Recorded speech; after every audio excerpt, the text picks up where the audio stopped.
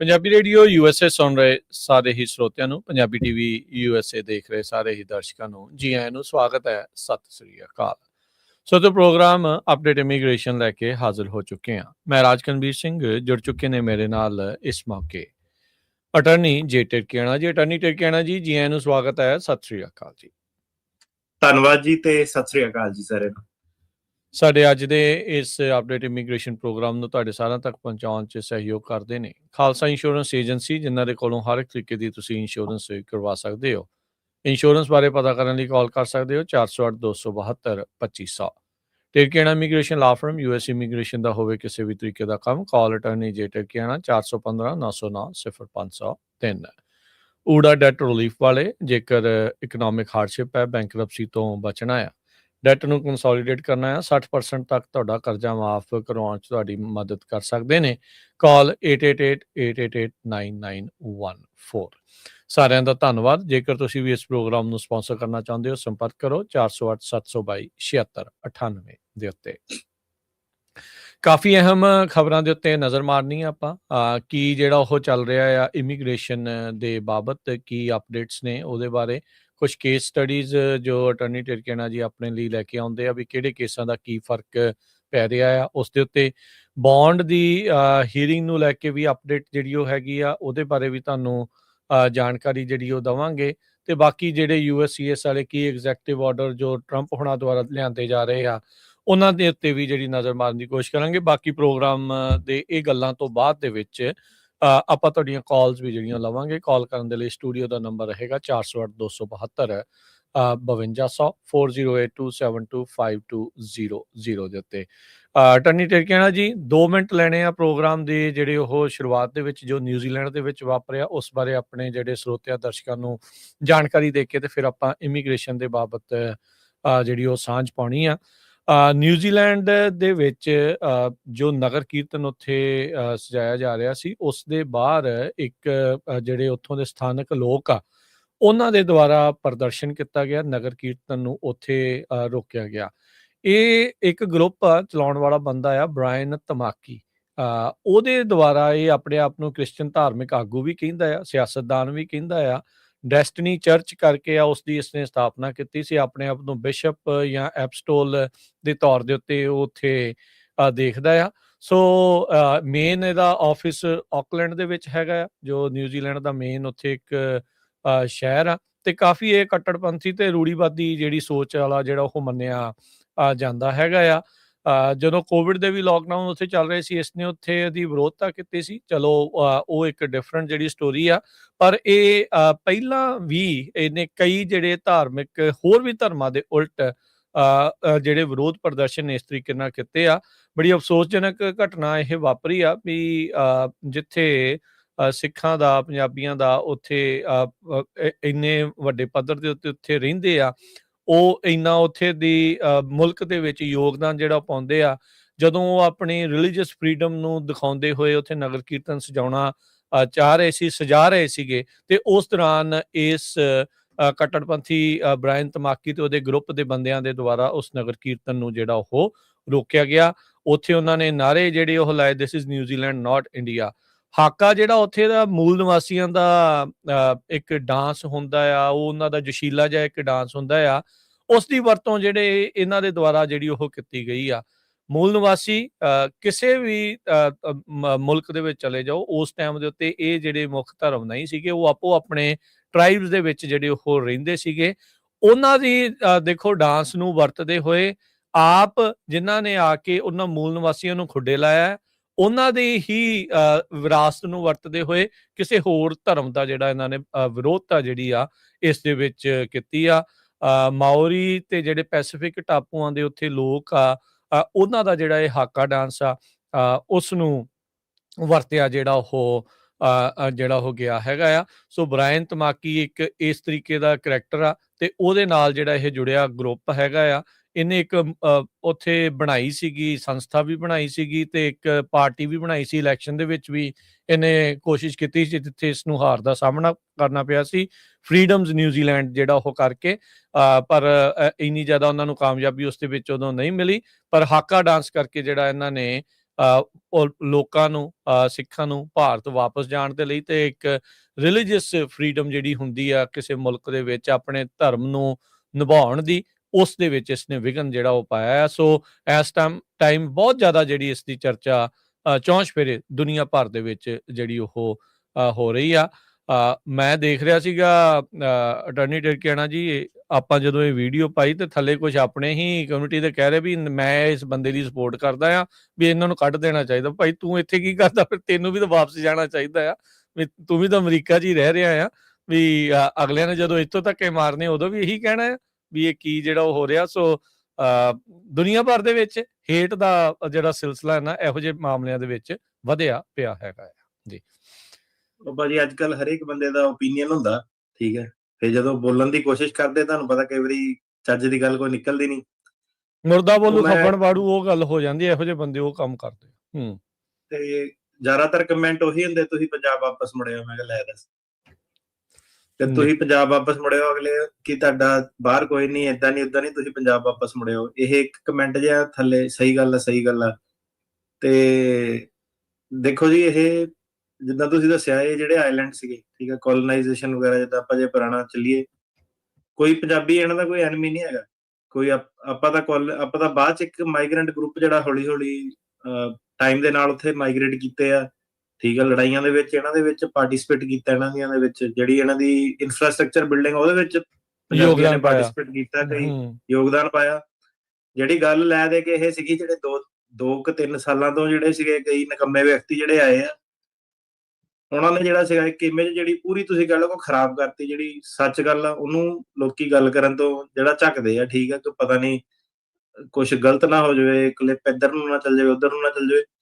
ਤੇ ਉਹਦਾ ਜੀ ਦੇਖੋ ਹੁਣ ਸਾਰੇ ਜਿਹੜੇ ਕਲੈਕਟਿਵਲੀ ਜਿਹੜਾ ਬਹੁਤ ਜ਼ਿਆਦਾ ਫਲੱਡ ਗੇਟ ਤੁਸੀਂ ਕਹਿ ਲਓ ਖੁੱਲਿਆ ਸੀਗਾ, ਉਹਦਾ ਜਿਹੜਾ ਸੀਗਾ ਇਮੀਗ੍ਰੈਂਟਸ ਦੇ ਉੱਤੇ ਇੱਕ ਨੈਗੇਟਿਵ ਜਿਹੜਾ ਇੰਪ੍ਰੈਸ਼ਨ ਜਿਹੜਾ ਜਾ ਰਿਹਾ ਸੀਗਾ ਕਦੋਂ ਦਾ, 4 ਸਾਲ ਤਾਂ ਸਾਨੂੰ ਹੀ ਹੋ ਗਏ ਰੇਡੀਓ ਤੇ ਗੱਲ ਕਰਦੇ ਹੋਏ। ਤੇ ਜਦੋਂ ਫਿਰ ਮੈਂ ਕਿਹਾ ਸਾਰੀ ਚੀਜ਼ ਰਹਿ ਉੱਤੇ ਗਈ, ਇੱਕ ਫਾਲਤੂ ਦੇ ਧਰਨੇ ਜਿਹੜੇ ਗਿੱਧੇ ਕਿੱਕਲੀਆਂ ਜਿਹੜੀਆਂ ਜਿੱਥੇ ਨਹੀਂ ਵੀ ਪੈਣੀਆਂ ਚਾਹੀਦੀਆਂ ਉੱਥੇ ਵੀ, ਠੀਕ ਆ, ਕਾਰ ਲੁੱਟਾਂ ਖੋਹਾਂ ਫਰੌਤੀਆਂ। ਤੇ ਉਹ ਫਿਰ ਹੁਣ ਮੈਂ ਕਿਹਾ ਦੇਖ ਲਓ ਇੱਕ ਇੰਪ੍ਰੈਸ਼ਨ ਜਿਹੜਾ ਸੀਗਾ। ਤੇ ਜਿਹੜਾ ਇਹ ਵਾਲਾ ਗਰੁੱਪ ਤੁਸੀਂ ਗੱਲ ਕਰਦੇ ਆ, ਏਦਾਂ ਦੇ ਵੀ ਹਰ ਦੇਸ਼ ਦੇ ਵਿੱਚ ਹੀ ਹੁੰਦੇ ਆ।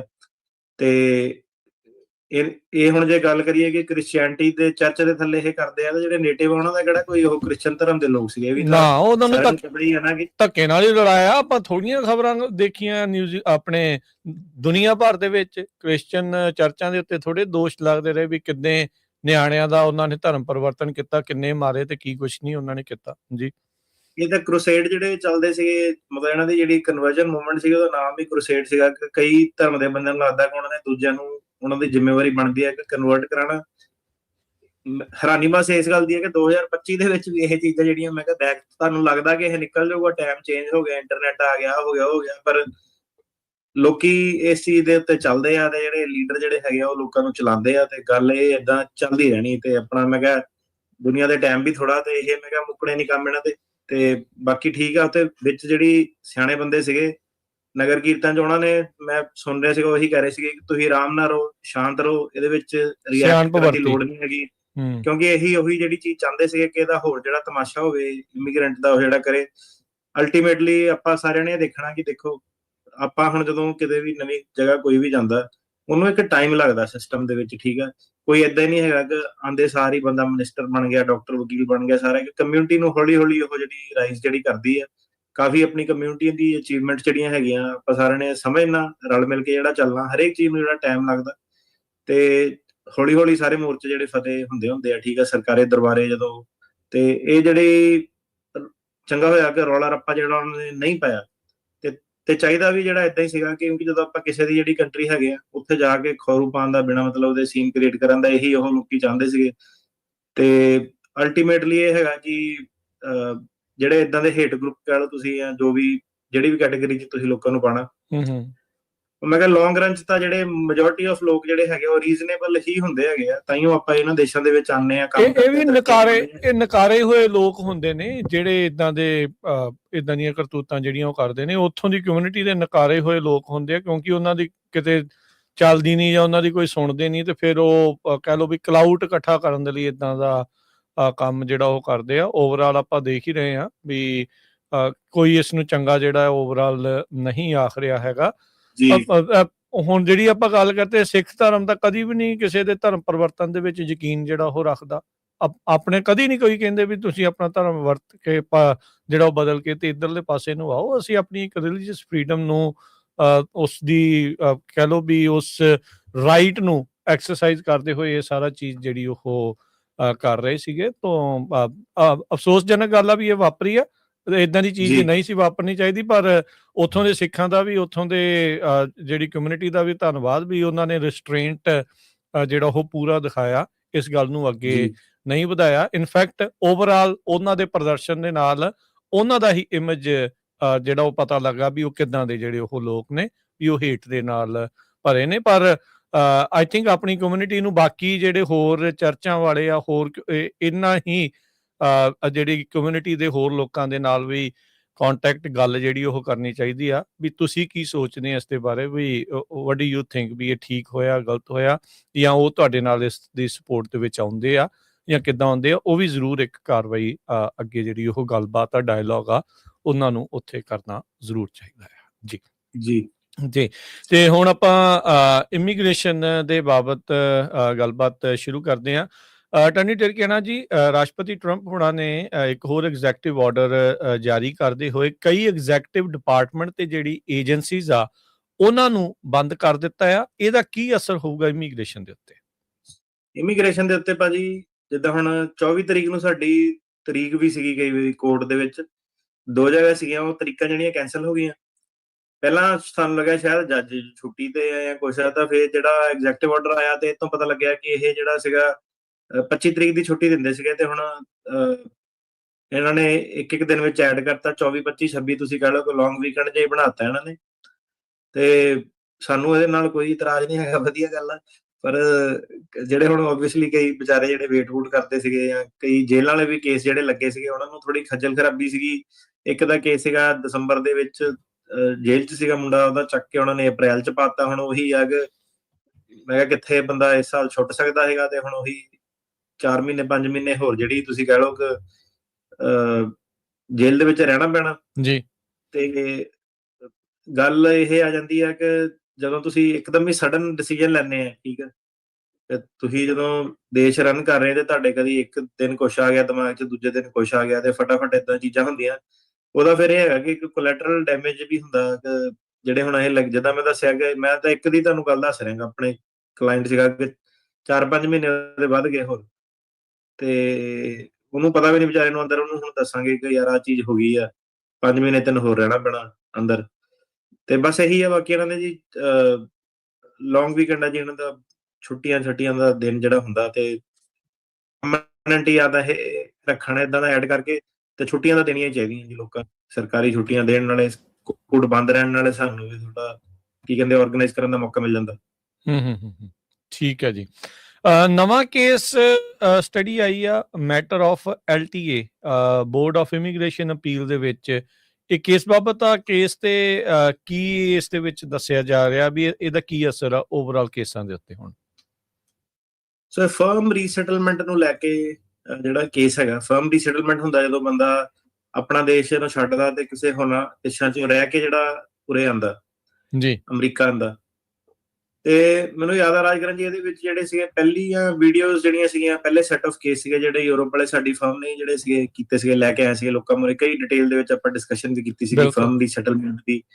ਕਾਫੀ ਸਾਰੇ ਜਿਹੜੇ ਕੇਸ ਜਿੱਤੇ ਵੀ ਸੀਗੇ, ਗ੍ਰੀਸ ਤੋਂ, ਇਟਲੀ ਤੋਂ, ਸਪੇਨ ਤੋਂ, ਫਰਾਂਸ ਤੋਂ, ਪੁਰਤਗਾਲ ਤੋਂ, ਜਿਹੜੇ ਉਧਰਲੇ ਲੋਕੀ ਤੁਸੀਂ ਕਹਿ ਲਓ ਕਿ ਕਈ ਚਿਰ ਤੋਂ ਉੱਥੇ ਜਿਹੜੇ ਰਹਿ ਰਹੇ ਸੀਗੇ, ਪੱਕੇ ਸੀਗੇ, ਤੇ ਉਹਨਾਂ ਦਾ ਮੁੱਦਾ ਜਿਹੜਾ ਬਣਦਾ ਸੀਗਾ, ਉਹਦੇ ਬਾਬਤ ਇਹ ਜਿਹੜਾ ਕੇਸ ਹੈਗਾ ਫਰਮ ਰੀਸੈਟਲਮੈਂਟ ਬਾਹਰ ਦਾ। ਤੇ ਐਕਚੁਅਲੀ ਇਹਦੇ ਵਿੱਚ ਜਿਹੜਾ ਅਸਾਈਲਮ ਸੀਕਰ ਸੀ ਉਹ ਇੰਡੀਆ ਰਹਿ ਕੇ ਆਈ ਸੀਗੀ, ਤੇ ਇੰਡੀਆ ਦੇ ਵਿੱਚ 5 ਸਾਲ ਮੇਰੇ ਖਿਆਲ ਏਦਾਂ ਦਾ ਕੁਝ ਟਾਈਮ ਉਹਨੇ ਸਪੈਂਡ ਕੀਤਾ ਸੀਗਾ। ਵਰਕ ਆਥੋਰਾਈਜੇਸ਼ਨ ਵਗੈਰਾ ਸੀਗੀ, ਹੁਣ ਸਾਰਿਆਂ ਨੂੰ ਪਤਾ ਕਿ ਇੰਡੀਆ ਪੱਕਾ ਪੁੱਕਾ ਤਾਂ ਨਹੀਂ ਕਿਸੇ ਨੂੰ ਕਰਦਾ, ਪਰ ਉੱਥੇ ਜਿੱਦਾਂ ਉਹਨੇ ਰਹਿਣ ਦੀ ਪਰਮਿਸ਼ਨ ਵਗੈਰਾ ਸੀਗੀ, ਤੇ ਜਿਹੜਾ BIA ਸੀਗਾ ਉਹਨੇ ਕੇਸ ਜਿਹੜਾ ਰਿਜੈਕਟ ਕਰਤਾ। ਉਹ ਕਹਿੰਦੇ ਆ ਕਿ ਜਦੋਂ ਤੁਹਾਨੂੰ ਕਿਤੇ ਰਹਿਣ ਦੀ ਪਰਮਿਸ਼ਨ ਹੁੰਦੀ ਹੈ, ਤੁਸੀਂ ਕੰਮ ਕਰ ਸਕਦੇ ਆ ਉੱਥੇ, ਉੱਥੇ ਦੇ ਬੈਨੀਫਿਟ ਲੈ ਸਕਦੇ ਆ, ਪ੍ਰਾਪਰਟੀ ਵਗੈਰਾ ਉੱਥੇ ਰੈਂਟ ਕਰ ਸਕਦੇ ਆ, ਖਰੀਦ ਸਕਦੇ ਆ, ਤੇ ਤੁਹਾਡੇ ਤੇ ਪਰਮਾਨੈਂਟ ਰੈਜ਼ੀਡੈਂਟ ਫਰਮ ਰੀਸੈਟਲਮੈਂਟ ਬਾਰ ਜਿਹੜੀ ਲੱਗਦੀ ਹੈ।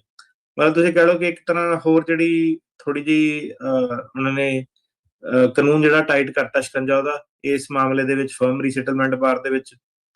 ਤੇ ਬਾਕੀ ਜਿਹੜੇ ਆਪਾਂ ਟ੍ਰੈਂਡ ਦੇਖ ਰਹੇ ਆ ਔਨ ਦਾ ਫੀਲਡ, ਉਹੀ ਦੇਖ ਰਹੇ ਆ ਕਿ ਜਿਹੜੇ ਯੂਰਪ 'ਚ ਇੱਕ ਆਨਲਾਈਨ ਦੇ ਵਿੱਚ ਨਾ ਬੜਾ ਵਿਵਾਦ ਛਿੜਿਆ ਹੁੰਦਾ ਸੀ ਲੋਕਾਂ ਦੇ ਵਿੱਚ।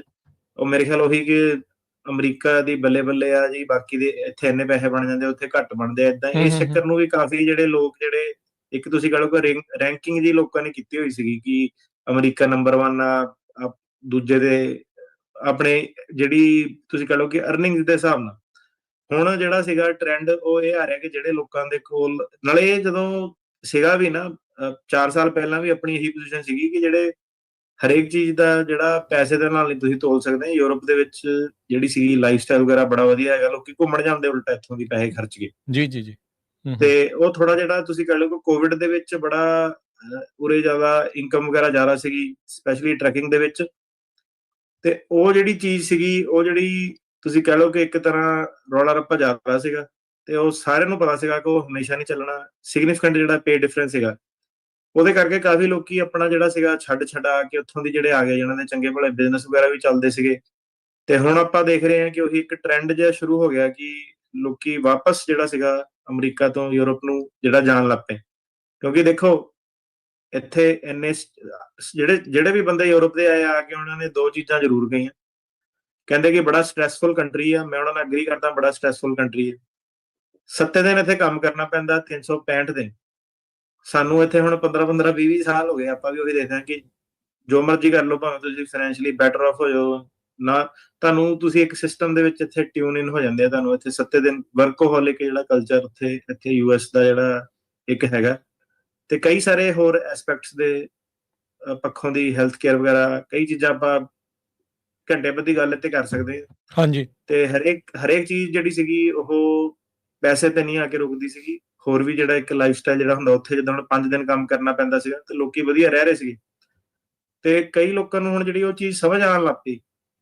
ਤੇ ਹੁਣ ਜਿਹੜੇ ਹਿਸਾਬ ਨਾਲ ਮਾਹੌਲ ਜਿਹੜਾ ਬਣਿਆ ਪਿਆ ਹਨਾ, ਇਹ ਵਾਲੀ ਸਰਕਾਰ ਨੇ ਸਪੈਸ਼ਲੀ ਫੜੋ ਫੜਾਈ ਦਾ ਚੱਕਰ ਆ, ਸਪੈਸ਼ਲੀ ਜਿਹੜੇ ਫੈਮਿਲੀ ਵਾਲੇ ਲੋਕ ਆ, ਕਾਫੀ ਲੋਕ ਜਿਹੜੇ ਸੀਗੇ ਉਹਨਾਂ ਨੇ ਰੀਕਨਸੀਡਰ ਕੀਤਾ। ਕਾਫੀ ਲੋਕੀ ਵੋਲੰਟਰੀ ਡਿਪਾਰਚਰ ਜਿਹੜੀ ਲੈ ਕੇ ਕੋਰਟਾਂ ਦੇ ਵਿੱਚੋਂ ਦੀ ਕੇਸ ਜਿਹੜੇ ਬੰਦ ਕਰਾ ਕੇ ਜਿਹੜੇ ਵਾਪਸ ਗਏ ਆ। ਜੀ ਜੀ। ਤੇ ਹੁਣ ਇਹੀ ਇਧਰਲੇ ਪਾਸੇ ਨੂੰ ਜਿਹੜੀ ਸਰਕਾਰ ਸ਼ਿਕੰਜਾ ਜਿਹੜਾ ਕੱਸ ਰਹੀ ਹੈ ਫਰਮ ਰੀਸੈਟਲਮੈਂਟ ਬਾਰ ਦੇ ਵੱਲ, ਤੇ ਉਹ ਜਿਹੜੇ ਸੀਗੇ ਲੋਕਾਂ ਨੂੰ ਆਪਣੀਆਂ ਆਪਣੀਆਂ ਆਪਸ਼ਨ ਜਿਹੜੀਆਂ ਵੇ ਕਰਨੀ ਚਾਹੀਦੀਆਂ। ਜਿਹੜਾ ਬੰਦਾ ਕਈ ਯੂਰਪੀਅਨ ਕੰਟਰੀਜ਼ ਹੈਗੇ, ਉਹ E2 ਵੀਜ਼ੇ ਲਈ ਕੁਆਲੀਫਾਈ ਜਿਹੜੇ ਕਰਦੇ ਆ। ਬੰਦਾ ਉੱਥੇ ਜੇ ਸਿਟੀਜ਼ਨ ਹੋਵੇ ਤਾਂ ਉਹ ਉਰੇ ਫਿਰ ਦੁਬਾਰਾ ਬਿਜ਼ਨਸ ਵਗੈਰਾ ਕਰਨ ਲਈ ਆ ਸਕਦਾ। ਠੀਕ ਆ, same goes for Canada, Australia, New Zealand, Italy, France, ਇਹ ਜਿਹੜੇ ਕੰਟਰੀਜ਼ ਹੈਗੇ ਨੇ, ਬੰਦਾ ਇੱਥੇ ਜੇ ਸਿਟੀਜ਼ਨ ਬਣ ਜਾਂਦਾ ਤਾਂ ਇੱਥੇ ਬਿਜ਼ਨਸ ਕਰਨ ਆ ਸਕਦਾ। ਸੋ ਹੋਰ ਕਈ ਰਾਹ ਜਿਹੜੇ ਖੁੱਲ ਜਾਂਦੇ ਆ। ਪਰ ਜਿਹੜਾ ਸੀਗਾ ਦੇਖਾ ਦੇਖੀ ਵੀ ਕਾਫੀ ਲੋਕ ਜਿਹੜੇ ਸੀਗੇ ਕੋਵਿਡ ਵਾਲੇ ਟਾਈਮ ਦੇ ਵਿੱਚ ਆਏ ਸੀਗੇ, ਕਿਉਂਕਿ ਇੱਥੇ ਅਮਰੀਕਾ 'ਚ ਪੈਸੇ ਜ਼ਿਆਦਾ ਬਣਦੇ ਸੀ ਉਸ ਕਰਕੇ। ਤੇ ਹੁਣ ਉਹ ਆਪਾਂ ਦੇਖ ਰਹੇ ਹਾਂ ਕਿ ਉਹ ਟ੍ਰੈਂਡ ਜਿਹੜਾ ਚੇਂਜ ਹੋ ਰਿਹਾ, ਆਬਵੀਅਸਲੀ ਫॉर ਵੇਰੀਅਸ ਰੀਜ਼ਨਸ, ਕਿ ਲੋਕੀ ਥੋੜੇ ਡਰੇ ਵੀ ਹੋਏ ਆ। ਤੇ ਫੈਮਿਲੀ ਵਾਲਿਆਂ ਨੂੰ ਐਂ ਲੱਗਦਾ ਕਿ ਫੈਮਿਲੀ ਟੁੱਟ ਜਾਣੀ, ਜੇਲ੍ਹ 'ਚ ਬੰਦ ਕਰ ਦੇਣਾ ਉਹਨਾਂ ਨੇ। ਤੇ ਉਹ ਇੰਪ੍ਰੈਸ਼ਨ ਜਿਹੜਾ ਅਮਰੀਕਾ ਦਾ ਹੋ ਗਿਆ ਇਸ ਵੇਲੇ। ਜੀ ਜੀ। ਸੋ ਬਿਲਕੁਲ। ਸੋ ਇਹ ਸਾਰੀਆਂ ਚੀਜ਼ਾਂ ਜਿਹੜੀਆਂ ਇਸ ਦੇ ਵਿੱਚ ਨਾਲ ਆਪਾਂ ਦੇਖ ਰਹੇ ਹਾਂ ਵੀ ਉਹ ਚੱਲ ਰਹੀਆਂ। ਸੋ ਇਹਦੇ ਨਾਲ ਫਿਰ ਜਿਹੜੇ ਆਪਣੇ ਕੇਸ ਆ, ਜੇ ਤੁਸੀਂ ਇਹਨੂੰ ਬਰੀਫ ਦੇ ਵਿੱਚ ਦੱਸਣਾ ਹੋਵੇ ਵੀ ਕੀ ਅਸਰ ਕਿੱਦਾਂ ਦਾ ਤੁਹਾਨੂੰ ਦੱਸਿਆ ਜਾਊਗਾ BIA ਦੇ ਇਸ ਫੈਸਲੇ ਦਾ? ਫੈਸਲਾ BIA ਦਾ ਪਹਿਲਾਂ ਤਾਂ ਜਿਹੜਾ ਏਦਾਂ ਹੁੰਦਾ ਸੀਗਾ ਕਿ ਸਰਕਾਰ ਨੇ ਐਸਟੈਬਲਿਸ਼ ਕਰਨਾ ਹੁੰਦਾ ਹੈਗਾ ਕਿ ਲੋਕਾਂ ਕੋਲ ਗ੍ਰੀਨ ਕਾਰਡ ਇਕੁਇਵਲੈਂਟ ਜਿਹੜੀ ਉੱਥੇ ਇੱਕ ਪਰਮਨੈਂਟ ਰੈਜ਼ੀਡੈਂਸ ਦੀ ਆਫਰ ਸੀਗੀ ਕੰਟਰੀਆਂ ਦੇ ਵਿੱਚ। ਤੇ ਉਹਦੇ ਵਿੱਚ ਜ਼ਿਆਦਾਤਰ ਤੁਸੀਂ ਜਿੱਤ ਸਕਦੇ ਸੀਗੇ ਇਹ ਐਸਟੈਬਲਿਸ਼ ਕਰਕੇ ਕਿ ਉਹ ਜਿਹੜਾ ਰੈਜ਼ੀਡੈਂਸ ਸੀਗਾ ਪੱਕਾ ਨਹੀਂ ਸੀਗਾ, ਤੁਹਾਡੇ ਕੋਲ ਵਰਕ ਪਰਮਿਟ ਹੀ ਸੀਗਾ, ਇਦਾਂ ਦੀਆਂ ਚੀਜ਼ਾਂ। ਤੇ ਜਿਹੜੀ BIA ਸੀਗੀ ਉਹ ਇੱਕ ਸਟੈਪ ਇਹਨੂੰ ਗਾਂਹ ਲੈ ਗਈ ਕਿ ਇਕੱਲੇ ਗ੍ਰੀਨ ਕਾਰਡ ਦੀ ਆਪਾਂ ਨਹੀਂ ਜਿਹੜੀ ਇਨਵੈਸਟੀਗੇਸ਼ਨ ਕਰਨੀ। ਜੇ ਬੰਦੇ ਕੋਲ ਵਰਕ ਪਰਮਿਟ ਵੀ ਸੀਗਾ ਤੇ ਉਹ ਲੌਂਗ ਟਰਮ ਉੱਥੇ ਕੰਮ ਕਰ ਸਕਦਾ ਸੀਗਾ, ਉਹਦੇ ਤੇ ਵੀ ਫਰਮ ਰੀਸੈਟਲਮੈਂਟ ਦੀ ਬਾਰ ਜਿਹੜੀ ਲਗਾਣੀ ਹੈ। ਤੇ ਉਹ ਕੰਮ 'ਚ ਡਿਫਰੈਂਸ ਹੋ ਗਿਆ ਨਾ। ਹੁਣ ਕਈ ਬੰਦਿਆਂ ਕੋਲ ਵਰਕ ਪਰਮਿਟ ਸੀਗਾ ਮਿਡਲ ਈਸਟਰਨ ਕੰਟਰੀਆਂ ਦੇ ਵਿੱਚ ਵਰਕ ਪਰਮਿਟ ਸੀਗਾ, ਉੱਥੇ ਰਹਿ ਰਹੇ ਸੀਗੇ, ਤੇ ਉਹ ਪਹਿਲਾਂ ਆਰਗੂਮੈਂਟ ਕਰ ਸਕਦੇ ਸੀਗੇ ਕਿ ਇਹ ਕੰਟਰੀਆਂ ਪੱਕੇ ਨਹੀਂ ਕਰਦੇ ਆ, ਤੇ ਹੁਣ ਸਰਕਾਰ ਕਹਿ ਰਹੀ ਹੈ ਕਿ ਪੱਕੇ ਕਰਨ ਦੀ ਲੋੜ ਹੀ ਨਹੀਂ ਹੈਗੀ, ਜੇ ਤੁਸੀਂ ਉੱਥੇ ਪੱਕੇ ਤੌਰ ਤੇ ਕੰਮ ਵੀ ਕਰ ਸਕਦੇ ਸੀਗੇ, ਉਹਦਾ ਵੀ ਸੇਮ ਇਫੈਕਟ ਜਿਹੜਾ ਹੁੰਦਾ। ਠੀਕ ਹੈ ਜੀ ਜੀ। ਬੌਂਡ ਹੀਅਰਿੰਗ ਦੇ ਬਾਬਤ ਕੀ ਕੋਰਟ ਦੀ ਇੰਪੋਰਟੈਂਟ ਅਪਡੇਟ ਜਿਹੜੀ ਉਹ ਆਈ ਆ? ਕੀ ਕਹਿੰਦੇ ਵੀ ਬੌਂਡ ਹੀਅਰਿੰਗ ਮਿਲਣੀਆਂ ਚਾਹੀਦੀਆਂ ਆ ਵਿੱਚ, ਜੇ ਤਾਂ ਉਹਨਾਂ ਨੇ ਇਸ਼ੂ ਕਰਨੇ ਵੀ ਸ਼ੁਰੂ ਕੀਤੇ ਸੀਗੇ, ਸੋ ਕੀ ਹੈ ਲੇਟੈਸਟ ਇਸ ਦੇ ਉੱਤੇ ਬੌਂਡ ਹੀਅਰਿੰਗਸ ਨੂੰ ਲੈ ਕੇ? ਸੋ ਬੌਂਡ ਹੀਅਰਿੰਗ ਨੂੰ ਲੈ ਕੇ ਖੁਸ਼ਖਬਰੀ ਹੈ, ਠੀਕ ਹੈ। ਇਹ ਹੁਣ ਆਪਾਂ ਟੈਸਟ ਕਰਾਂਗੇ ਇਸ ਆਉਣ ਵਾਲੇ ਹਫਤੇ ਦੇ ਵਿੱਚ, ਤੇ ਤੁਹਾਨੂੰ 10-15 ਦਿਨਾਂ ਦੇ ਬਾਅਦ ਆਪਾਂ ਜਿਹੜਾ ਸੀਗਾ ਜਵਾਬ ਦੇਵਾਂਗੇ ਕਿ ਕੀ ਜਿਹੜਾ ਅਲਟੀਮੇਟਲੀ ਕੋਰਟਸ ਦੇ ਵਿੱਚ ਹੁੰਦਾ। ਜਿਹਨਾਂ ਨੂੰ ਨਹੀਂ ਪਤਾ ਉਹ ਇਹ ਆ ਕਿ ਜਦੋਂ ਬੰਦਾ ਬਾਰਡਰ ਟੱਪ ਕੇ ਆਉਂਦਾ ਸੀਗਾ, ਉਹਨੂੰ ਫੜ ਲਿਆ ਜਾਂਦਾ ਸੀਗਾ, ਤੇ ਜਾਂ ਤਾਂ ਆਈਸ ਉਹਨੂੰ ਆਪ ਹੀ ਪੈਰੋਲ ਤੇ ਛੱਡ ਦਿੰਦੀ ਸੀ। ਜਿੱਦਾਂ ਬਾਈਡਨ ਦੇ ਕੇਸ 'ਚ ਆਈਸ ਨੇ ਸਿੱਧੇ ਜਿਹੜੇ ਛੱਡਤੇ ਬੰਦੇ, ਉਹਨਾਂ ਨੇ ਕੁਝ ਜ਼ਿਆਦਾ ਹੀ ਜਲਦੀ ਛੱਡਤੇ ਕਿ ਮਤਲਬ ਉਹਨਾਂ ਦੇ ਬਿਆਨ ਨਹੀਂ ਲਏ, ਕੁਝ ਵੀ ਨਹੀਂ, ਜਿਹਦੇ ਕਰਕੇ ਸਾਰਾ ਪੰਗਾ ਜਿਹੜਾ ਪਿਆ, ਉਹ ਚੀਜ਼ ਜਿਹੜੀ ਕਰਨੀ ਚਾਹੀਦੀ ਸੀ। ਹੁਣ ਕੀ ਹੋਇਆ, ਉਦੋਂ ਕੀ ਹੁੰਦਾ ਸੀਗਾ ਕਿ ਜਿਹਨਾਂ ਨੂੰ ਆਈਸ ਨਹੀਂ ਛੱਡਦੀ ਸੀਗੀ, ਉਹ ਜੱਜ ਮੂਹਰੇ ਬੌਂਡ ਰਿਕੁਐਸਟ ਕਰ ਲੈਂਦੇ ਸੀਗੇ। ਤਕਰੀਬਨ ਜੱਜ ਜਿਹੜੇ ਸੀਗੇ ਬੌਂਡ ਜਿਹੜਾ ਇੱਕ ਰਕਮ ਰਖਾ ਕੇ, ਠੀਕ ਆ, 5,000 10,000 ਜਿੰਨਾ ਵੀ ਕੋਰਟ ਦੇ ਵਿੱਚ ਉਦੋਂ ਚੱਲਦਾ ਹੁੰਦਾ ਸੀਗਾ, ਲੋਕਾਂ ਨੂੰ ਛੱਡ ਦਿੰਦੇ ਸੀਗੇ। ਤੇ 3-4 ਸਾਲ ਬਾਅਦ ਉਹੀ ਬੰਦੇ ਦਾ ਤਰੀਕ ਪੈਂਦੀ ਸੀ, ਕੇਸ ਪੈਂਦਾ ਸੀਗਾ, ਤੇ ਫਾਈਨਲ ਹੀਅਰਿੰਗ ਤੇ ਉਹਦੇ ਉੱਤੇ ਫੈਸਲਾ ਹੋ ਜਾਂਦਾ ਹੈਗਾ। ਜ਼ਿਆਦਾਤਰ ਫੈਸਲੇ ਵੀ ਜਿਹੜੇ ਪੋਜ਼ਿਟਿਵ ਹੁੰਦੇ ਹੈਗੇ। ਟਰੰਪ ਸਰਕਾਰ ਨੇ ਉਹ ਸਾਰੀ ਚੀਜ਼ ਚੇਂਜ ਕਰਤੀ, ਠੀਕ ਹੈ। ਇੱਕ ਤਾਂ ਉਹਨਾਂ ਨੇ ਜੱਜ ਕੱਢ ਤੇ, ਉਹਨਾਂ ਨੇ ਕਈ ਪੱਖੋਂ ਤੁਸੀਂ ਦੇਖੋ ਕਿ ਇਮੀਗ੍ਰੇਸ਼ਨ ਨੂੰ ਜਿਹੜਾ ਅਟੈਕ ਕੀਤਾ, ਠੀਕ ਆ, ਲਾਇਸੈਂਸ ਖੋਲੇ ਲੋਕਾਂ ਦੇ, ਵਰਕ ਪਰਮਿਟ ਛੋਟੇ ਕਰਤੇ, ਇਮੀਗ੍ਰੇਸ਼ਨ ਜੱਜ ਬਾਹਰ ਕੱਢ ਤੇ, ਉਹਨਾਂ ਨੂੰ ਨਵੇਂ ਰੂਲ ਜਿਹੜੇ ਸੀਗੇ, ਜਿੱਦਾਂ ਹੁਣ ਆਪਣਾ RKK ਹੋ ਗਿਆ, ਇਹ ਜਿਹੜਾ ਅੱਜ ਹੁਣੇ ਗੱਲ ਕਰਕੇ ਹਟੇ ਫਰਮ ਰੀਸੈਟਲਮੈਂਟ ਬਾਰ ਵਾਲਾ, ਹਾਂਜੀ, ACA ਇੱਕ ਥਰਡ ਕੰਟਰੀ 'ਚ ਤੁਸੀਂ ਜਾ ਸਕਦੇ ਆ, ਪ੍ਰੀ ਟਰਮਿਟ ਜਿਹੜੇ ਕੇਸ ਕਰਨੇ ਸ਼ੁਰੂ ਕਰਤੇ, ਕਈ ਚੀਜ਼ਾਂ ਜਿਹੜੀਆਂ ਉਹਨਾਂ ਨੇ ਕਰਨੀਆਂ ਸ਼ੁਰੂ ਕਰ ਦਿੱਤੀਆਂ ਕਿ ਕਿੱਦਾਂ ਜਿਹੜੇ ਜ਼ਿਆਦਾ ਤੋਂ ਜ਼ਿਆਦਾ ਜਿਹੜੇ ਸੀਗੇ ਕੇਸ ਡਿਨਾਈ ਜਿਹੜੇ ਕੀਤੇ ਜਾਣ। ਉਹਨੂੰ ਕਰਦੇ ਕਰਾਂਦੇ ਇਹਨਾਂ ਨੇ ਜਿਹੜੀ ਸੀਗੀ ਮੇਨ ਇਹਨਾਂ ਦਾ ਬ੍ਰਹਮਸਤਰ ਇਹ ਸੀਗਾ ਕਿ ਇਹ ਕਹਿੰਦੇ ਕਿ ਜਦੋਂ ਬੰਦਾ ਕੱਚਾ ਬਾਰਡਰ ਤੇ ਆਂਦਾ, ਉਹ ਇੱਕ ਐਪਲੀਕੈਂਟ ਫॉर ਐਡਮਿਸ਼ਨ ਹੈਗਾ, ਤੇ ਦੋ ਧਾਰਾਵਾਂ ਹੈਗੀਆਂ, ਇੱਕ ਹੈਗੀ 235, ਇੱਕ ਹੈਗੀ 236 ਜੀ। 236 ਥੱਲੇ ਜੱਜ ਕੋ ਹਮੇਸ਼ਾ ਪਾਵਰ ਹੁੰਦੀ ਆ ਬੌਂਡ ਹੀਅਰਿੰਗ ਦੇਣ ਦੀ। ਉਹ ਗੱਲ ਲੱਗਾ ਕਿ ਬਾਅਦ ਚ ਭਾਵੇਂ ਜੱਜ ਬੌਂਡ ਦੇਵੇ ਨਾ ਦੇਵੇ, ਪਰ ਬੌਂਡ ਹੀਅਰਿੰਗ ਕੰਡਕਟ ਕਰ ਸਕਦਾ। 236 ਦੇ ਥੱਲੇ ਜਿਹੜੇ ਲੋਕ ਆਂਦੇ ਆ, ਉਹ ਵੀਜ਼ਿਆਂ ਤੇ ਜਿਹੜੇ ਆਏ ਸੀਗੇ, ਠੀਕ ਆ, ਜਿਹੜੇ ਇੰਸਪੈਕਟ ਐਡਮਿਟ ਹੋ ਕੇ ਜਿਹੜੇ ਆਏ ਸੀਗੇ, ਉਹ 236 ਦੇ ਥੱਲੇ ਆਂਦੇ। 235 ਥੱਲੇ ਜਿਹੜੇ ਆਂਦੇ ਸੀਗੇ, ਜਿਹੜੇ ਇਹ ਕੀ ਕਹਿਣ ਲੱਗ ਪਈ ਸਰਕਾਰ, ਇਹ ਕਹਿੰਦੀ ਆ ਕਿ ਜਿਹੜੇ ਬਾਰਡਰ ਟੱਪ ਕੇ ਲੋਕ ਆਏ ਆ, ਉਹ 236 ਥੱਲੇ ਨਹੀਂ ਆਣੇ ਚਾਹੀਦੇ, ਉਹ 235 ਥੱਲੇ ਆਣੇ ਚਾਹੀਦੇ ਆ। ਮਤਲਬ ਉਹਨਾਂ ਜੱਜ ਨੂੰ ਉਹਨੂੰ ਬੌਂਡ ਦੇਣ ਦਾ ਹੱਕ ਨਹੀਂ ਹੈਗਾ। ਸੋ ਇੱਕਦਮ ਹੀ ਰਾਤੋਂ ਰਾਤ ਤੁਸੀਂ ਕਹਿ ਲਓ ਕਿ ਸਿਚੁਏਸ਼ਨ ਚੇਂਜ ਹੋ ਗਈ ਸੀਗੀ। ਜਿਹੜੇ ਵੀ ਕੇਸ ਸੀਗੇ, ਹੁਣ ਇਹ ਆਈਸ ਤੇ ਚੈੱਕ ਇਨ ਤੇ ਜਾਂਦੇ ਸੀਗੇ ਲੋਕੀ, ਉਹਨਾਂ ਨੂੰ ਉੱਥੇ ਫੜ ਲੈਂਦੇ ਸੀਗੇ, ਜੇਲ੍ਹ 'ਚ ਪਾ ਦਿੰਦੇ ਸੀਗੇ, ਤੇ ਕਹਿੰਦੇ ਸੀਗੇ ਕਿ ਬੌਂਡ ਨਹੀਂ ਮਿਲਣਾ। ਸਿਰਫ ਇਸ ਗੱਲ ਕਰਕੇ ਹੀ ਕਾਫੀ ਸਾਰੇ ਲੋਕਾਂ ਨੇ ਹਜ਼ਾਰਾਂ ਦੀ ਗਿਣਤੀ ਦੇ ਵਿੱਚ ਵਲੰਟਰੀ ਡਿਪਾਰਚਰ ਲੈ ਲਿਆ ਕਿ ਜੇਲ੍ਹ ਦੇ ਵਿੱਚ ਨਹੀਂ ਰਹਿਣਾ। ਹਾਂਜੀ। ਤੇ ਰੌਲਾ ਹੁਣ ਸਾਰਾ ਇਹੀ ਚੱਲਦਾ ਸੀਗਾ ਕਿ 235 ਥੱਲੇ ਆਣੇ ਚਾਹੀਦੇ ਕਿ 36 ਥੱਲੇ ਆਣੇ ਚਾਹੀਦੇ। ਜੇ 36 ਥੱਲੇ ਆਣ ਤਾਂ ਕੋਰਟ ਉਹਨਾਂ ਨੂੰ ਹੀਅਰਿੰਗ ਜਿਹੜੀ ਦੇ ਸਕਦਾ ਸੀਗਾ। ਇਹਦੇ ਉੱਤੇ ਫਿਰ ਇਹੀ ਕਲਾਸ ਐਕਸ਼ਨ ਲਾਸੂਟ ਜਿਹੜਾ ਸ਼ੁਰੂ ਹੋ ਗਿਆ ਕੈਲੀਫੋਰਨੀਆ ਦੇ ਸੈਂਟਰਲ ਡਿਸਟ੍ਰਿਕਟ ਦੇ ਵਿੱਚ, ਤੇ ਉਹਨਾਂ ਨੇ ਇੱਕ ਇੰਜੰਕਸ਼ਨ ਵੀ ਜਿਹੜੀ ਦਿੱਤੀ ਸੀਗੀ ਨਵੰਬਰ 25 2025 ਨੂੰ, ਉਹ ਵੀ ਆਪਾਂ ਸਾਂਝੀ ਕੀਤੀ ਸੀਗੀ। ਕੋਰਟ ਨੇ ਕਹਿਤਾ ਸੀਗਾ ਕਿ ਇਹ 236 ਦੇ ਥੱਲੇ ਆਣੇ ਚਾਹੀਦੇ, ਇਹਨਾਂ ਨੂੰ ਬੌਂਡ ਦਿਓ। ਪਰ ਜਿਹੜੇ ਇਮੀਗ੍ਰੇਸ਼ਨ ਕੋਰਟ ਵੀ ਆ, ਉਹਦੇ ਵਿੱਚ ਵੀ ਉਹ ਵੀ ਥੋੜਾ ਹੁਣ ਸਰਕਾਰ ਦੇ ਹਿਸਾਬ ਨਾਲ ਡਰ ਕੇ ਕੰਮ ਜਿਹੜੇ ਕਰਦੇ ਆ। ਉਹ ਕਹਿੰਦੇ ਜਜਮੈਂਟ ਜਿਹੜੀ ਫਾਈਨਲ ਨਹੀਂ ਹੋਈ। ਨਵੰਬਰ 25 ਵਾਲੀ ਜਜਮੈਂਟ ਦੇ ਆਉਣ ਤੋਂ ਬਾਅਦ ਵੀ ਜਿਹੜਾ ਸੀਗਾ ਕੋਰਟ ਜਿਹੜੇ ਰਿਜੈਕਟ ਕਰ ਰਹੇ ਸੀਗੇ, ਤੇ ਜ਼ਿਆਦਾਤਰ ਜਿਹੜੇ ਸਾਨੂੰ ਬੌਂਡ ਮਿਲੇ ਆ ਉਹਦੇ ਵਿੱਚ ਸਾਨੂੰ ਹੇਬੀਅਸ ਦੇ ਥਰੂ ਹੀ ਮਿਲੇ ਸੀਗੇ, ਕਿ ਹੇਬੀਅਸ ਦਾ ਇੱਕ ਨਵਾਂ ਪ੍ਰੋਸੈਸ ਕਰਨਾ ਪੈਂਦਾ ਸੀਗਾ। ਉਹਦੇ ਵਿੱਚ ਟਾਈਮ ਤੇ ਖਰਚਾ, ਤੇ ਸਿਵਲ ਕੋਰਟ ਦੇ ਵਿੱਚ ਜਾ ਕੇ ਰਿਟ ਫਾਈਲ ਕਰਨੀ ਪੈਂਦੀ ਸੀ। ਸੋ ਹੇਬੀਅਸ ਵਾਲਾ ਇੱਕ ਸਟੈਪ ਜਿਹੜਾ ਇੱਕ ਐਡ ਹੋ ਗਿਆ। ਹੁਣ ਬੰਦਾ ਪਹਿਲਾਂ ਹੀ ਜੇਲ੍ਹ ਦੇ ਵਿੱਚ, ਕਿੱਥੋਂ ਹੇਬੀਅਸ ਆਊਗੀ? ਤੇ ਹੇਬੀਅਸ ਦੇ ਵਿੱਚ ਵੀ ਜਿਹੜੇ ਸੀਗੇ ਕੋਰਟ ਕਹਿੰਦੇ ਸੀਗੇ ਕਿ 90 ਦਿਨ ਵੇਟ ਕਰੋ। ਏਦਾਂ ਦੇ ਕੰਮ ਜਿਹੜੇ ਸੀਗੇ ਬਹੁਤ ਚੱਲ ਪਏ ਸੀਗੇ, ਤੇ ਲੋਕੀ ਜਿਹੜੇ ਸੀਗੇ ਜੇਲ੍ਹ ਦੇ ਵਿੱਚ 4-4 5-5 ਮਹੀਨੇ ਜਿਹੜੇ ਸੀਗੇ ਔਨ ਐਵਰੇਜ ਉਹਨਾਂ ਨੂੰ ਹੋ ਗਏ ਸੀਗੇ ਕੈਂਪ ਦੇ ਵਿੱਚ। ਹੁਣ ਇਹਦੇ ਵਿੱਚ ਕੀ ਸੀਗਾ ਕਿ ਦਸੰਬਰ 18 2025 ਨੂੰ ਫੇਰ ਇਹਨਾਂ ਨੇ ਆਪਣੀ ਜਿਹੜੀ ਕਲੈਰੀਫਿਕੇਸ਼ਨ ਦਿੱਤੀ ਕੋਰਟਾਂ ਨੂੰ। ਉਹਨਾਂ ਨੇ ਕਿਹਾ ਕਿ ਜਿਹੜੀ ਸਾਡੀ ਨਵੰਬਰ 25 ਵਾਲੀ ਜਿਹੜੀ ਜਜਮੈਂਟ ਜਿਹੜੀ ਸੀਗੀ, ਉਹਦੀ ਕਲੈਰੀਫਿਕੇਸ਼ਨ ਇਹੀ ਹੈਗੀ ਹੈ ਕਿ ਇਮੀਗ੍ਰੇਸ਼ਨ ਜੱਜ ਜਿਹੜਾ ਸੀਗਾ ਇਹਨਾਂ ਨੂੰ ਬਿਨਾਂ ਬੌਂਡ ਹੀਅਰਿੰਗ ਦੇ ਡੱਕ ਕੇ ਜਿਹੜਾ ਨਹੀਂ ਰੱਖ ਸਕਦਾ। ਸੋ ਇਹਦਾ ਹੁਣ ਫਰਕ ਸਿਰਫ ਇਹ ਪਊਗਾ ਮੇਰੇ ਹਿਸਾਬ ਨਾਲ ਕਿ ਜਿਹੜੀ ਸਾਨੂੰ ਹੇਬੀਅਸ ਦਾ ਇੱਕ ਐਕਸਟਰਾ ਸਟੈਪ ਹੁੰਦਾ ਸੀਗਾ, ਐਕਸਟਰਾ ਟਾਈਮ ਤੇ ਖਰਚਾ ਜਿਹੜਾ ਸੀਗਾ, ਉਹ ਰੁਕ ਸਕਦਾ। ਆਪਾਂ ਸਿੱਧੇ ਜਿਹੜਾ ਬੌਂਡ ਦੀ ਜਿਹੜੀ ਹੀਅਰਿੰਗ ਦੀ ਮੰਗ ਉਹ ਕਰ ਸਕਦੇ ਹਾਂ। ਬਟ ਇਹਦੇ ਵਿੱਚ ਜਿਹੜੀ ਸਰਕਾਰ ਆ ਉਹਦੇ ਕੋਲ ਵੀ ਕਾਫੀ, ਆਪਾਂ ਦੇਖਦੇ ਹੁਣ ਅੱਗੇ ਉਹ ਕੀ ਚੈਲੰਜ ਜਿਹੜਾ ਲੈ ਕੇ ਆਉਂਦੇ ਆ। ਸੋ ਇਹ ਚੀਜ਼ ਫਲਿਪ ਫਲॉप ਹੋ ਰਹੀ ਹੈ, ਕਦੀ ਮਿਲ ਸਕਦੇ ਨਹੀਂ ਮਿਲ ਸਕਦੇ। ਪਰ ਜ਼ਿਆਦਾਤਰ ਜਿਹੜਾ ਇਹ ਹੈਗਾ ਕਿ ਹੇਬੀਅਸ ਦੇ ਨਾਲ ਜਿਹੜਾ ਸੀਗਾ ਉਹ ਹਮੇਸ਼ਾ ਜਿਹੜੇ ਬੌਂਡ ਮਿਲ ਰਹੇ ਸੀਗੇ। ਹੁਣ ਸਿਰਫ ਜਿਹੜਾ ਫਰਕ ਇਹ ਪਊਗਾ ਕਿ ਬਿਨਾਂ ਹੇਬੀਅਸ ਦੇ ਸਾਨੂੰ ਹੁਣ ਜੱਜ ਜਿਹੜੇ ਸੀਗੇ ਦੁਬਾਰਾ ਭਾਰੀ ਗਿਣਤੀ ਦੇ ਵਿੱਚ ਬੌਂਡ ਦੇਣੇ ਸ਼ੁਰੂ ਕਰਦੇ ਆ ਕਿ ਨਹੀਂ ਕਰਦੇ ਆ। ਤੇ ਉਹੀ ਆਪਾਂ ਚੋਇਸ ਜਿਹੜੀ ਕਰਨੀ ਹੈ ਕਿ ਹੇਬੀਅਸ ਦੇ ਨਾਲ ਅੱਗੇ ਜਾਇਆ ਜਾਵੇ ਕਿ ਸਿੱਧੇ ਬੌਂਡ ਕੀਤਾ ਜਾਵੇ। ਮੇਰੇ ਹਿਸਾਬ ਨਾਲ ਹੁਣ ਜਿਹੜਾ ਕਲੈਰੀਫਿਕੇਸ਼ਨ ਦਾ ਜਜਮੈਂਟ ਦੀ ਇਹੀ ਹੈ ਕਿ ਬਿਨਾਂ ਹੇਬੀਅਸ ਤੇ ਆਪਾਂ ਬੌਂਡ ਜਿਹੜਾ ਟਰਾਈ ਉਹ ਕਰ ਸਕਦੇ ਹਾਂ। ਠੀਕ ਹੈ ਜੀ, ਠੀਕ ਹੈ। ਸੋ ਬਿਨਾਂ ਹੇਬੀਅਸ ਦੇ ਜੇ ਹੁੰਦਾ ਹੈ ਤੇ ਚਲੋ ਫਾਇਦਾ ਹੋ ਜਾਊਗਾ ਉਹਨਾਂ ਲੋਕਾਂ ਦਾ ਜਿਹੜੇ ਬੌਂਡ ਦੀ ਮੰਗ ਜਿਹੜੀ ਉਹ ਰੱਖ ਰਹੇ ਆ।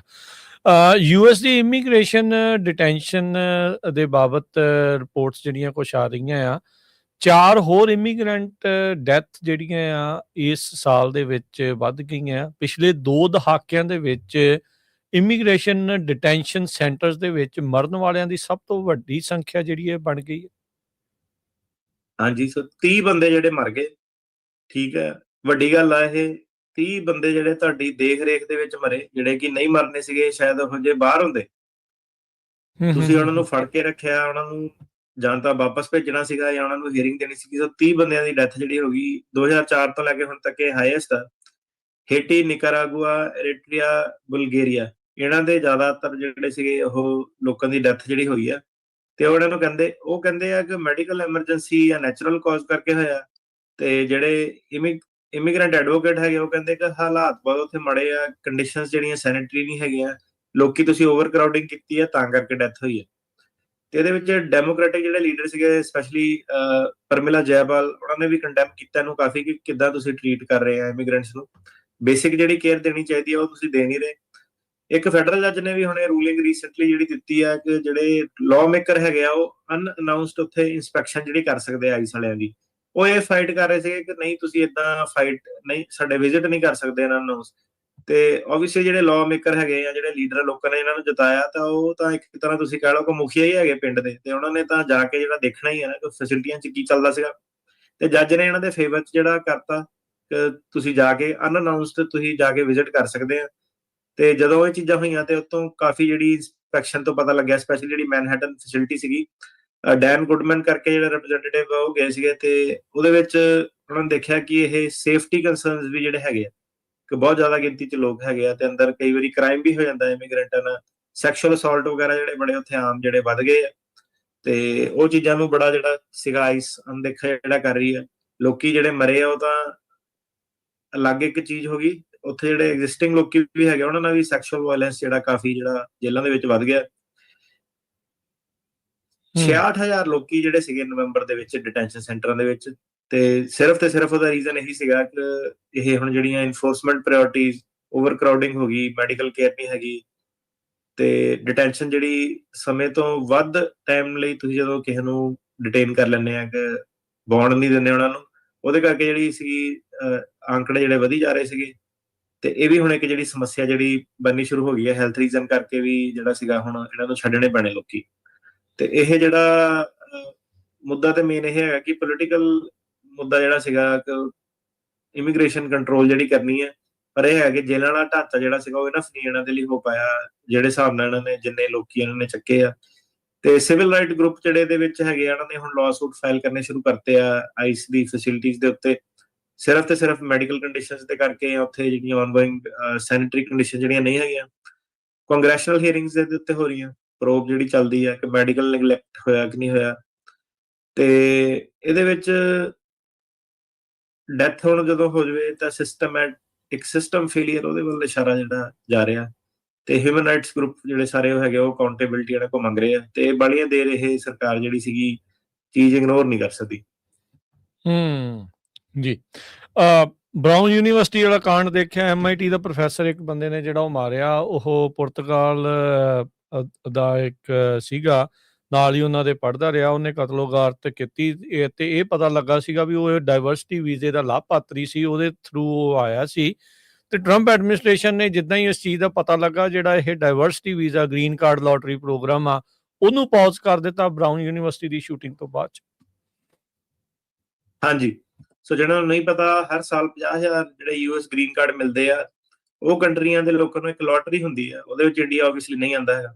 ਉਹ ਚ ਲੋਟਰੀ ਜਿਹੜੀ ਹੁੰਦੀ ਆ ਕਿਉਂ ਹੁੰਦੀ ਹੈ ਇਹ ਕਿ ਕਈ ਸਾਰੇ ਛੋਟੇ ਟਾਪੂ, ਛੋਟੇ ਦੇਸ਼ ਜਿਹੜੇ ਹੈਗੇ ਉੱਥੋਂ ਇਨਫ ਲੋਕ ਜਿਹੜੇ ਆਉਂਦੇ ਨੇ ਪ੍ਰਪੋਰਸ਼ਨ ਦੇ ਵਿੱਚ, ਤੇ ਉਹ ਕਹਿੰਦੇ ਆ ਕਿ ਯੂਐਸ ਦੇ ਵਿੱਚ ਡਿਵਰਸਿਟੀ ਚਾਹੀਦੀ ਆ, ਤੇ 50,000 ਲੋਕੀ ਜਿਹੜੇ ਸੀਗੇ ਉਹ ਅਲੱਗ-ਅਲੱਗ ਕੰਟਰੀਆਂ ਚੋਂ ਆਉਣ, ਤਾਂ ਕਿ ਇਹ ਨਾ ਹੋਵੇ ਕਿ ਸਿਰਫ ਇੰਡੀਅਨ ਜਾਂ ਚਾਈਨੀਜ਼ ਮੂਲ ਦੇ ਲੋਕ ਜਿਹੜੇ ਜ਼ਿਆਦਾ ਹੋਣ, ਤੇ ਇਸ ਕਰਕੇ ਜਿਹੜਾ ਸੀਗਾ ਡਿਵਰਸਿਟੀ ਵੀਜ਼ਾ ਐਗਜ਼ਿਸਟ ਕਰਦਾ ਸੀਗਾ।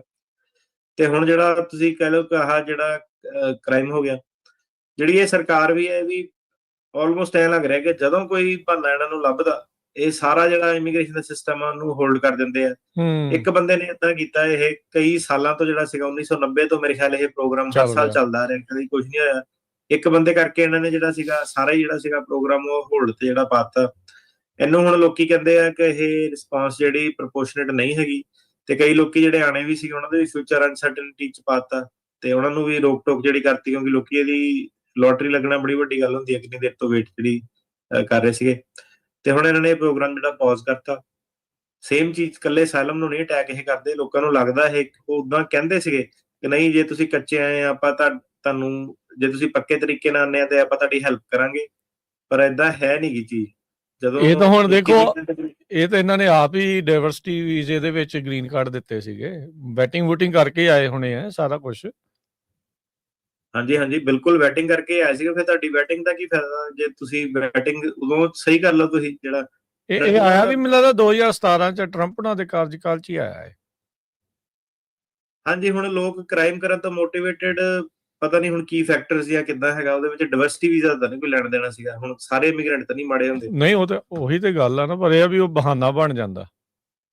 ਇਮੀਗ੍ਰੈਂਟ ਹੁਣ ਕੰਮ ਵੀ ਤਾਂ ਕਰਦੇ ਆ, ਸਟ੍ਰਾਬੇਰੀਆਂ ਵੀ ਤਾਂ ਇਹਨਾਂ ਦੀਆਂ ਤੋੜਦੇ ਆ, ਘਾਹ ਵੀ ਇਹਨਾਂ ਦੇ ਕੱਟਦੇ ਆ, ਇੰਜੀਨੀਅਰਿੰਗ ਸਰਵਿਸ ਵੀ ਇਹਨਾਂ ਨੂੰ ਕਰਦੇ ਆ, ਡਾਕਟਰ ਵੀ ਬਣਦੇ ਆ, ਕਈ ਚੀਜ਼ਾਂ ਜਿਹੜੀਆਂ ਹੈਗੀਆਂ। ਹੁਣ ਮੈਂ ਕਿਹਾ ਤੁਸੀਂ ਫਾਇਦੇ ਵੀ ਤਾਂ ਇਮੀਗ੍ਰੈਂਟਾਂ ਦੇ ਇਹਨਾਂ ਨੇ ਲਏ ਆ ਪਿਛਲੇ 20-30 ਸਾਲਾਂ ਤੋਂ। ਸੋ ਉਹਦੇ ਵਿੱਚ ਵੀ, ਤੇ ਕਈ ਲੋਕੀ ਉਹ ਚੀਜ਼ ਨੂੰ ਸਮਝਦੇ ਆ, ਤੇ ਕਈ ਲੋਕ ਜਿਹੜੇ ਸ਼ਾਰਟ ਸਾਈਡ, ਜਿਹੜਾ ਕਈ ਲੀਡਰ ਉਹ ਤਾਂ ਇਹੀ ਇੱਕ ਚੱਕ ਦੋ, ਡਿਪੋਰਟ ਕਰ ਦੋ। ਤੇ ਉਹਦੇ ਨਾਲ ਹੁਣ ਇਹੀ ਆ ਕਿ ਮੇਨ ਸਭ ਤੋਂ ਸਵਾਲ ਇਹ ਬਣ ਜਾਣਾ ਕਿ ਇਕਨੋਮੀ ਤੇ ਕਿਹੜੇ ਹਿਸਾਬ ਨਾਲ ਇਹ ਇਫੈਕਟ ਕਰਦਾ। ਜੇ ਰੀਅਲ ਸਟੱਡੀ ਜਿਹੜੀ ਹੋਵੇ ਕਿ ਉਹਦੇ ਵਿੱਚ ਜਿਹੜਾ ਸੀਗਾ ਆਬਵੀਅਸ ਜਿਹੜੀ ਗੱਲ ਹੈਗੀ ਆ, ਦੇਖਣ ਨੂੰ ਤਾਂ ਹੀ ਲੱਗਦਾ ਕਿ ਜਿਹੜੇ ਇਮੀਗ੍ਰੈਂਟ ਤੁਸੀਂ ਕੱਢ ਦੋ, ਤੇ ਕਈ ਜਿਹੜੀ ਪ੍ਰੋਫੈਸ਼ਨ ਉਹ ਕਲੈਪਸ ਜਿਹੜੇ ਕਰ ਜਾਂਦੇ ਆ, ਕਈ ਬਿਜ਼ਨਸ ਜਿਹੜੇ ਕਲੈਪਸ ਕਰ ਜਾਂਦੇ ਆ। ਤੁਹਾਨੂੰ ਲੇਬਰ ਸ਼ਾਰਟੇਜਸ ਜਿਹੜੀਆਂ ਵਾਕਈ ਹੈਗੀਆਂ।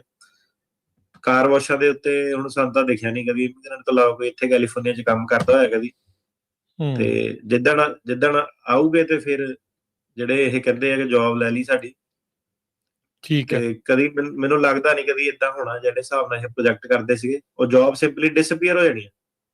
ਹਾਂ ਉਹ ਨਹੀਂ, ਇਹ ਸਟੱਡੀ ਰੀਸੈਂਟਲੀ ਆਈ ਵੀ ਆ, ਜਿਹੜੀਆਂ ਕਹਿੰਦੇ ਵੀ ਸੋ ਕਾਲਡ, ਹੁਣ ਤੁਸੀਂ ਦੇਖੋ ਦੋ ਚੀਜ਼ਾਂ ਕਿੱਦਾਂ ਹੋ ਸਕਦੀਆਂ ਨਾ, ਇਹ ਆਪਸ ਦੇ ਵਿੱਚ ਆਪਾ ਵਿਰੋਧੀ ਗੱਲ ਆ। ਇੱਕ ਪਾਸੇ ਕਹਿੰਦੇ ਆ ਵੀ ਇਹਨਾਂ ਨੇ ਵੈਲਫੇਅਰ ਸਿਸਟਮ ਦੇ ਉੱਤੇ ਸਾਰਾ ਪ੍ਰੈਸ਼ਰ ਪਾਤਾ, ਇੱਕ ਪਾਸੇ ਕਹਿੰਦੇ ਜੌਬਾਂ ਵੀ ਸਾਡੀਆਂ ਲਈ ਜਾਂਦੇ। ਕੰਮ ਕਰਦੇ ਆ ਜਾਂ ਵਿਹਲੇ ਬਹਿੰਦੇ ਆ, ਕਰਦੇ ਕੀ ਆ? ਸੋ ਇਹ ਕਲੀਅਰ ਨਹੀਂ ਜਿਹੜਾ ਉਹ ਕਰਦੇ। ਇਮੀਗ੍ਰੈਂਟਾਂ ਨੂੰ ਕਹਿੰਦੇ ਵੀ ਵਿਹਲੇ ਵੀ ਆ, ਨਠੱਲੇ ਵੀ ਆ, ਤੇ ਦੂਜੇ ਪਾਸੇ ਕਹਿੰਦੇ ਵੀ ਨਹੀਂ ਜੀ ਇਹ ਤਾਂ ਸਾਡੀਆਂ ਜੌਬਾਂ ਖੋ ਕੇ ਲੈ ਗਏ ਆ। ਸੋ ਇਹ ਕਰ ਕੀ ਰਹੇ ਨੇ ਇਮੀਗ੍ਰੈਂਟ? ਇਹਦੇ ਬਾਰੇ ਨਹੀਂ ਇਹ ਜਿਹੜਾ ਅਜੇ ਚੀਜ਼ ਨੂੰ ਜਿਹੜਾ ਉਹ ਦੱਸ ਰਹੇ ਹੈਗੇ। ਸੋ ਬਸ ਇਹ ਆ ਵੀ ਜਿੱਥੇ ਜਿਹੜੀ ਚੀਜ਼ ਉਹਨਾਂ ਨੂੰ ਜਿਹੜਾ ਆਈਡੀਆ ਸੋਹਣਾ ਲੱਗਦਾ ਆ, ਉੱਥੇ ਉਹ ਆਈਡੀਆ ਜਿਹੜਾ ਉਹ ਠੋਕ ਦਿੰਦੇ ਆ ਤੇ ਆਪਣੀ ਗੱਲ ਨੂੰ ਜਿਹੜੀ ਉਹ ਅੱਗੇ ਰੱਖ ਲੈਂਦੇ ਆ। ਅਗਲੀ ਜਿਹੜੀ, ਹਾਂਜੀ, ਮੈਂ ਕਿਹਾ ਜਿੱਦਣ ਵਿਲੀਅਮ ਨੇ ਜਾਂ ਬੌਬ ਨੇ ਤੁਹਾਡੀ ਗੱਡੀ ਸਾਫ਼ ਕੀਤੀ ਜਾਂ ਤੁਹਾਡਾ ਘਾਹ ਕੱਟਿਆ, ਤੁਸੀਂ ਸਾਰਿਆਂ ਨੂੰ 20% ਟਿਪ ਦੇਣੀ ਹੈ। ਇਹਨੂੰ ਕਹਿੰਦੇ, ਆਪਾਂ ਦੂਜਿਆਂ ਨੂੰ ਕਹਿੰਦੇ ਯਾਰ ਥੋੜਾ ਜਿਹਾ ਘਟਾ ਲਾ। ਤੇ ਅਗਲੀ ਜਿਹੜੀ ਟਰਨੀ ਟਿਰਕੇਣਾ ਜੀ ਆਪਾਂ ਗੱਲ ਕਰੀਏ ਤਾਂ ਯੂਰਪੀਅਨ ਯੂਨੀਅਨ ਨੇ ਕੁਝ 7 ਮੁਲਕਾਂ ਦਾ ਲਿਸਟ ਜਿਹੜੀ ਉਹ ਦਿੱਤੀ ਹੈ। ਕਹਿੰਦੇ ਵੀ ਇਹ ਸੇਫ ਕੰਟਰੀਜ਼ ਆ। ਇੰਡੀਆ ਦੇ ਵਿੱਚ ਜਿਹੜਾ ਉਹ ਸ਼ਾਮਲ ਆ, ਵੀ ਇੱਥੋਂ ਦੇ ਅਸਾਈਲਮ ਕੇਸ ਅਸੀਂ ਜਿਹੜੇ ਉਹ ਨਹੀਂ ਲੈਣੇ। ਕਹਿੰਦੇ ਵੀ ਇਹ ਮੁਲਕ ਸੇਫ ਨੇ, ਇੱਥੇ ਕੋਈ ਰੌਲਾ ਗੌਲਾ ਨਹੀਂ। ਇੰਡੀਆ ਇਸ ਦੇ ਵਿੱਚ ਸ਼ਾਮਲ ਆ। ਯੂਰਪੀਅਨ ਸੰਘ ਦੇ ਦੁਆਰਾ ਲਏ ਗਏ ਇਸ ਫੈਸਲੇ ਦਾ ਆਪਾਂ ਸੋਚ ਸਕਦੇ ਹਾਂ ਵੀ ਅਮਰੀਕਾ ਵੀ ਇਸ ਦੇ ਉੱਤੇ ਨੋਟਿਸ ਲਊਗਾ, ਉਹ ਵੀ ਇਹਨਾਂ ਮੁਲਕਾਂ ਨੂੰ ਉਸ ਲਿਸਟ 'ਚ ਸ਼ਾਮਲ ਕਰ ਸਕਦਾ। ਹਾਂਜੀ, ਇਹ ਚਾਰਜ ਹੀ ਸਾਰੇ ਅਮਰੀਕਾ ਕਰਕੇ ਹੋਏ, ਟਰੰਪ ਕਰਕੇ। ਪਹਿਲਾਂ ਤਾਂ ਸੀਗਾ ਨਹੀਂ ਇਹ, ਪਹਿਲਾਂ ਤਾਂ ਵੈਲਕਮ ਹੀ ਕਰਦੇ ਸੀਗੇ। ਯੂਕੇ ਦੇ ਵਿੱਚ ਤਾਂ ਕਹਿੰਦੇ ਤੁਸੀਂ ਇਮੀਗ੍ਰੈਂਟ ਬਾਰੇ ਕੁਝ ਮਾੜਾ ਕਹਿੰਦੇ ਸੀਗੇ ਤਾਂ ਯੂਕੇ ਵਾਲਿਆਂ ਨੂੰ ਜੇਲ੍ਹ 'ਚ ਵੀ ਪਾ ਦਿੰਦੇ ਸੀਗੇ। ਤੇ ਮੇਅਰ ਮੋਰ ਉਹਨਾਂ ਦੇ ਜਿਹੜੇ ਸੀਗੇ ਸਾਰੇ ਇਮੀਗ੍ਰੈਂਟ ਜਿਹੜੇ ਹੈਗੇ ਆ। ਟੂ ਮਚ ਇਮੀਗ੍ਰੇਸ਼ਨ ਵੀ ਦੇਖੋ ਇੱਕ ਸਿਸਟਮ ਹੁੰਦਾ, ਅਬਜ਼ੌਰਬ ਹੁੰਦਾ। ਤੇ ਟੂ ਮਚ ਇਮੀਗ੍ਰੇਸ਼ਨ ਜਿਹੜੀ 2-3 ਸਾਲਾਂ ਦੇ ਵਿੱਚ ਸੀਰੀਆ, ਬੁਰਕੀਨੀਆ ਫਾਸੋ, ਮਾਲੀ, ਨਾਈਜਰ, ਸਾਊਥ ਸੁਡਾਨ, ਲਾਓਸ ਤੇ ਸੀਅਰਾ ਲਿਓਨੀ, ਇਹਨਾਂ ਦੇ ਲੋਕੀ ਜਿਹੜੇ ਬੈਨ ਕੀਤੇ ਆ। ਤੇ ਇਹਦੇ ਨਾਲ ਜਿਹੜੇ ਪੈਲਸਟੀਨੀਅਨ ਅਥਾਰਟੀ ਇਸ਼ੂਡ ਟਰੈਵਲ ਡਾਕੂਮੈਂਟ ਸੀਗੇ, ਉਹਨਾਂ ਨੂੰ ਵੀ ਇਹਨਾਂ ਨੇ ਜਿਹੜਾ ਸੀਗਾ ਬਾਹਰ ਕਰਤਾ। ਹੁਣ ਉਹਨਾਂ ਨੂੰ ਕਿਉਂ ਕੀਤਾ ਭਾਈ? ਉੱਥੇ ਤਾਂ ਜਿਹੜਾ ਵਿਵਾਦ ਉੱਤੋਂ ਮੈਨੂੰ ਲੱਗਦਾ ਕਿਤੇ ਜ਼ਿਆਦਾ ਵਿਵਾਦ ਆਪਾਂ ਆਪਣੇ ਲਾਈਫ ਟਾਈਮ 'ਚ ਦੇਖਿਆ ਨਹੀਂ। ਉਹ ਤਾਂ ਫਲੈਟ ਹੀ ਕਰਤੇ ਵਿਚਾਰੇ, ਉਹਨਾਂ ਦੇ ਬੰਬ ਸੁੱਟ ਕੇ। ਇਹ ਜਿਹੜੇ ਯੂਐਸ ਨੇ ਟਰੈਵਲ ਬੈਨ ਇਹ 7 ਮੁਲਕਾਂ 'ਚ ਵਧਾਇਆ, ਉਹ 7 ਮੁਲਕ ਵਾਲੇ ਵੱਖਰੇ ਆ ਜਿਹੜੇ ਯੂਰਪੀਅਨ ਯੂਨੀਅਨ ਵਾਲੇ ਆ। ਹਾਂਜੀ, ਪਹਿਲਾਂ ਇਹ ਦੱਸ ਦਿਓ ਤੁਸੀਂ ਜੀ। ਨਹੀਂ, ਹਾਂਜੀ, ਮੈਂ ਯੂਐਸ ਵਾਲੀ ਗੱਲ ਕਰ ਰਿਹਾ ਸੀਗਾ ਜੀ। ਤੇ ਯੂਰਪੀਅਨ ਯੂਨੀਅਨ ਉਹਨਾਂ ਦੀ ਤਾਂ ਚਲੋ ਯੂਰਪ ਵਾਲਿਆਂ ਦੀ ਆਪਣੀਆਂ ਜਿਹੜੀਆਂ ਅਲੱਗ ਥੋੜ੍ਹੀਆਂ ਜਿਹੀਆਂ ਸਮੱਸਿਆਵਾਂ ਹੈਗੀਆਂ। ਉਹਨਾਂ ਦੀਆਂ ਸਮੱਸਿਆਵਾਂ ਜਿਹੜੀਆਂ ਮੋਰ ਔਨ ਦਾ ਲਾਈਨਸ ਆਫ ਆ ਕੇ ਜਿਹੜੇ ਇਮੀਗ੍ਰੈਂਟ ਜਵਾਕ ਜਵੂਕ ਜ਼ਿਆਦਾ ਜੰਮਦੇ ਇੱਕ ਮਿਸ਼ਨ ਤੇ ਆਉਂਦੇ ਆ ਕਿ ਕਿੱਦਾਂ ਜਿਹੜਾ ਸੀਗਾ ਸਲਤਨਤ ਦੁਬਾਰਾ ਆਪਣੀ ਬਣਾਉਣੀ ਆ ਕਿਸੇ ਦੂਜੇ ਦੇ ਜਾ ਕੇ, ਤੇ ਫਿਰ ਆ ਕੇ ਉਹਨਾਂ ਦੇ ਜਿਹੜੇ ਲਾਅ ਕਿੱਦਾਂ ਚੇਂਜ ਕਰਨੇ ਆ। ਉਹਨਾਂ ਦੀ ਜਿਹੜੀ ਫਾਈਟ ਜਾਂ ਜਦੋਜਹਿਦ ਜਿਹੜੀ ਦੂਸਰੀ ਆ, ਉਹਨਾਂ ਨੂੰ ਐਂ ਲੱਗਦਾ ਕਿ ਉਹਨਾਂ ਦਾ ਕਲਚਰ ਡੇਂਜਰ 'ਚ, ਤੇ ਉਹਦੇ ਵਿੱਚ ਕੋਈ ਕਮੈਂਟ ਨਹੀਂ। ਨਾ ਆਪਾਂ ਯੂਰਪ ਜਾਣਾ ਘੁੰਮਣ ਫਿਰਨ ਤੱਕ ਹੀ ਆਪਣੀ ਸੀਮਿਤ ਆ। ਉਹ ਯੂਰਪ ਵਾਲਿਆਂ ਦੀਆਂ ਸਮੱਸਿਆਵਾਂ ਅਮਰੀਕਾ ਦੇ ਵਿੱਚ ਜਿਹੜਾ ਸੀਗਾ ਲਿਸਟਨ ਨੇ ਵਧਾਤੀ ਹੈ। ਤੇ ਇਹਦੇ ਵਿੱਚ ਇਹ ਬੇਸਿਕਲੀ ਪੈਲੇਸਟਾਈਨ ਵਾਲੇ ਨੂੰ ਕਿਉਂ ਟੰਗਦੇ ਆ? ਕਿਉਂਕਿ ਜੂਇਸ਼ ਲੌਬੀ ਜਿਹੜੀ ਇੱਥੇ ਜ਼ਿਆਦਾ ਸਟਰੋਂਗ ਹੈਗੀ ਆ। ਇਨਫੈਕਟ ਇੰਨੀ ਸਟਰੋਂਗ ਜਿਹੜੀ ਹੈਗੀ ਆ ਕਿ ਉਹ ਕਹਿੰਦੇ ਸੀਗੇ ਕਿ ਜਿਹੜੇ ਫੇਸਬੁੱਕ ਵਗੈਰਾ ਤੁਸੀਂ ਸੋਸ਼ਲ ਮੀਡੀਆ ਤੇ ਓਪੀਨੀਅਨ ਵੀ ਗੱਲ ਵੀ ਕਿਉਂ ਕਰਦੇ ਹੋ ਉਸ ਬਾਰੇ। ਤੇ ਕਿਸੇ ਟਾਈਮ ਜਿਹੜੀ ਇੱਕ ਕਲਾਸ ਸੀਗੀ ਜਿੰਨਾ ਆਪ ਇੰਨਾ ਧੱਕੇਸ਼ਾਹੀ ਜਿਹੜੀ ਹੋਈ, ਤੇ ਤੁਸੀਂ ਦੇਖ ਲਓ ਕਿ ਕਿੱਦਾਂ ਜਿਹੜਾ ਟਰਨ ਆਫ ਇਵੈਂਟਸ ਜਿਹੜਾ ਹੁੰਦਾ 100 ਸਾਲਾਂ ਦੇ ਅੰਦਰ ਅੰਦਰ ਹੀ ਕਿ ਬਿਲਕੁਲ ਡਿਫਰੈਂਟ ਰੂਪ ਜਿਹੜਾ ਦੇਖ ਰਹੇ ਆ। ਤੇ ਸਰਕਾਰ ਕਹਿੰਦੀ ਸੀਗੀ ਕਿ ਗੱਲ ਵੀ ਨਾ ਕਰੋ, ਪਰ ਇਹ ਹੈ ਕਿ ਲੌਂਗ ਰਨ ਦੇ ਵਿੱਚ ਅਮਰੀਕਨ ਜਿਹੜੇ ਲੋਕ ਹੈਗੇ ਉਹਨਾਂ ਨੂੰ ਦਬਾ ਕੇ ਰੱਖਣਾ, ਤੁਸੀਂ ਆ ਵੀ ਨਾ ਬੋਲੋ ਵੀ ਨਾ ਬੋਲੋ ਔਖਾ। ਉਹ ਆਈ ਡੋਂਟ ਥਿੰਕ ਸੋ ਕਿ ਕੋਈ ਬੜਾ ਲੋਕਾਂ ਨੇ ਉਹਨੂੰ ਸਟੂਡੈਂਟਸ ਪ੍ਰੋਟੈਸਟ ਤੋਂ ਸ਼ੁਰੂ ਜਿਹੜੇ ਹੋਏ ਸੀਗੇ। ਤੇ ਹਾਂਜੀ, ਤੇ ਫ੍ਰੀडम ਆਫ ਸਪੀਚ ਜਿਹੜੀ ਤੁਸੀਂ ਨਹੀਂ ਕਰ ਸਕਦੇ, ਹਰੇਕ ਚੀਜ਼ ਜਿਹੜੀ ਹੇਟ ਸਪੀਚ ਨਹੀਂ ਹੁੰਦੀ। ਤੇ ਪਰ ਇਹ ਸੀਗਾ ਕਿ ਜਿਹੜੀ ਲੌਬੀ ਦੋਨੋਂ ਬੰਨੇ ਜਿਹੜੀ ਸੀਗੀ ਉਹ ਲੌਬਿੰਗ ਦੇ ਸਿਰ ਤੇ ਇਹ ਜਿਹੜੇ ਸੀਗੇ ਕਿ ਕਿਹਨੂੰ ਟਾਰਗੇਟ ਕਰਨਾ ਨਹੀਂ ਕਰਨਾ ਉਹ ਚੱਲਦਾ ਸੀਗਾ। ਇਹਦੇ ਵਿੱਚ ਜਿਹੜੇ ਹਿਊਮਨ ਰਾਈਟਸ ਗਰੁੱਪ ਆ ਜਾਂ ਇਮੀਗ੍ਰੇਸ਼ਨ ਐਡਵੋਕੇਟਸ ਉਹਨਾਂ ਨੂੰ ਇਹੀ ਕੰਸਰਨ ਸੀਗਾ ਕਿ ਤੁਸੀਂ ਇਹਦਾ ਬਹਾਨਾ ਲੱਭ ਕੇ ਜਿਹੜੇ ਸਟੂਡੈਂਟਸ ਵਗੈਰਾ ਆਪਾਂ ਦੇਖੇ ਆ, ਬੋਸਟਨ ਯੂਨੀਵਰਸਿਟੀ ਦੇ ਸਟੂਡੈਂਟ, NYU ਦੇ ਜਿਹੜੇ ਐਡੇ ਟੌਪ ਜਿਹੜੇ ਸਕੂਲ ਆ ਉਹਦੇ ਸਟੂਡੈਂਟਸ ਜਿਹੜੇ ਟਾਰਗੇਟ ਨੇ ਕੀਤੇ ਸੀਗੇ। ਇਹ ਬ੍ਰੌਡ ਇੱਕ ਇਮੀਗ੍ਰੇਸ਼ਨ ਇਨਫੋਰਸਮੈਂਟ ਏਜੰਡਾ ਜਿਹੜਾ ਸੀਗਾ। ਪਹਿਲਾਂ ਵੀ ਇਹਨਾਂ ਨੇ ਬੈਨ ਜਿਹੜੇ ਲਾਏ ਸੀਗੇ, ਹੁਣ ਵੀ ਅਫਰੀਕਾ ਤੋਂ, ਮਿਡਲ ਈਸਟ ਤੋਂ ਤੇ ਹੋਰ ਏਰੀਆ ਦੇ ਵਿੱਚੋਂ ਦੀ। ਤੇ ਇਹਦੇ ਵਿੱਚ ਜਿਹੜਾ ਸੀਗਾ ਹਿਊਮਨ ਰਾਈਟਸ ਗਰੁੱਪ ਇਹੀ ਕਹਿੰਦੇ ਆ ਕਿ ਤੁਸੀਂ ਅਨਫੇਅਰਲੀ ਜਿਹੜਾ ਟਾਰਗੇਟ ਜਿਹੜਾ ਕਰਦੇ ਆ ਜਿਹੜੇ ਸਪੋਰਟਰ ਆ ਇਹ ਬੈਨਾਂ ਦੇ, ਉਹ ਕਹਿੰਦੇ ਆ ਕਿ ਇਹ ਥ੍ਰੈਟ ਜਿਹੜੀ ਨੈਸ਼ਨਲ ਸਿਕਿਉਰਿਟੀ ਉਹਦੇ ਕਰਕੇ ਆਪਾਂ ਟਾਰਗੇਟ ਕਰਦੇ ਆ। ਤੇ ਕਿਉਂਕਿ ਲੋਕੀ ਜਦੋਂ ਵੀਜ਼ੇ ਤੇ ਓਵਰਸਟੇ ਕਰਦੇ ਆ ਤੇ ਸਾਨੂੰ ਫਿਰ ਖਬਰ ਜਿਹੜੀ ਨਹੀਂ ਰਹਿੰਦੀ। ਆਸਟ੍ਰੇਲੀਆ ਦੇ ਵਿੱਚ ਵੀ ਆਪਾਂ ਦੇਖਿਆ, ਠੀਕ ਆ ਬੰਦਾ ਇੰਡੀਆ ਤੋਂ ਸੀਗਾ ਤੇ ਇਮੀਗ੍ਰੈਂਟ ਸੀਗਾ, ਪਰ ਨਾਲ ਹੀ ਇਹ ਵੀ ਆ ਕਿ ਜਿਹੜੇ ਬੰਦੇ ਨੇ ਬਚਾਇਆ ਉਹ ਵੀ ਇਮੀਗ੍ਰੈਂਟ ਸੀਗਾ। ਤੇ ਉਹ ਗੱਲ ਇਹਨਾਂ ਦੀ ਜ਼ਿਆਦਾ ਕੋਈ ਮੁੱਦਾ ਬਣਿਆ ਨਹੀਂ ਕਿਉਂਕਿ ਬਚਾਉਣ ਵਾਲਾ ਵੀ ਜਿਹੜਾ ਸੀਗਾ ਇਮੀਗ੍ਰੈਂਟ ਹੀ ਸੀਗਾ। ਤੇ ਦੋਨੋਂ ਪਾਸੇ ਜਿਹੜੀ ਗੱਲ ਜਿਹੜੀ ਜਾ ਸਕਦੀ ਆ, ਇਮੀਗ੍ਰੈਂਟ ਹੈਲਪਫੁਲ ਵੀ ਹੋ ਸਕਦੇ ਆ, ਪ੍ਰੋਬਲਮ ਵੀ ਕ੍ਰੀਏਟ ਕਰ ਸਕਦੇ ਆ। ਜਿਹੜੇ ਸਪੋਰਟਰ ਆ ਬੈਨਾਂ ਦੇ ਉਹ ਕਹਿੰਦੇ ਆ ਕਿ ਇਹ ਇਮੀਗ੍ਰੈਂਟਸ ਪ੍ਰੋਬਲਮ ਲੈ ਕੇ ਆਉਂਦੇ ਆ, ਤੇ ਜਿਹੜੇ ਕ੍ਰਿਟਿਕਸ ਹੈਗੇ ਆ ਉਹ ਕਹਿੰਦੇ ਆ ਕਿ ਤੁਸੀਂ ਡਿਸਕ੍ਰਿਮੀਨੇਸ਼ਨ ਕਰਦੇ ਆ, ਤੁਸੀਂ ਸਾਰਿਆਂ ਨੂੰ ਇਕੁਅਲ ਲੈਂਸ ਦੇ ਨਾਲ ਜਿਹੜਾ ਦੇਖਦੇ ਆ। ਤੇ ਇਹਦੇ ਵਿੱਚ ਹਜ਼ਾਰਾਂ ਲੋਕੀ ਆ ਜਾਣੇ ਇਸ ਜਿਹੜੀ US ਟਰੈਵਲ ਬੈਨ ਦੇ ਵਿੱਚ, ਜਿਹੜੇ ਕਿ ਸਟੂਡੈਂਟ, ਬਿਜ਼ਨਸ ਟਰੈਵਲਰ ਤੇ ਫੈਮਿਲੀ ਮੈਂਬਰ ਵੀ ਜਿਹੜੇ ਸੀਗੇ, ਗ੍ਰੀਨ ਕਾਰਡ ਵਗੈਰਾ ਵੀ ਜਿਹੜੇ ਰੋਕ ਦਿੰਦੇ ਆ। ਤੇ ਜਿਹੜੀ ਯੂਰਪੀਅਨ ਯੂਨੀਅਨ ਦੀ ਤੁਸੀਂ ਗੱਲ ਕੀਤੀ ਸੀ ਉਹਦੇ ਵਿੱਚ Bangladesh, Colombia, Egypt, Kosovo, India, Morocco, Tunisia, ਇਹਨਾਂ ਨੂੰ ਉਹ ਕਹਿੰਦੇ ਆ ਸੇਫ ਕੰਟਰੀ ਹੈਗੇ, ਇੱਥੇ ਕੋਈ ਲੜਾਈ ਨਹੀਂ ਚੱਲਦੀ ਵੀ, ਕੋਈ ਵਾਰ ਨਹੀਂ ਚੱਲਦੀ ਵੀ, ਤੇ ਇਹਨਾਂ ਦੇ ਅਸਾਈਲਮ ਜਿਹੜੇ ਹੈਗੇ ਆ ਉਹ ਆਪਾਂ ਇਹਨੂੰ ਸੇਫ ਕੰਟਰੀ ਮੰਨਾਂਗੇ। ਉਹਨਾਂ ਨੂੰ ਵੈਟ ਜਿਹੜਾ ਹੋਰ ਜ਼ਿਆਦਾ ਕਰਨਾ, ਇੱਕ ਫਾਸਟ ਟਰੈਕ ਅਸਾਈਲਮ ਸਿਸਟਮ ਜਿਹੜਾ ਚਲਾਉਣਾ, ਜਿਹਦੇ ਕਰਕੇ ਕਿ ਲੋਕੀ ਜਿਹੜੇ ਸੀਗੇ ਤੁਰੰਤ ਉਹਨਾਂ ਦੀਆਂ ਅਸਾਈਲਮ ਐਪਲੀਕੇਸ਼ਨਾਂ ਤੇ ਜਿਹੜਾ ਫੈਸਲੇ ਕਰਨੇ ਆ, ਕਿਉਂਕਿ ਪਿਛਲੇ 4-5 ਸਾਲਾਂ 'ਚ ਬਹੁਤ ਜ਼ਿਆਦਾ ਜਿਹੜੀ ਇੱਕ ਹਾਈ ਵੋਲਿਊਮ ਜਿਹੜੀ ਹੋ ਗਈ ਆ ਅਸਾਈਲਮ ਸੀਕਰਾਂ ਦੀ। ਸੇਮ ਥਿੰਗ ਕੈਨੇਡਾ ਨੇ ਵੀ ਕਹੀ ਸੀਗੀ, ਖਬਰ ਸੀਗੀ ਕਿ ਇੱਕ ਸਕੂਲ ਦੇ ਵਿੱਚ 99% ਸਟੂਡੈਂਟਸ ਨੇ ਜਿਹੜਾ ਇੱਕੋ ਸਕੂਲ ਦੇ ਵਿੱਚ ਜਿਹੜਾ ਅਸਾਈਲਮ ਕਰਤਾ ਸੀਗਾ, 99% ਸਟੂਡੈਂਟਸ ਨੇ। ਤੇ ਉਹ ਚੀਜ਼ ਫਿਰ ਉਸ ਡਾਇਰੈਕਸ਼ਨ ਵੱਲ ਜਿਹੜੀਆਂ ਇਹ ਚੀਜ਼ਾਂ ਜਿਹੜੀਆਂ ਲੈ ਕੇ ਜਾ ਰਹੇ ਆ। ਤੇ ਇਹਦੇ ਵਿੱਚ ਜਿਹੜਾ ਸੀਗਾ ਰਿਫਾਰਮ ਜਿਹੜਾ ਆਬਵੀਅਸਲੀ ਯੂਰਪੀਅਨ ਯੂਨੀਅਨ ਦੇ ਜਿਹੜੇ ਐਕਟਸ ਹੈਗੇ ਮਾਈਗ੍ਰੇਸ਼ਨ ਤੇ ਅਸਾਈਲਮ ਦੇ ਉੱਤੇ, ਉਹਨੂੰ ਇਹ ਚੇਂਜ ਜਿਹੜਾ ਕਰਨਾ ਚਾਹੁੰਦੇ ਆ ਜੂਨ 2026 ਤੱਕ। ਇਹ ਕਹਿੰਦੇ ਇੰਪਲੀਮੈਂਟ ਜਿਹੜਾ ਕਰਨਾ ਅਸਾਈਲਮ ਰਿਲੇਟਡ ਜਿਹੜੀ ਇਮੀਗ੍ਰੇਸ਼ਨ ਜਿਹੜੀ ਸੀਗੀ ਯੂਰਪ 'ਚ ਉਹ ਰੋਕਣੀ ਆ, ਬੈਕਲੌਗ ਵਗੈਰਾ ਜਿਹੜੇ ਹੈਗੇ ਆ ਉਹ ਰੋਕਣੇ ਆ, ਤੇ ਮਾਈਗ੍ਰੇਸ਼ਨ ਨੂੰ ਜਿਹੜਾ ਸਹੀ ਤਰੀਕੇ ਨਾਲ ਟੈਕਲ ਜਿਹੜਾ ਉਹਨਾਂ ਨੇ ਕਰਨਾ। ਤੇ ਇਹੀ ਜਿਹੜੀ ਉਹ ਕਹਿੰਦੇ ਆ ਸਪੋਰਟਰ ਜਿਹੜੇ ਬੈਨਸ ਦੇ, ਉਹ ਕਹਿੰਦੇ ਆ ਕਿ ਸਹੀ ਅਪਰੋਚ ਹੈਗੀ ਆ। ਜਿਹੜੇ ਹਿਊਮਨ ਰਾਈਟਸ ਆਰਗੇਨਾਈਜੇਸ਼ਨ ਜਿਹੜੀਆਂ ਹੈਗੀਆਂ ਉਹ ਕਹਿੰਦੀਆਂ ਕਿ ਤੁਸੀਂ ਏਦਾਂ ਕਰੋਗੇ ਇਹਦੇ ਨਾਲ ਜਿਹੜਾ ਕੋਈ ਜੈਨੂਇਨ ਅਸਾਈਲਮ ਸੀਕਰ ਵੀ ਹੈਗਾ ਤੁਸੀਂ ਉਹਦੀ ਲਾਈਫ ਵੀ ਡੇਂਜਰ ਜਿਹੜੀ ਪਾਉਂਦੇ ਆ। ਫਰੀडम, ਸਿਵਲ ਲਿਬਰਟੀ ਦਾ ਜਿਹੜਾ ਮੁੱਦਾ ਇਹ ਆ ਜਾਂਦਾ, ਮਾਈਨੋਰਿਟੀਜ਼ ਦਾ, ਤੇ ਤੁਸੀਂ ਸਿੱਧੇ ਜਿਹੜਾ ਕਹਿ ਰਹੇ ਆ ਕਿ ਸੇਫ ਕੰਟਰੀ ਹੈ ਕਿ ਇੰਡੀਆ ਫੋਰ ਐਗਜ਼ਾਮਪਲ, ਜੇ ਤੁਸੀਂ ਸਿੱਧੇ ਕਹਿ ਲਓ ਕਿ ਸੇਫ ਕੰਟਰੀ ਆ, ਤੇ ਜ਼ਰੂਰੀ ਨਹੀਂ ਹੈਗਾ ਕਿ ਉਹ ਕੰਟਰੀ ਦੇ ਵਿੱਚ ਹਰੇਕ ਬੰਦਾ ਸੇਫ ਆ। ਉੱਥੇ ਵੀ ਬਹੁਤ ਧੱਕੇਸ਼ਾਹੀਆਂ ਜਿਹੜੀਆਂ ਹੁੰਦੀਆਂ, ਕਿ ਤੁਹਾਨੂੰ ਕੇਸ ਬਾਏ ਕੇਸ ਜਿਹੜਾ ਦੇਖਣਾ ਚਾਹੀਦਾ। ਇਹ ਸੇਫ ਕੰਟਰੀ ਵਾਲਾ ਲੇਬਲ ਜਿਹੜਾ ਤੁਸੀਂ ਨਾ ਲਾਓ, ਪਰ ਉਹਨਾਂ ਨੇ ਇਹ ਲੇਬਲ ਜਿਹੜਾ ਲਾਤਾ, ਚੀਜ਼ਾਂ ਜਿਹੜੀਆਂ ਹੁਣ ਐਂਟੀ ਇਮੀਗ੍ਰੇਸ਼ਨ ਵੱਲ ਜਿਹੜੀਆਂ ਜਾ ਰਹੀਆਂ, ਤੇ ਮਾਈਗ੍ਰੇਸ਼ਨ ਕਿਉਂਕਿ ਬਹੁਤ ਜ਼ਿਆਦਾ ਜਿਹੜੀ 4-5 ਸਾਲਾਂ ਦੇ ਵਿੱਚ ਹੋਈ ਹੈ, ਲੋਕੀ ਕਾਫੀ ਜ਼ਿਆਦਾ ਜਿਹੜੇ ਮੂਵ ਕੀਤੇ ਆ, ਤੇ ਉਹਨੂੰ ਇਹ ਕੰਟਰੋਲ ਜਿਹੜਾ ਕਰਨਾ ਚਾਹੁੰਦੇ ਆ, ਸਿੱਧੀ ਜੀ ਗੱਲ। ਤੇ ਇਹ ਜਿੱਦਾਂ ਮੈਂ ਪਹਿਲਾਂ ਪੁੱਛਿਆ ਸੀਗਾ ਵੀ ਕੀ ਅਮਰੀਕਾ ਵਾਲੇ ਵੀ ਇਸ ਤੋਂ ਦੇਖਦੇ ਹੋਏ ਵੀ ਯੂਰਪੀਅਨ ਯੂਨੀਅਨ ਨੇ ਕਰਤੇ ਵੀ ਉਹ ਵੀ ਕਹਿ ਦੇਣ ਵੀ ਹਾਂ ਭਾਈ ਵੀ ਇੱਥੇ ਸੇਫ ਆ, ਆਪਾਂ ਇਹਨਾਂ ਦੇ ਉੱਤੇ ਨਹੀਂ ਕਰਨਾ, ਜਾਂ ਇਹਦਾ ਅਸਰ ਤੁਸੀਂ ਲੱਗਦਾ ਵੀ ਤੁਹਾਨੂੰ ਇੱਥੇ ਪਊਗਾ ਜਾਂ ਨਹੀਂ ਪਊਗਾ ਅਮਰੀਕਾ ਦੇ ਵਿੱਚ, ਉਹ ਉੱਥੇ ਯੂਰਪੀਅਨ ਯੂਨੀਅਨ ਦੇ ਦੁਆਰਾ ਲਏ ਗਏ ਇਸ ਫੈਸਲੇ ਦਾ? ਦੇਖੋ, ਯੂਰਪ ਦੇ ਵਿੱਚ ਕਈ ਹੈਗੀਆਂ country civil law country. Civil law country ਹੁੰਦਾ ਜਦੋਂ ਲਾਅ ਮੇਕਰ ਲਾਅ ਬਣਾ ਲੈਂਦਾ, ਉਹਦੇ ਉੱਤੇ ਜੱਜਾਂ ਕੋਲ ਪਾਵਰ ਨਹੀਂ ਹੁੰਦੀ, ਉਹਨੇ ਲਾਅ ਉਹਦੇ ਪੜ੍ਹਨਾ ਹੁੰਦਾ, ਠੀਕ ਹੈ। ਜਿੱਦਾਂ ਫਰਾਂਸ ਦੀ ਆਪਾਂ ਗੱਲ ਕਰੀਏ, ਠੀਕ ਹੈ, ਸਾਡੇ ਨਾਲ ਇੱਕ ਕੁੜੀ ਪੜ੍ਹਦੀ ਹੁੰਦੀ ਸੀ ਲਾਅ ਦੇ ਵਿੱਚ। ਉਹ ਜਦੋਂ ਉਹਨੂੰ ਆਇਆ, ਉਹਨੂੰ ਬੜੀ ਪ੍ਰੋਬਲਮ ਹੋਈ ਯੂਐਸ ਦੇ ਵਿੱਚ ਲਾਅ ਸਮਝਣ ਦੀ। ਉਹ ਕਹਿੰਦੀ ਕਿ ਐਂਡ 'ਚ ਜੱਜ ਕੋਈ ਹੋਰ ਹੀ ਫੈਸਲਾ ਕਰ ਦਿੰਦਾ। ਸੋ ਉਹਦਾ ਕਹਿਣ ਦਾ ਮਤਲਬ ਸੀਗਾ ਕਿ ਕੇਸ ਨੂੰ ਚੱਲਦਾ, ਕਾਨੂੰਨ ਆ ਕਹਿੰਦਾ, ਤੇ ਜੱਜ ਫਿਰ ਕਹਿੰਦਾ ਕਿ ਨਹੀਂ, ਆਹ ਚੀਜ਼ ਆਪਾਂ ਦੇਖਣੀ, ਆਹ ਚੀਜ਼ ਦੇਖਣੀ। ਜੱਜਾਂ ਨੂੰ ਡਿਸਕ੍ਰੈਸ਼ਨ ਜਿਹੜੀ ਹੈਗੀ। ਹੁਣ ਜਿਹੜੇ ਕਈ ਕੰਟਰੀਆਂ 'ਚ ਡਿਸਕ੍ਰੈਸ਼ਨ ਨਹੀਂ ਹੈਗੀ, ਜਿੱਦਾਂ ਇਹ ਹੈਗਾ common law system. Common law system ਦੇ ਵਿੱਚ ਇਹ ਹੁੰਦਾ ਕਿ ਜੱਜ ਇੱਕ ਮੈਜਿਕ ਜਿਹਾ ਕਰ ਦਿੰਦਾ ਕਈ ਵਾਰੀ ਐਂਡ 'ਚ, ਜਿਹੜਾ ਇਨਸਾਫ ਦੀ ਜਿਹੜੀ ਤਕੜੀ ਆ ਉਹ ਇੱਕ ਪਾਸੋਂ ਜ਼ਿਆਦਾ ਝੁਕਦੀ ਆ, ਤੇ ਫੈਸਲਾ ਜਿਹੜਾ ਉੱਚਾ ਨੀਚਾ ਹੋ ਸਕਦਾ ਹੁੰਦਾ। ਤੇ ਜਿਹੜੇ ਸਿਵਲ ਲਾਅ ਕੰਟਰੀ ਜਿਹੜੇ ਹੈਗੇ, ਉਹਦੇ ਵਿੱਚ ਜੱਜਾਂ ਦੇ ਕੋਲ ਪਾਵਰ ਨਹੀਂ ਇੰਨੀ ਹੁੰਦੀ। ਜਿਹੜੇ ਹਿਸਾਬ ਨਾਲ ਲਾਅ ਜਿਹੜਾ ਲਿਖ ਦਿੱਤਾ ਜਾਂਦਾ, ਉਹਨੂੰ ਉਦਾਂ ਹੀ ਇਨਫੋਰਸ ਹੁੰਦਾ। ਉਹਦੇ 'ਚ ਫਲੈਕਸੀਬਿਲਿਟੀ ਨਹੀਂ ਜਿਹੜੀ ਹੁੰਦੀ, ਉਹਦੇ ਫਾਇਦੇ ਵੀ ਆ, ਨੁਕਸਾਨ ਵੀ ਆ। ਹੁਣ ਮੈਨੂੰ ਯੂਰਪੀਅਨ ਯੂਨੀਅਨ ਦਾ ਨਹੀਂ ਪਤਾ, ਪਰ ਜਦੋਂ ਤੁਸੀਂ ਅਮਰੀਕਾ ਦੇ ਵਿੱਚ ਜੇ ਤੁਸੀਂ ਸਿੱਧੇ ਕਹਤਾ ਕਿ ਇਹ ਸੇਫ ਕੰਟਰੀ ਹੈ, ਇਹਦੀ ਗੱਲ ਸੁਣਨੀ ਨਹੀਂ, ਆਈ ਥਿੰਕ ਉਹਨੂੰ ਡਿਊ ਪ੍ਰੋਸੈਸ ਤੇ ਕਨਸਟੀਟਿਊਸ਼ਨਲ ਜਿਹੜਾ ਚੈਲੰਜ ਹੋ ਜਾਣਾ।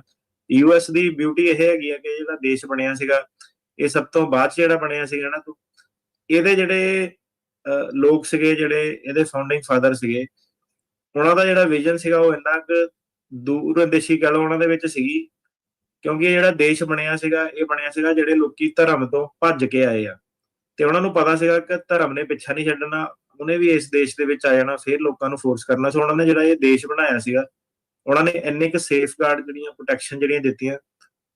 ਉਹਨਾਂ ਦਾ ਮਤਲਬ ਇਹ ਹੈ ਕਿ ਫਰੀडम ਦਾ ਮਤਲਬ ਇਹ ਹੈ ਕਿ ਫਰੀडम ਰਿਲੀਜਨ ਨੂੰ ਪ੍ਰੈਕਟਿਸ ਕਰਨ ਲਈ ਵੀ, ਤੇ ਫਰੀडम ਰਿਲੀਜਨ ਤੋਂ ਵੀ। ਜੇ ਇਹ ਨਹੀਂ ਕਿ ਸਿਰਫ ਰਿਲੀਜੀਅਸ ਫਰੀडम ਹੋਣੀ ਚਾਹੀਦੀ ਹੈ, ਜੇ ਕਿਸੇ ਬੰਦੇ ਨੇ ਧਰਮ ਨੂੰ ਨਹੀਂ ਮੰਨਣਾ, ਉਹਦੀ ਵੀ ਫਰੀडम।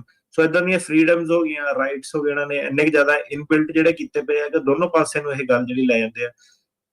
ਪੂਰੇ ਜਿਹੜੀ ਸਭ ਤੋਂ ਮੇਨ ਚੀਜ਼ ਆ ਜਾਂਦੀ ਹੈ ਡਿਊ ਪ੍ਰੋਸੈਸ ਕਨਸਟੀਟਿਊਸ਼ਨਲ ਲਾਅ ਜਿਹੜਾ ਹੈਗਾ, ਉਹਦੇ ਬੇਸ ਤੇ ਤੁਸੀਂ ਜਿਹੜਾ ਚੈਲੰਜ ਕਰ ਸਕਦੇ ਆ। ਜ਼ਿਆਦਾਤਰ ਚੈਲੰਜ ਜਿਹੜਾ ਸੀਗਾ, ਆਪਾਂ ਜਿੱਦਾਂ ਹੁਣ ਆਰਕੇਕੇ ਵਾਲਾ ਚੈਲੰਜ ਕੀਤਾ ਸੀਗਾ, ਉਹਦੇ ਬੇਸ ਤੇ ਕੀਤਾ ਸੀਗਾ ਕਿ ਠੀਕ ਹੈ, ਸਰਕਾਰ ਸਹੀ ਹੈ ਕਿ ਚਿੱਠੀਆਂ ਢਾਂਚੇ ਰਲਦੇ ਆ, ਪਰ ਜਿਹੜਾ ਇੱਕ ਵਿਅਕਤੀ ਹੈਗਾ ਉਹਦੇ ਨਾਲ ਸਹੀ ਨਹੀਂ ਹੋਇਆ, ਕਿਉਂਕਿ ਉਹਨੂੰ ਨਹੀਂ ਪਤਾ ਕਿ ਬਾਕੀ ਢਾਂਚੇ ਕਿਹਦੇ ਆ।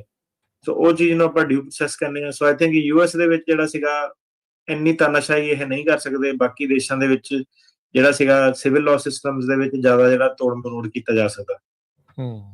ਜੀ ਜੀ ਜੀ, ਠੀਕ ਆ। ਇੱਕ ਜਿਹੜੀ ਅਗਲੀ ਗੱਲ ਕਰਦੇ ਆ, ਸੈਨ ਫਰਾਂਸਿਸਕੋ ਇਮੀਗ੍ਰੇਸ਼ਨ ਕੋਰਟਸ ਕਹਿੰਦੇ ਸਟਾਫਿੰਗ ਦਾ ਕ੍ਰਾਈਸਿਸ ਆ ਗਿਆ ਆ। ਕੱਲੇ ਜੱਜ ਹੀ ਘੱਟ ਆ ਜਾਂ ਆਮ ਉੱਥੇ ਕੰਮ ਕਰਨ ਵਾਲੇ ਜਿਹੜੇ ਕੋਰਟ ਸਿਸਟਮ ਨੂੰ ਪੂਰੀ ਤਰ੍ਹਾਂ ਰਨ ਕਰਦੇ, ਉਹਨਾਂ ਦਾ ਵੀ ਕਹਿੰਦੇ ਵੀ ਘਾਟ ਆ ਗਈ ਉੱਥੇ? 21 ਜੱਜ ਸੀਗੇ ਜਦੋਂ ਕੰਮ ਮੈਂ ਸ਼ੁਰੂ ਕੀਤਾ ਹੈਗਾ। 21 ਜੱਜਾਂ ਤੋਂ ਲੈ ਕੇ ਹੁਣ ਸਿਰਫ 5 ਜੱਜ ਰਹਿ ਗਏ। 4 ਜੱਜਾਂ ਨੇ ਹੋਰ ਜਿਹੜਾ ਸੀਗਾ ਰੈਜ਼ਿਗਨੇਸ਼ਨ ਜਿਹੜਾ ਕਰਤਾ, ਤੇ ਕਈ ਜੱਜ ਇਹਨਾਂ ਨੇ ਜਿਹੜੇ ਫਾਇਰ ਕਰਤੇ। ਸਿਰਫ 5 ਜੱਜ ਰਹਿ ਗਏ। ਸਭ ਤੋਂ ਐਕਟਿਵ ਜਿਹੜਾ ਕੋਰਟ ਸੀਗਾ ਪੂਰੀ ਕੰਟਰੀ ਦੇ ਵਿੱਚ, ਲੋਕੀ ਉਦਾਹਰਨਾਂ ਦਿੰਦੇ ਹੁੰਦੇ ਸੀਗੇ ਕਿ ਬਹੁਤ ਐਫੀਸ਼ੀਐਂਟ ਕੋਰਟ ਆ। ਸਭ ਤੋਂ ਬਿਜ਼ੀ ਜਿਹੜਾ ਕੋਰਟ ਸੀਗਾ, ਤੇ ਉਹਦਾ ਦੇਖ ਲਓ ਤੁਸੀਂ, ਲੈ ਦੇ ਕੇ 5 ਜੱਜ ਸਿਰਫ ਜਿਹੜੇ ਰਹਿ ਗਏ। ਲਿਬਰਲ ਟੈਰੀਟਰੀ ਸੀ ਸਪੈਸ਼ਲੀ, ਉਹਨਾਂ ਨੂੰ ਜਿਹੜਾ ਅਟੈਕ ਕੀਤਾ। 12 ਜੱਜ ਫਾਇਰ ਕਰਤੇ, ਤੇ 21 ਜੱਜ ਜਿਹੜੇ ਟੋਟਲ ਸੀਗੇ। ਹੁਣ ਜਿਹੜਾ ਰਿਮੇਨਿੰਗ ਜੱਜ ਜਿਹੜੇ ਸੀਗੇ, ਉਹਨਾਂ ਤੇ ਪ੍ਰੈਸ਼ਰ ਇੰਨਾ ਕੁ ਸੀਗਾ। ਸੋ ਹੁਣ ਕੱਲਾ ਜੱਜ ਜਿਹੜਾ ਸੀਗਾ 4 ਤੋਂ 6000 ਕੇਸਿਸ ਜਿੱਦਾਂ ਉਹਦਾ ਬੈਕਲੌਗ ਸੀਗਾ ਕੱਲੇ ਜੱਜ ਉੱਤੇ, ਤੇ ਇੰਨੇ ਸਾਰੇ ਜੱਜ ਇਹਨਾਂ ਨੇ ਫਾਇਰ ਕਰਤੇ, ਤੇ ਲੋਕਾਂ ਦੀਆਂ ਤਰੀਕਾਂ ਜਿਹੜੀਆਂ ਪਹਿਲਾਂ ਹੀ ਨਹੀਂ ਪੈ ਰਹੀਆਂ ਸੀਗੀਆਂ।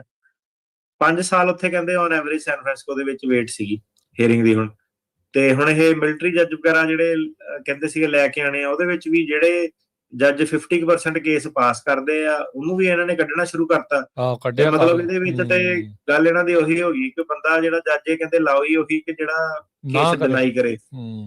ਇੱਕ ਚੀਜ਼ ਇਹਨਾਂ ਦੀ ਹੋਰ ਸੀਗੀ, ਐਕਸੀਡੈਂਟਲੀ ਕਿਸੇ ਵਕੀਲ ਨੇ ਲਿਸਟ ਕੱਢ ਲਈ ਇਹਨਾਂ ਦੀ, ਉਹ ਚ ਵਕੀਲਾਂ ਦੇ ਨਾਂ ਲਿਖੇ ਹੋਏ ਆ, ਆ ਜਿਹੜੇ ਵਕੀਲ ਆ ਟਾਰਗੇਟ ਕਰਨੇ ਆ। ਤੇ ਅੱਛਾ। ਉਹ ਫਿਰ ਇਹਨਾਂ ਨੇ ਨਾਲ ਹੀ ਡਿਲੀਟ ਕਰਤੀ। ਉਹ ਹੁਣ ਜਿਹੜੇ ਵਕੀਲ ਆ ਉਹ ਮੰਗ ਰਹੇ ਕਿ ਲਿਸਟ ਦੱਸੋ ਕਿਹੜੇ ਹਿਸਾਬ ਨਾਲ ਤੁਸੀਂ ਬਣਾਈ ਹੈ, ਕਿਹੜੇ ਵਕੀਲ ਟਾਰਗੇਟ ਕਰਨੇ ਆ। ਉਹਦੀ ਵੀ ਸਰਕਾਰ ਨੇ ਜਿਹੜੀ ਆਈਸ ਵਾਲਿਆਂ ਨੇ ਲਿਸਟ ਬਣਾਈ ਹੋਈ ਸੀਗੀ ਵਕੀਲਾਂ ਦੀ ਵੀ, ਤੇ ਉਹਦੇ ਵਿੱਚ ਕਈ ਸਾਰੇ ਵਕੀਲ ਜਿਹੜੇ ਸੀਗੇ ਉਹਨਾਂ ਦੇ ਨਾਂ ਜਿਹੜੇ ਸੀਗੇ ਅਮਰੀਕਨ ਲਾਇਰ ਸਪੈਸ਼ਲੀ ਜਿਹੜੇ ਜ਼ਿਆਦਾ ਸਰਕਾਰ ਦੇ ਖਿਲਾਫ ਜਿਹੜੇ ਕੇਸ ਜਿਹੜੇ ਲੜਦੇ ਸੀਗੇ ਕਿ ਇਹ ਜਿਹੜੇ ਸੀਗੇ ਉਹਨੂੰ ਉਹ ਥ੍ਰੈਟ ਜਿਹੜਾ ਮੰਨਦੇ ਸੀਗੇ ਕਿ ਇਹ ਲਾਅ ਚੇਂਜ ਕਰ ਦਿੰਦੇ ਆ। ਤੇ ਉਹ ਲਿਸਟ ਉਹਨਾਂ ਨੇ ਵਾਪਸ ਲੈ ਲਈ। ਹੁਣ ਉਹਨਾਂ ਨੇ ਲਾਅ ਸੂਟ ਵਗੈਰਾ ਜਿਹੜੇ ਕਹਿੰਦੇ ਕਰਨੇ ਆ ਫਰੀडम ਆਫ ਫੋਇਆ ਦੇ ਥੱਲੇ, ਉਹ ਲਿਸਟ ਜਿਹੜੀ ਸੀਗੀ ਵਾਪਸ ਦਿੱਤੀ ਜਾਵੇ ਤੇ ਐਕਸਪਲੇਨ ਕੀਤਾ ਜਾਵੇ ਕਿ ਕਿਹੜੇ ਹਿਸਾਬ ਨਾਲ ਤੁਸੀਂ ਵਕੀਲਾਂ ਦੇ ਖਿਲਾਫ ਜਿਹੜੀ ਲਿਸਟ ਜਿਹੜੀ ਬਣਾਈ ਆ। ਸੋ ਇਦਾਂ ਦੇ ਜਿਹੜੇ ਸੀ ਚੀਜ਼ ਜਿਹੜੀ ਚੱਲਦੀ ਆ। ਉਹ ਦੇਖ ਲਓ, ਮਿਲਟਰੀ ਜਿਹੜੇ ਵਕੀਲ ਸੀ ਉਹ ਜੱਜ ਬਣਾ ਕੇ ਲਾਏ ਤੇ 11 ਚੋਂ 6 ਕਹਿੰਦੇ ਉਹਨੇ ਰਿਲੀਫ ਦੇਤੀ, ਤਾਂ ਉਹਨੂੰ ਬਾਹਰ ਦਾ ਰਸਤਾ ਜਿਹੜਾ ਉਹਨਾਂ ਨੇ ਨਾਲ ਦੇ ਨਾਲ ਜਿਹੜਾ ਉਹ ਦਿਖਾਤਾ ਆ। ਸੋ ਕੰਮ ਜਿਹੜਾ ਸਾਰੇ ਪਾਸਿਓਂ ਹੀ ਸਖਤ ਵਾਲਾ ਜਿਹੜਾ ਉਹ ਹੋਇਆ ਪਿਆ। ਟਾਡਾ ਵਰਗਾ ਕੇਸ ਦੀ ਅਗਲੀ ਜਿਹੜੀ ਖਬਰ ਆ ਵੀ ਕਹਿੰਦੇ ਵੀ ਜੇ ਕੋਈ ਐਂਟੀ ਆਈਸ ਐਕਟੀਵਿਟੀ ਕਰਦਾ ਉਹਦੇ ਤੇ ਡੋਮੈਸਟਿਕ ਟੈਰਰਿਜ਼ਮ ਇਨਵੈਸਟੀਗੇਸ਼ਨਸ ਓਪਨ ਜਿਹੜੀਆਂ ਉਹ ਹੋ ਰਹੀਆਂ। ਜਿੱਦਾਂ ਉਹ UAPA ਟਾਡਾ ਇੰਡੀਆ ਦੇ ਵਿੱਚ ਲਾਉਂਦੇ ਸੀਗੇ ਮਾੜੀ ਮੋਟੀ ਵੀ ਕੋਈ ਗੱਲ ਦੇਸ਼ ਧਰੋਈਏ ਉਹ ਸਿਸਟਮ ਦੇ ਉੱਤੇ ਆ ਗਿਆ ਜੀ ਹੁਣ ਇੱਥੇ ਵੀ। ਹਾਂਜੀ, ਹੁਣ ਇਹੀ ਆ ਕਿ ਡੈਮੋਕ੍ਰੇਸੀ ਤਾਂ ਥੋੜੀ ਇਰੋਡ ਹੋ ਗਈ ਇਹਨਾਂ ਦੀ, ਮਤਲਬ ਕਿ ਜਿਹੜੇ ਹਿਸਾਬ ਨਾਲ ਕਿਉਂਕਿ ਲੋਕੀ ਸੀਗੇ ਅਨਟ੍ਰੇਨਡ। ਆਪਾਂ ਜਿੱਦਾਂ ਹੁਣ ਵੀਡੀਓ ਦੇਖਦੇ ਆ ਉਹ ਥੋੜਾ ਲੜਾਈ ਝਗੜੇ ਟਾਈਪ ਵਾਲੇ ਜਿਹੜੇ ਸੀਗੇ ਨਕਾਬ ਜੇ ਪਾ ਕੇ। ਤੇ ਵੀਡੀਓ ਕਈ ਵਾਰੀ ਆਪਾਂ ਇਹ ਵੀ ਦੇਖਦੇ ਹਾਂ ਕਿ ਜਿਹੜੇ ਆਪਣੇ ਅਮਰੀਕਨ ਸਿਟੀਜ਼ਨ ਕਈ ਵਾਰੀ ਮੂੰਹ ਤੇ ਉਹਨਾਂ ਦੇ ਕੈਮਰਾ ਕਰ ਦਿੰਦੇ ਆ ਤੇ ਉਹਨਾਂ ਨੂੰ ਵੀ ਜਲੀਲ ਕਰਦੇ ਆ। ਤੇ ਕਈ ਵਾਰੀ ਇਹ ਜਿਹੜੇ ਆਈਸ ਵਾਲੇ ਹੁੰਦੇ ਫੜਨ ਆਏ ਬੰਦੇ ਨੂੰ ਚਲ ਵੀ ਜਾਂਦੇ ਉੱਥੋਂ ਦੀ ਛੱਡ ਕੇ। ਤੇ ਉਸ ਚੀਜ਼ ਨੂੰ ਲੈ ਕੇ ਜਿਹੜਾ ਸੀਗਾ ਕਈ ਲੋਕਾਂ ਨੇ ਜਿੱਦਾਂ ਫੇਸਬੁੱਕ ਐਕਟੀਵਿਟੀ ਦੇ ਵਿੱਚ ਕਿ ਆਪਾਂ ਇੱਥੇ ਇਕੱਠੇ ਹੋ ਕੇ ਜਾਣਾ, ਉਹਨੂੰ ਇਹ ਕਹਿੰਦੇ ਕਿ ਟੈਰਰਿਜ਼ਮ ਚਾਹੁੰਦਾ। ਤੇ ਉਹ ਜਿਹੜੇ ਕਮੈਂਟਸ ਵਗੈਰਾ ਜਿਹੜੇ ਹੈਗੇ ਆ ਕਿ ਸੋਸ਼ਲ ਮੀਡੀਆ ਪੋਸਟ ਉੱਤੇ ਕਿ ਜੇ ਕੋਈ ਇਦਾਂ ਦਾ ਪਲਾਨ ਬਣਾ ਰਿਹਾ ਕਿ ਆਪਾਂ ਇਹਨਾਂ ਦਾ ਵਿਰੋਧ ਕਰਨਾ, ਉਹ ਚੀਜ਼ ਨੂੰ ਇਹ ਕਹਿੰਦੇ ਟਾਰਗੇਟ ਇਹਨਾਂ ਨੇ ਕਰਨਾ। FBI ਉਹਦੇ ਵਿੱਚ ਇਨਵੋਲਵ ਕਰਤੀ ਤੇ ਨੈਸ਼ਨਲ ਗਾਰਡ ਵਗੈਰਾ ਆਪਾਂ ਦੇਖਿਆ, ਆਰਮੀ ਇਹਨਾਂ ਨੇ ਜਿਹੜੀ ਇਨਵੋਲਵ ਕਰਤੀ ਸੀਗੀ, ਜਿਹਦੇ ਉਹਦੇ ਉੱਤੇ ਵੀ ਲਾਅ ਸੂਟ ਜਿਹੜੇ ਸੀਗੇ ਕਿ ਤੁਸੀਂ ਡੋਮੈਸਟਿਕਲੀ ਜਿਹੜੀ ਸੀਗੀ ਐਡੀ ਵੱਡੀ ਫੋਰਸ ਜਿਹੜੀ ਸੀਗੀ ਆਪਣੇ ਸਿਟੀਜ਼ਨ ਤੇ ਯੂਜ਼ ਨਹੀਂ ਕਰ ਸਕਦੇ। ਫਿਰ ਆਪਣਾ ਜਿਹੜਾ ਸੀਗਾ ਇੱਕ ਕਮਿਊਨਿਸਟ ਕੰਟਰੀ ਦੇ ਵਿੱਚ, ਠੀਕ ਹੈ, ਇੱਕ ਤਾਨਾਸ਼ਾਹੀ ਕੰਟਰੀ ਦੇ ਵਿੱਚ ਤੇ ਇੱਕ ਡੈਮੋਕ੍ਰੇਸੀ ਦੇ ਵਿੱਚ ਕੋਈ ਫਰਕ ਨਹੀਂ ਜਾਂਦਾ। ਪਰ ਇਹ ਜਿਹੜੀ ਸਰਕਾਰ ਸੀਗੀ ਇਹਨੇ ਲਾਈਨਾਂ ਜਿਹੜੀਆਂ ਬਲਰ ਕਰਤੀਆਂ ਤੇ ਜਿਹਨੂੰ ਟਾਰਗੇਟ ਕਰਨਾ ਫਿਰ ਉਹ ਕਰ ਹੀ ਦਿੰਦੇ ਆ। ਜੀ ਜੀ ਬਿਲਕੁਲ।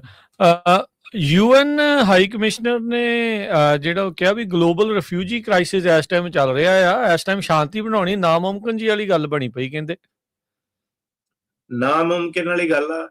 ਇੱਕ ਇਹਦੇ ਵਿੱਚ ਚੀਜ਼ ਦੱਸਦੇ ਜਾਈਏ ਕਿ ਲੇਟੈਸਟ ਹੁਣ ਜਿਹੜਾ ਕੀ ਸੀਗਾ ਕੇਸਾਂ ਦੇ ਵਿੱਚ ਚੱਲਦਾ ਸੀਗਾ ਕਿ ਉਹ ਕਹਿੰਦੇ ਸੀਗੇ ਕਿ ਪੰਜਾਬੀ ਜਿਹੜੇ ਹੈਗੇ ਉਹਨਾਂ ਨੂੰ ਯੁਗਾਂਡਾ ਭੇਜ ਦੇ। ਹਾਂਜੀ, ਇਹਦੇ ਵਿੱਚ ਆਪਾਂ ਕੀ ਦੇਖਦੇ ਆ ਕਿ ਉਹ ਕਈ ਵਾਰੀ ਨਾ ਫਨੀ ਜਿਹਾ ਹੁੰਦਾ ਕਿ ਜਿਹੜੇ ਹੁਣ ਕਈ ਨਿਊਜ਼ ਚੈਨਲ ਜਿੱਦਾਂ ਹੈਗੇ ਆ ਉਹਨਾਂ ਨੂੰ ਮੇਰੇ ਖਿਆਲ ਇਮੀਗ੍ਰੇਸ਼ਨ ਲਾਇਰ ਵਗੈਰਾ ਨਹੀਂ, ਉਹਦੇ ਵਿੱਚ ਨਾ ਉਹ ਐਂਕਰ ਆਪ ਹੀ ਲੱਗੇ ਹੁੰਦੇ ਹੁਣ ਯੁਗਾਂਡਾ ਭੇਜ ਦੇਣਾ, ਏਦਾਂ ਭੇਜ ਦੇਣਾ। ਉਹ ਸਨਸਨੀ ਜੀ ਖਬਰ ਲਈ ਉਹ ਕਈ ਵਾਰੀ ਹਾਸਾ ਜਿਹਾ ਵੀ ਲੱਗਾ ਹੁੰਦਾ। ਉਹ ਕਹਿੰਦਾ ਆਪਣਾ ਹੁਣ ਜਿਹੜਾ ਵਕੀਲ ਇੱਥੇ ਸਾਈਨ ਕੀਤਾ ਕੀ ਉਹ ਉਹਨਾਂ ਦੇ ਲਈ ਯੁਗਾਂਡਾ ਜਾ ਕੇ ਕੇਸ ਲੜੂਗਾ, ਏਦਾਂ ਦੀਆਂ ਆਲਤੂ ਫਾਲਤੂ ਦੀਆਂ ਚੀਜ਼ਾਂ। ਸੋ ਦੱਸਦੇ ਜਾਈਏ ਫਰਾਈਡੇ ਨੂੰ ਜਿਹੜਾ ਦਸੰਬਰ 19 ਨੂੰ 11:55 ਤੇ ਜਿਹੜੀ ਅਮਰੀਕੀ ਸਰਕਾਰ ਸੀਗੀ ਉਹਨਾਂ ਨੇ ਵਾਪਸ ਆਪਣੇ ਜਿਹੜੇ ਡਿਪਾਰਟਮੈਂਟ ਆਫ ਹੋਮਲੈਂਡ ਸਿਕਿਉਰਿਟੀ ਵਾਲੇ ਅਟਰਨੀ ਜਿਹੜੇ ਸੀਗੇ ਉਹਨਾਂ ਨੂੰ ਇੱਕ ਨੋਟਿਸ ਦਿੱਤਾ ਕਿ ਤੁਸੀਂ ਯੁਗਾਂਡਾ ਵਾਲੀ ਜਿਹੜੀ ਚੀਜ਼ ਸੀਗੀ ਉਹ ਪੰਜਾਬੀਆਂ ਦੇ ਉੱਤੇ ਨਹੀਂ ਲਾਗੂ ਕਰਨੀ। ਠੀਕ ਆ, ਪਹਿਲੀ ਵਾਰੀ ਤੁਸੀਂ ਇਸ ਪ੍ਰੋਗਰਾਮ ਤੇ ਸੁਣੀ ਇਹ ਚੀਜ਼। ਅੱਛਾ, ਸੋ ਨਹੀਂ ਕਰਨੀ ਪੰਜਾਬੀਆਂ ਤੇ ਲਾਗੂ। ਠੀਕ ਹੈ। ਜਿਹੜੇ ਸਵੇਰੇ ਕੇਸ ਸੀਗੇ ਉਹ ਉਹਨਾਂ ਨੇ ACA ਨੂੰ ਕਹਿੰਦੇ ਆ ਅਸਾਈਲਮ ਕੋਆਪਰੇਟਿਵ ਐਗਰੀਮੈਂਟ। ਸਵੇਰੇ ਆਪਣੇ ਕੇਸ ਜਿਹੜੇ ਸੀਗੇ ਉੱਤੇ ਅਸਾਈਲਮ ਕੋਆਪਰੇਟਿਵ ਐਗਰੀਮੈਂਟ ਲੱਗੀ ਆ। ਜਿਹੜੇ 1 ਵਜੇ ਦੁਪਹਿਰ ਵਾਲੇ ਕੇਸ ਸੀਗੇ ਕੱਲ ਸਾਰੇ ਜਿਹੜੇ ਕੋਰਟਸ ਜਿਹੜੇ ਸੀਗੇ ਉਹਦੇ ਵਿੱਚ ਜਿਹੜੀ ਯੁਗਾਂਡਾ ਵਾਲੀ ACA ਸੀਗੀ ਉਹਨਾਂ ਨੇ ਵਾਪਸ ਲੈ ਲਈ ਹੈਗੀ ਆ ਆਪਣੇ ਜਿਹੜੇ ਸਰਕਾਰੀ ਵਕੀਲਾਂ ਨੇ।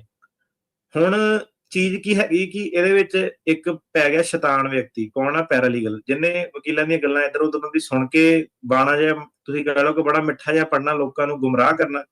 ਤੇ ਉਹਨਾਂ ਨੇ ਕੀ ਹੈ ਕਿ ਸੁਣ ਕੇ ਕਰਨਾ। ਕਿਉਂ ਕਰਨਾ ਸੁਣ ਕੇ? ਕਿਉਂਕਿ ਉਹ ਕੋਰਟ ਦੇ ਵਿੱਚ ਜਾ ਨਹੀਂ ਸਕਦੇ। ਠੀਕ ਆ, ਹੁਣ ਜੇ ਕੋਈ ਚੀਜ਼ ਹੀ ਹੁਣ 11:55 ਤੇ ਹੋਈ ਹੈ ਇਹਨਾਂ ਨੂੰ ਕਿੱਦਾਂ ਪਤਾ ਲੱਗੂਗੀ? ਤੁਸੀਂ ਆਪ ਦੱਸੋ। ਠੀਕ ਆ ਕਿ ਤੇ ਦੂਸਰੀ ਗੱਲ ਇਹ ਹੈ ਕਿ ਕਮਿਊਨਿਟੀ ਗੁੰਮਰਾਹ ਇਹਨਾਂ ਕੋਲ ਹੁੰਦੀ ਆ। ਠੀਕ ਆ, ਫਿਰ ਇਹਦੇ ਵਿੱਚ ਤੁਸੀਂ ਕਹ ਲਓ ਕਿ ਕਈ ਹੁਣ ਜਿਹੜੇ ਸਟੇਸ਼ਨ ਚੈਨਲ ਜਿਹੜੇ ਆ ਉਹ ਇਹ ਖਬਰਾਂ ਨੂੰ ਬਹੁਤ ਵਧਾ ਚੜਾ ਕੇ ਮਸਾਲਾ ਜਿਹਾ ਲਾ ਕੇ ਜਿਹੜਾ ਦੱਸਦੇ ਆ ਕਿ ਯੁਗਾਂਡਾ ਭੇਜਣਾ, ਏਦਾਂ ਕਰ ਦੇਣਾ, ਉਦਾਂ ਕਰ ਦੇਣਾ। ਸੋ ACA ਜਿਹੜੀ ਸੀਗੀ ਇਹ ਵਾਪਸ ਆ ਗਈ। ਇਹਦੇ ਵਿੱਚ ਡਿਊ ਪ੍ਰੋਸੈਸ ਜਿਹੜੇ ਚੈਲੰਜ ਜਿਹੜੇ ਸੀਗੇ ਤੇ ਹੁਣ ਅਗਲੇ ਹਫਤੇ ਤੋਂ ਤੁਸੀਂ ਕੀ ਦੇਖੋਗੇ ਕਿ ਯੁਗਾਂਡਾ ਵਾਲੀ ਜਿਹੜੀ ACA ਸੀਗੀ ਉਹ ਕਹਿੰਦੇ ਕਿ ਸਿਰਫ ਜਿਹੜੀ ਅਫਰੀਕਨ ਨੇਸ਼ਨਸ ਦੇ ਉੱਤੇ ਜਿਹੜੀ ਲਾਓ। ਠੀਕ ਆ। ਤੇ ਇਹ ਜਿਹੜੀ ਲੇਟੈਸਟ ਜਿਹੜੀ ਖਬਰ ਆ, ਜਿਹੜਾ UN ਹਾਈ ਕਮਿਸ਼ਨ ਵਾਲਾ ਸੀਗਾ, ਉਹ ਕਹਿੰਦਾ ਕਿ ਆਲਰੇਡੀ ਕ੍ਰਾਈਸਿਸ ਜਿਹੜਾ ਬਹੁਤ ਜ਼ਿਆਦਾ, 117 ਮਿਲੀਅਨ ਲੋਕੀ ਆਲਰੇਡੀ ਗਲੋਬਲੀ ਜਿਹੜੇ ਡਿਸਪਲੇਸਡ ਜਿਹੜੇ ਹੈਗੇ ਆ, ਤੇ ਆਲਰੇਡੀ ਯੂਕਰੇਨ, ਸੁਡਾਨ, ਮਿਆਂਮਾਰ ਇਹਦੇ ਵਿੱਚ ਆਲਰੇਡੀ ਜਿਹੜਾ ਸੀਗਾ ਬਹੁਤ ਜ਼ਿਆਦਾ, ਜਿਹੜਾ ਤੁਸੀਂ ਕਹ ਲਓ ਕਨਫਲਿਕਟ ਆਲਰੇਡੀ ਇੰਟਰਨਲੀ ਜਿਹੜੇ ਚੱਲਦੇ ਆ, ਤੇ ਅਸਾਈਲਮ ਨੂੰ ਤੁਸੀਂ ਰੋਕਣਾ ਨਹੀਂ ਤੁਹਾਨੂੰ ਚਾਹੀਦਾ, ਉਹਨੂੰ ਸਗੋਂ ਵਧਾਉਣਾ ਚਾਹੀਦਾ ਹੈ। ਸੋ ਇਹ ਜਿਹੜੀ ਸੀਗੀ UN ਹਿਊਮਨ ਰਾਈਟਸ ਕਮਿਸ਼ਨ ਦੀ ਜਿਹੜੀ ਰਿਪੋਰਟ ਆ, ਤੇ ਜਦੋਂ ਇਦਾਂ ਦੇ ਬਿਆਨ ਆਉਂਦੇ ਆ, ਉਹ ਵੀ ਚੀਜ਼ਾਂ ਆਫ ਕੋਰਸ ਹੁਣ ਜਦੋਂ ਇਹ ਬੰਦਾ ਇਦਾਂ ਦੇ ਬਿਆਨ ਦੇਊਗਾ, ਉਹਨੂੰ ਕੰਟਰੀ ਕੰਡੀਸ਼ਨ ਆਪਾਂ ਵੀ ਤਾਂ ਜੱਜ ਨੂੰ ਲਾਵਾਂਗੇ ਨਾ ਕਿ ਆਹ ਦੇਖ ਬਈ UN ਇਹ ਕਹਿ ਰਹੀ ਹੈ ਚੀਜ਼, ਠੀਕ ਹੈ, ਤੇ ਜੱਜ ਵੀ ਫਿਰ ਫੈਸਲਾ ਲੈ ਸਕਦਾ। ਤੇ ਸਰਕਾਰੀ ਵਕੀਲ ਸੀਗੇ, ਉਹਨਾਂ ਨੇ ਵਾਕਈ ਜਿਹੜਾ ਸੀਗਾ ਕੱਲ ਦੁਪਹਿਰ ਵਾਲੇ ਜਿਹੜੇ ਕੇਸ ਸੀਗੇ, ਉਹਦੇ ਵਿੱਚ ਅਸਾਈਲਮ ਕੋਆਪਰੇਟਿਵ ਅਗਰੀਮੈਂਟ ਵਾਲੀਆਂ ਜਿਹੜੀਆਂ ਸੀਗੀਆਂ ਚੀਜ਼ਾਂ ਵਾਪਸ ਲੈ ਲਈ। ਠੀਕ ਹੈ। ਦਸੰਬਰ ਦੇ ਵਿੱਚ ਕਾਫੀ ਇਮੀਗ੍ਰੇਸ਼ਨ ਪਾਲਿਸੀ ਚੇਂਜ ਜਿਹੜੇ ਉਹ ਆਏ ਆ, ਕੀ ਚੇਂਜ ਜਿਹੜਾ ਜੀ ਇਹਨਾਂ ਨੇ ਕੀਤਾ, ਜੇ ਦੱਸਣਾ ਹੋਵੇ? ਟਰੰਪ ਗੋਲਡ ਕਾਰਡ ਵੀ ਆ ਗਿਆ, ਇਨਵੈਸਟਰ ਵੀਜ਼ਾ ਵੀ ਲਾਂਚ ਹੋ ਗਿਆ, H1B H4 ਵਾਲਿਆਂ ਦੇ ਉੱਤੇ ਵੀ ਤੇਜ਼ ਆ, ਕਈਆਂ ਦੇ ਜਿੱਦਾਂ ਤੁਸੀਂ ਦੱਸਿਆ ਵੀ 7 ਕੰਟਰੀਆਂ ਹੋਰ ਬੈਨ ਹੋ ਗਈਆਂ। ਕੀ ਆਏ ਜੀ ਨਵੇਂ ਜਿਹੜੇ ਓਵਰਆਲ ਇਮੀਗ੍ਰੇਸ਼ਨ ਚੇਂਜਸ ਇਸ ਵੀਕ, ਇਸ ਮਹੀਨੇ 'ਚ? ਗੋਲਡ ਕਾਰਡ ਤਾਂ ਛੱਡੋ, ਇਹਨੇ ਵੈਬਸਾਈਟ ਤੇ ਕਹਿੰਦਾ ਪਲੈਟੀਨਮ ਕਾਰਡ ਵੀ ਆਣਾ ਜੇ, ਉਹ ਗੋਲਡ ਕਾਰਡ ਤੋਂ ਵੀ ਉੱਤੇ ਹੋਣਾ ਵਾ। ਉਹਦੇ ਵਿੱਚ ਤਾਂ ਮੈਨੂੰ ਲੱਗਦਾ ਮਸਾਜ ਇਹਨਾਂ ਨੇ ਫ੍ਰੀ ਸਰਵਿਸ ਦਿਆ ਕਰਨੀ, ਜਦੋਂ 에ਅਰਪੋਰਟ ਤੋਂ ਆਇਆ ਕਰਨਾ ਨਾ ਬੰਦੇ ਨੇ ਕਾਰਡ ਲੈ ਕੇ ਆਪਣਾ, ਤੇ ਟਰੰਪ ਹੁਣੀ ਆਪ ਜੀ ਇਹਨੂੰ ਆਖਣਗੇ ਉੱਥੇ ਆ ਕੇ। ਹਾਂਜੀ, ਅਸਾਈਲਮ ਐਪਲੀਕੇਸ਼ਨ ਫ੍ਰੀਜ਼ ਕਰਤੀਆਂ ਇਹਨਾਂ ਨੇ, ਜਿਹੜੀਆਂ ਸੀਗੀਆਂ ਮਿਲੀਅਨਸ ਆਫ ਲੋਕਾਂ ਦੀਆਂ, ਆਹੀ ਜਿਹੜਾ ਗੋਲੀਆਂ ਜਿਹੜੀਆਂ ਚੱਲੀਆਂ ਸੀਗੀਆਂ ਅਫਗਾਨ ਵਾਲੀਆਂ, ਉਹਦੇ ਬਹਾਨੇ ਕਰਕੇ। ਵੈਟਿੰਗ ਕਹਿੰਦੇ ਐਕਸਪੈਂਡ ਕਰਦੇ ਨੇ, ਸੋਸ਼ਲ ਮੀਡੀਆ ਨੂੰ ਲੈ ਕੇ ਬਾਇਓਮੈਟ੍ਰਿਕਸ ਜਿਹੜੇ ਸੀਗੇ ਜਵਾਕਾਂ ਦੇ ਵੀ, ਜਿਹੜੇ ਸੀਗੇ 14 ਸਾਲ ਤੋਂ ਛੋਟੇ ਆ, ਉਹਨਾਂ ਦੇ ਵੀ ਉਹ ਕਹਿੰਦੇ ਕਰਨੇ ਆ, facial recognition technology, retina scan, ਤੇ ਮਿਲਟਰੀ ਸਟੇਟ ਹੁਣ ਦੱਸੋ ਕਿਹੜੇ ਹਿਸਾਬ ਨਾਲ ਨਹੀਂ ਬਣਿਆ। ਈਵਨ ਇਹਦੇ ਵਿੱਚ ਕਹਿੰਦੇ ਗ੍ਰੀਨ ਕਾਰਡ ਹੋਲਡਰ ਵੀ ਜਿਹੜੇ ਹੈਗੇ ਆ, ਉਹਨਾਂ ਨੂੰ ਵੀ ਵਿੱਚ ਪਾਣਾ। ਉਹਨਾਂ ਨੂੰ ਕੋਈ ਪੁੱਛੇ ਕਿ ਭਾਈ ਉਹ ਤਾਂ ਆਲਰੇਡੀ ਗ੍ਰੀਨ ਕਾਰਡ ਹੋਲਡਰ ਆ, ਉਹਨਾਂ ਨੂੰ ਤਾਂ ਤੁਸੀਂ ਆਪ ਕਹਿੰਦੇ ਆ ਕਿ ਤੁਸੀਂ ਬਾਹਰ ਨਹੀਂ ਰਹਿ ਸਕਦੇ, ਤੁਸੀਂ ਅਮਰੀਕਾ ਆ ਕੇ ਰਹੋ, ਤੇ ਉਹਨਾਂ ਨੂੰ ਤੁਸੀਂ ਜਿਹੜੀ ਸਕਰੂਟਨੀ ਤੇ ਇਦਾਂ ਸਬਜੈਕਟ ਜਿਹੜਾ ਕਰਦੇ ਆ। H1B ਵਾਲੇ ਵੀਜ਼ੇ ਵਾਲੇ ਨਹੀਂ ਬਖਸ਼ੇ, H4 ਜਿਹੜੇ ਉਹਨਾਂ ਦੇ ਵੀਜ਼ੇ ਵਾਲੇ ਜਿਹੜੇ ਨਹੀਂ ਬਖਸ਼ੇ, ਉਹਨਾਂ ਤੇ ਰੋਕ ਟੋਕ। ਉਹ ਜਦੋਂ ਹੁਣ ਬਾਹਰ ਜਾਂਦੇ ਆ ਸਟੈਂਪ ਸਟੂੰਪ ਲੈਣ ਐਮਬੈਸੀ, ਤੇ ਉਹਨਾਂ ਦਾ ਕਈ ਵਾਰੀ ਆਪਾਂ ਦੇਖ ਰਹੇ ਹਾਂ ਕਿ ਉਹ ਵਿਚਾਰੇ ਚੱਲ ਜਾਂਦੇ ਆ, ਉਹਨਾਂ ਨੂੰ ਉੱਥੇ ਜਾ ਕੇ ਕਹਿੰਦੇ ਆ ਕਿ ਕਈਆਂ ਦੀ ਜਿਹੜੀ ਡੇਟ ਸੀਗੀ ਉਹ ਸਾਲ ਬਾਅਦ ਕਰਤੀ ਇੰਟਰਵਿਊ ਦੀ ਪੋਸਟਪੋਨ, ਉਹਨੂੰ ਡੇਟ ਹੀ ਨਹੀਂ ਮਿਲ ਰਹੀ। ਲੋਕਾਂ ਨੂੰ ਜਨਵਰੀ ਜਿੱਦਾਂ ਕਿਸੇ ਦੀ ਡੇਟ ਸੈੱਟ ਸੀਗੀ, ਉਹ ਇੱਕ ਤਰ੍ਹਾਂ ਤੋਂ ਔਖਾ ਹੋ ਗਿਆ, ਹੁਣ ਉਹ ਫਸ ਜਾਂਦੇ ਆ ਬਾਹਰ ਜਾ ਕੇ, ਤੇ ਫਿਰ ਜਿਹੜੇ ਉਹਨਾਂ ਦੇ EMPLOYER ਆ ਜੌਬ ਉਹਨਾਂ ਦੀ ਜਿਹੜੀ ਕੈਂਸਲ ਕਰ ਦਿੰਦੇ ਆ। ਵਰਕ ਪਰਮਿਟ ਜਿਹੜੇ ਸੀਗੇ ਉਹ ਘਟਾਤੇ, 18 ਮਹੀਨੇ ਕਰਤੇ। ਬਾਅਦ ਜਦੋਂ ਬੰਦਾ ਉਹਨੂੰ ਰਿਨੂਅਲ ਨਹੀਂ ਕਰਦਾ, ਉਹਨੂੰ ਟਾਈਮ ਸਿਰ ਰਿਨੂਅਲ ਨਹੀਂ ਦਿੰਦੇ ਨਹੀਂ ਆ, ਉਹ ਜਿਹੜਾ ਵਰਕ ਪਰਮਿਟ ਸੀਗਾ ਉਹਦੇ ਵਿੱਚ ਗੈਪ ਆ ਜਾਂਦੇ ਆ। ਸੋ ਇਦਾਂ ਦੇ ਜਿਹੜੇ ਪੰਗੇ, ਇਹਨਾਂ ਨੇ ਛੋਟੀ ਛੋਟੀਆਂ ਚੀਜ਼ਾਂ ਜਿਹੜੀਆਂ ਤੰਗ ਪਰੇਸ਼ਾਨ ਕਰਨ ਵਾਲੀਆਂ, ਇਮੀਗ੍ਰੈਂਟਾਂ ਦੇ ਰਾਹ ਤੁਸੀਂ ਕਹ ਲਓ ਕਰੋੜੇ ਜਿਹੜੇ ਸੁੱਟਣੇ ਇਹਨਾਂ ਨੇ ਜ਼ਿਆਦਾ ਜਿਹੜੇ ਸ਼ੁਰੂ ਕਰਤੇ ਆ। ਬਾਕੀ ਇਹ ਆ ਜੀ, ਦੇਖੋ ਇਹ ਐਕਸਪੈਕਟਡ ਸੀਗਾ, ਫਾਈਟ ਜਿਹੜੀ ਤੁਸੀਂ ਕਰਨੀ ਆ ਸਾਰਿਆਂ ਨੇ, ਠੀਕ ਆ, ਹੌਸਲਾ ਨਹੀਂ ਛੱਡਣਾ। ਤੇ ਇਹ ਪ੍ਰੋਬਲਮਾਂ ਜਿਹੜੀਆਂ ਸੀਗੀਆਂ ਕੋਈ ਏਦਾਂ ਨਹੀਂ ਹੈਗੀਆਂ ਪਹਿਲੀ ਵਾਰੀ ਆਈਆਂ, ਜਦੋਂ ਪਹਿਲਾਂ ਆਇਆ ਸੀਗਾ 2019 ਦੇ ਗੇਟ ਦੇ ਵਿੱਚ ਵੀ ਜਦੋਂ ਤੱਕੇ ਸੀਗਾ, ਤੇ ਉਹ ਉਦੋਂ ਵੀ ਜਿਹੜੀਆਂ ਸੀਗੀਆਂ ਇਹ ਪ੍ਰੋਬਲਮ ਜਿਹੜੀਆਂ ਸਾਰੀਆਂ ਸੀਗੀਆਂ, ਤੇ ਇਹਦੇ ਕੋਲੋਂ ਐਕਸਪੈਕਟਡ ਜਿਹਾ ਸੀਗਾ। ਥੋੜੀ ਜਿਹੀ ਚੀਜ਼ਾਂ ਇਹ ਜ਼ਿਆਦਾ ਕਰ ਗਿਆ, ਪਰ ਇਹ ਹੈ ਕਿ ਕਈ ਚੀਜ਼ਾਂ ਦੀਆਂ ਜਿਹੜੀਆਂ ਰਿਵਰਸ ਵੀ ਜਿਹੜੀਆਂ ਹੋ ਗਈਆਂ, ਤੇ ਫਾਈਟ ਚੱਲਦੀ ਰਹਿਣੀ ਜੀ। ਜੱਜ ਨੂੰ ਵੀ ਦੇਖ ਲਓ, ਇਹਨਾਂ ਨੇ ਦੋਸ਼ੀ ਕਰਾਰ ਦੇ ਦਿੱਤਾ, ਜੱਜ ਡੂਗਨ, ਜਿਨੇ ਇੱਕ ਇਮੀਗ੍ਰੈਂਟ ਨੂੰ ਕਹਿੰਦੇ ਵੀ ਫੈਡਰਲ ਏਜੰਟਸ ਨੂੰ ਜਿਹੜਾ ਰੋਕਿਆ ਸੀਗਾ, ਮਿਲਵਾਕੀ ਦੀ ਜਿਹੜੀ ਜੱਜ ਸੀਗੀ, ਉਸਨੂੰ ਵੀ ਦੋਸ਼ੀ ਕਰਾਰ ਦੇ ਦਿੱਤਾ। ਇੰਨੀ ਵੱਡੀ ਬਣਾਉਣ ਦੀ ਜ਼ਰੂਰਤ ਨਹੀਂ ਸੀਗੀ, ਜਿੰਨਾ ਮਤਲਬ ਕਿ ਟੈਕਨੀਕਲੀ ਠੀਕ ਆ, ਵਾਇਲੇਟ ਉਹਨੇ ਕੀਤਾ ਕਿ ਆਪਣਾ ਕੋਰਟ ਦਾ ਕਿ ਪਿਛਲੇ ਦਰਵਾਜ਼ੇ ਤੋਂ ਨਿਕਲ ਜਾਓ, ਉਹਦੀ ਜੋ ਵੀ ਮੋਰਲ ਜਾਂ ਪ੍ਰਿੰਸੀਪਲ ਜਿਹੜੇ ਹੋਣੇ ਆ, ਪਰ ਉਹਨੂੰ ਕਿੱਡਾ ਵੱਡਾ ਇਹਨਾਂ ਨੇ ਜਿਹੜਾ ਤੁਸੀਂ ਚੱਕ ਲਿਆ ਕਿ ਜੱਜ ਨੂੰ ਜਿਹੜੀ ਟ੍ਰੀਟਮੈਂਟ ਜਿਹੜੀ ਦਿੱਤੀ ਹੈ, ਤੇ ਆਈ ਡੋਨਟ ਥਿੰਕ ਸੋ ਕਿ ਉਹਦਾ ਕਿਸੇ ਨੂੰ ਕੋਈ ਬੈਨੀਫਿਟ ਜਿਹੜਾ ਕਿਸੇ ਵੀ ਕਿਸਮ ਦਾ ਜਿਹੜਾ ਹੈਗਾ। ਉਹਦੇ ਵੀ ਤੁਸੀਂ ਜਾ ਕੇ ਕਮੈਂਟਾਂ 'ਚ ਦੇਖੋ, ਉਹਦੇ ਵਿੱਚ ਵੀ ਕਈ ਲੋਕੀ ਉਹਨੂੰ ਸ਼ਲਾਘਾ ਕਰਦੇ ਆ ਕਿ ਨਹੀਂ ਜੱਜ ਲਾਅ ਤੋਂ ਅਬਵ ਨਹੀਂ ਹੈਗਾ, ਬਟ ਆਈ ਡੋਨਟ ਨੋ ਕਿ ਹੁਣ ਪੂਰੇ ਫੈਕਟਸ ਜਿਹੜੇ ਕੀ ਆ। ਕੋਰਟ 'ਚ ਫੜਨ ਆਏ ਸੀਗੇ, ਇਮੀਗ੍ਰੈਂਟ ਸੀਗਾ ਬੰਦਾ, ਤੇ ਜੱਜ ਨੇ ਦਰਵਾਜ਼ਾ ਖੋਲਿਆ, ਪਰ ਉਹਨੂੰ ਇਹ ਹੈਗੀ ਐਗਜ਼ਾਮਪਲ ਜਿਹੜੀ ਜ਼ਿਆਦਾ ਵੱਡੀ ਸੈੱਟ ਕਰਤੀ। ਸੋ ਬਾਕੀਆਂ ਨੂੰ ਬੇਸਿਕਲੀ ਇਸ਼ਾਰਾ ਆ ਵੀ ਤੁਸੀਂ ਸਾਡੇ ਹਿਸਾਬ ਨਾਲ ਹੀ ਚੱਲੋ। ਜੀ ਜੀ। ਤੇ ਟਰਨੀ ਟੇਕ ਕਹਿਣਾ ਜੀ, ਬ੍ਰੇਕ ਲੈ ਲੈਂਦੇ ਇੱਥੇ ਆਪਾਂ, ਤੇ ਬ੍ਰੇਕ ਤੋਂ ਬਾਅਦ ਦੇ ਵਿੱਚ ਮੁੜਦੇ ਹਾਂ ਵਾਪਸ, ਤੇ ਫਿਰ ਖਬਰਾਂ ਦਾ ਸਿਲਸਿਲਾ ਇਦਾਂ ਹੀ ਗੱਲਬਾਤ ਦਾ ਸਿਲਸਿਲਾ ਜਾਰੀ ਰੱਖਾਂਗੇ। ਫਿਰ ਕਾਲਸ ਲਵਾਂਗੇ। ਕਾਲ ਕਰਨ ਦੇ ਲਈ ਸਰੋਤਿਓ ਨੰਬਰ ਰਹੇਗਾ 408 272 5200 4082725200। ਇੱਕ ਬ੍ਰੇਕ ਲਵਾਂਗੇ, ਤੇ ਬ੍ਰੇਕ ਤੋਂ ਬਾਅਦ ਮੁੜਦੇ ਹਾਂ ਵਾਪਸ ਪ੍ਰੋਗਰਾਮ ਅਪਡੇਟ ਇਮੀਗ੍ਰੇਸ਼ਨ ਦੇ ਵਿੱਚ।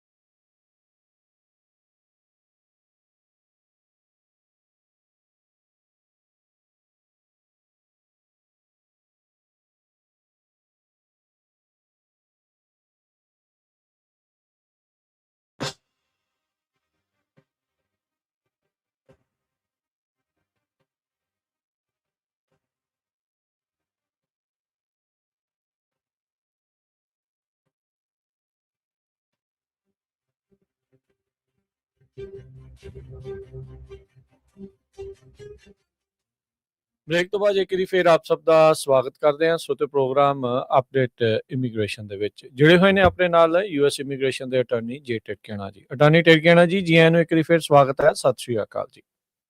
ਧੰਨਵਾਦ ਜੀ ਤੇ ਸਤਿ ਸ਼੍ਰੀ ਅਕਾਲ ਜੀ ਸਾਰੇ ਜੀ। ਤੇ ਸਰੋਤਿਓ ਹੁਣ ਕਾਲਸ ਤੁਹਾਡੀਆਂ ਆਪਾਂ ਲਵਾਂਗੇ। ਕਾਲ ਤੁਸੀਂ ਕਰ ਸਕਦੇ ਹੋ ਸਟੂਡੀਓ ਦੇ ਵਿੱਚ। ਫੋਨ ਨੰਬਰ ਹੈ 408 272 5200 4082725200 ਦੇ ਉੱਤੇ।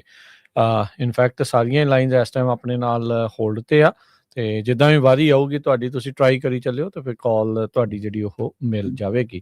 ਤੇ ਨਾਲ ਹੀ ਆਪਾਂ ਆਪਣੇ ਜਿਹੜੇ ਕਾਲਰਸ ਆ ਉਹਨਾਂ ਨੂੰ ਬੇਨਤੀ ਕਰਦੇ ਹਾਂ ਜਲਦੀ ਦੇਣੀ ਜਿਹੜਾ ਉਹ ਸਵਾਲ ਪੁੱਛਣ ਦੀ ਕੋਸ਼ਿਸ਼ ਕਰਿਓ ਤਾਂ ਜੋ ਆਪਾਂ ਵੱਧ ਤੋਂ ਵੱਧ ਕਾਲਸ ਜਿਹੜੀਆਂ ਉਹ ਲੈ ਸਕੀਏ। ਅੱਜ ਦੇ ਪਹਿਲੇ ਕਾਲਰ ਨੇ ਆਪਣੇ ਨਾਲ ਜੁੜੇ ਗੁਰਪਾਲ ਜੀ। ਹਾਂਜੀ, ਸਤਿ ਸ਼੍ਰੀ ਅਕਾਲ ਜੀ, ਸਵਾਗਤ ਹੈ। ਹਾਂਜੀ ਗੁਰਪਾਲ ਜੀ, ਸਤਿ ਸ੍ਰੀ ਅਕਾਲ ਜੀ। ਸਤਿ ਸ਼੍ਰੀ ਅਕਾਲ ਜੀ। जी मेरा क्वेश्चन है जी कि मैं 1996 में विजिटर वीजे पे आया था। ओके। हाँ जी, तो फिर यहाँ के मैंने शादी कर ली, ग्रीन कार्ड लिया, फिर मैं उसको 8 साल के बाद तलाक दे के अपनी इंडिया वाली वाइफ को बुलाया ग्रीन कार्ड पे। तो शादी यहाँ पर मैं अब इंडिया जा सकते हैं हम दोनों? देखो, अगर आपके केस में फ्रॉड नहीं है कोई, फिर तो कोई प्रॉब्लम नहीं है, फिर तो इंडिया जाओ कोई। हाँ जी, हाँ, मेरा क्वेश्चन है मेरी वाइफ पे ग्रीन कार्ड है, उसको तो कोई चक्कर नहीं है। नहीं, हाँ, अगर ये जो इंडिया वाली वाइफ ये बाद में पिक्चर में आई है ना, ये पहले आपने अमेरिका वाली वाइफ से शादी करी, फिर 8 साल बाद आपने नई शादी करी है इंडिया में, ऐसा है ना? उसको तलाक देके इंडिया वाली से ही शादी करके उसको बुलाया ग्रीन कार्ड पे। जो आपके जो इंडिया वाली वाइफ है वहाँ पे जो वहाँ पे आपके बच्चे हैं, इंडिया वाली वाइफ जो है आपकी? जी हाँ है, उनका अप्लाई कर रखा है। और वो बाद में मतलब आपने जब वो जो बच्चों की डेट ऑफ बर्थ है वो आपके यूएस के तलाक के बाद है, राइट? नहीं, पहले है जी। वो तो उसको इंटरव्यू हुआ था मेरा, तो वो डेट पूछी थी उनकी, डेट ऑफ बर्थ मैंने बता दी थी इंटरव्यू पे उनकी बच्चों की। तो आपने जो अपनी यूएस वाली जो आपकी शादी थी उसमें आपने डिस्क्लोज किया कि आपके बच्चे थे? जी हाँ, जी हाँ। तो और वो जो आपके बच्चे वो सेम जो आपके बाद में आपने जो शादी करी वही लेडी के साथ है ना? हाँ जी, पहली वाइफ के साथ। सॉरी, आपके जो जिस यूएस सिटीजन ने आपको ग्रीन कार्ड कराया उसके साथ भी आपके बच्चे हैं, राइट? नहीं, उसके साथ नहीं है जी। और जो इंडिया वाली वाइफ है उसके साथ आपके शादी करने से पहले बच्चे थे, ये कह रहे हैं ना? नहीं, शादी के बाद बच्चे उसके साथ मेरे। ਨਹੀਂ, ਜਿਹੜੇ ਅਮਰੀਕਾ 'ਚ ਵਿਆਹ ਤੋਂ ਪਹਿਲਾਂ ਦੇ ਆ ਜਾਂ ਅਮਰੀਕਾ ਤੋਂ ਵਿਆਹ ਦੇ ਬਾਅਦ ਦੇ ਆ ਬੱਚੇ ਜਿਹੜੇ ਉਹ ਆ? ਵਿਆਹ ਤੋਂ ਪਹਿਲਾਂ ਹੈ ਜੀ। ਅਮਰੀਕਾ ਦੇ ਵਿਆਹ ਤੋਂ ਪਹਿਲਾਂ ਦੇ ਬੱਚੇ ਆ ਉਹ, ਠੀਕ ਆ जी जी जी। फिर वो जो इंडिया वाली वाइफ थी उससे आपने पहले डिवोर्स करा, फिर अमेरिका वाली से शादी करी ना? क्यों? जी जी जी जी। अच्छा, फिर दोबारा ਵਿਆਹ ਕੀਤਾ ਉਹਦੇ ਨਾਲ? हाँ जी हाँ। ठीक है, ओके। हाँ नहीं, ये तो मतलब कंसर्निंग हो जाता है ना ये, क्योंकि इसमें अब कंसर्न क्या आ जाता है, इसमें कंसर्न ये आ जाता है। मैं नहीं कहता कि इसमें आप सही हो या गलत हो, क्योंकि मैं कोई इमिग्रेशन या इन्वेस्टिगेशन ऑफिसर नहीं हूँ, पर इसमें सुनने में ऐसा लगता है कि ग्रीन कार्ड के लिए शादी करी है, सो ये कंसर्न आ जाता है और वो हमेशा ही कंसर्न रहेगा। जी। रवि। हाँ जी, सत श्री अकाल भाजी। सत श्री अकाल जी। ਹਾਂਜੀ ਭਾਜੀ, ਮੇਰਾ ਕੁਐਸਚਨ ਸੀ, ਮੇਰੀ ਨਾ ਵਾਈਫ ਦੀ ਇੰਟਰਵਿਊ ਸੀਗੀ ਬੰਬੇ ਪਿਛਲੇ ਹਫਤੇ, ਤੇ ਉਹਨਾਂ ਨੇ ਇੱਕ ਪੇਪਰ ਦਾ ਕੰਡੀਸ਼ਨ ਲਾਤੀ। ਉਹਨਾਂ ਹਾਂਗਕਾਂਗ ਰਹਿ ਕੇ ਆਏ ਸੀ 2 ਸਾਲ, ਉੱਥੋਂ ਦੀ ਉਹਨਾਂ ਨੇ ਪੀਸੀਸੀ ਮੰਗਾਈ ਤੇ ਉਹਨਾਂ ਨੇ ਡਾਇਰੈਕਟ ਮੇਲ ਕਰਤੀ ਸੀਗੀ ਕੌਂਸਲੇਟ ਆਫ ਬੰਬੇ ਵਿੱਚ।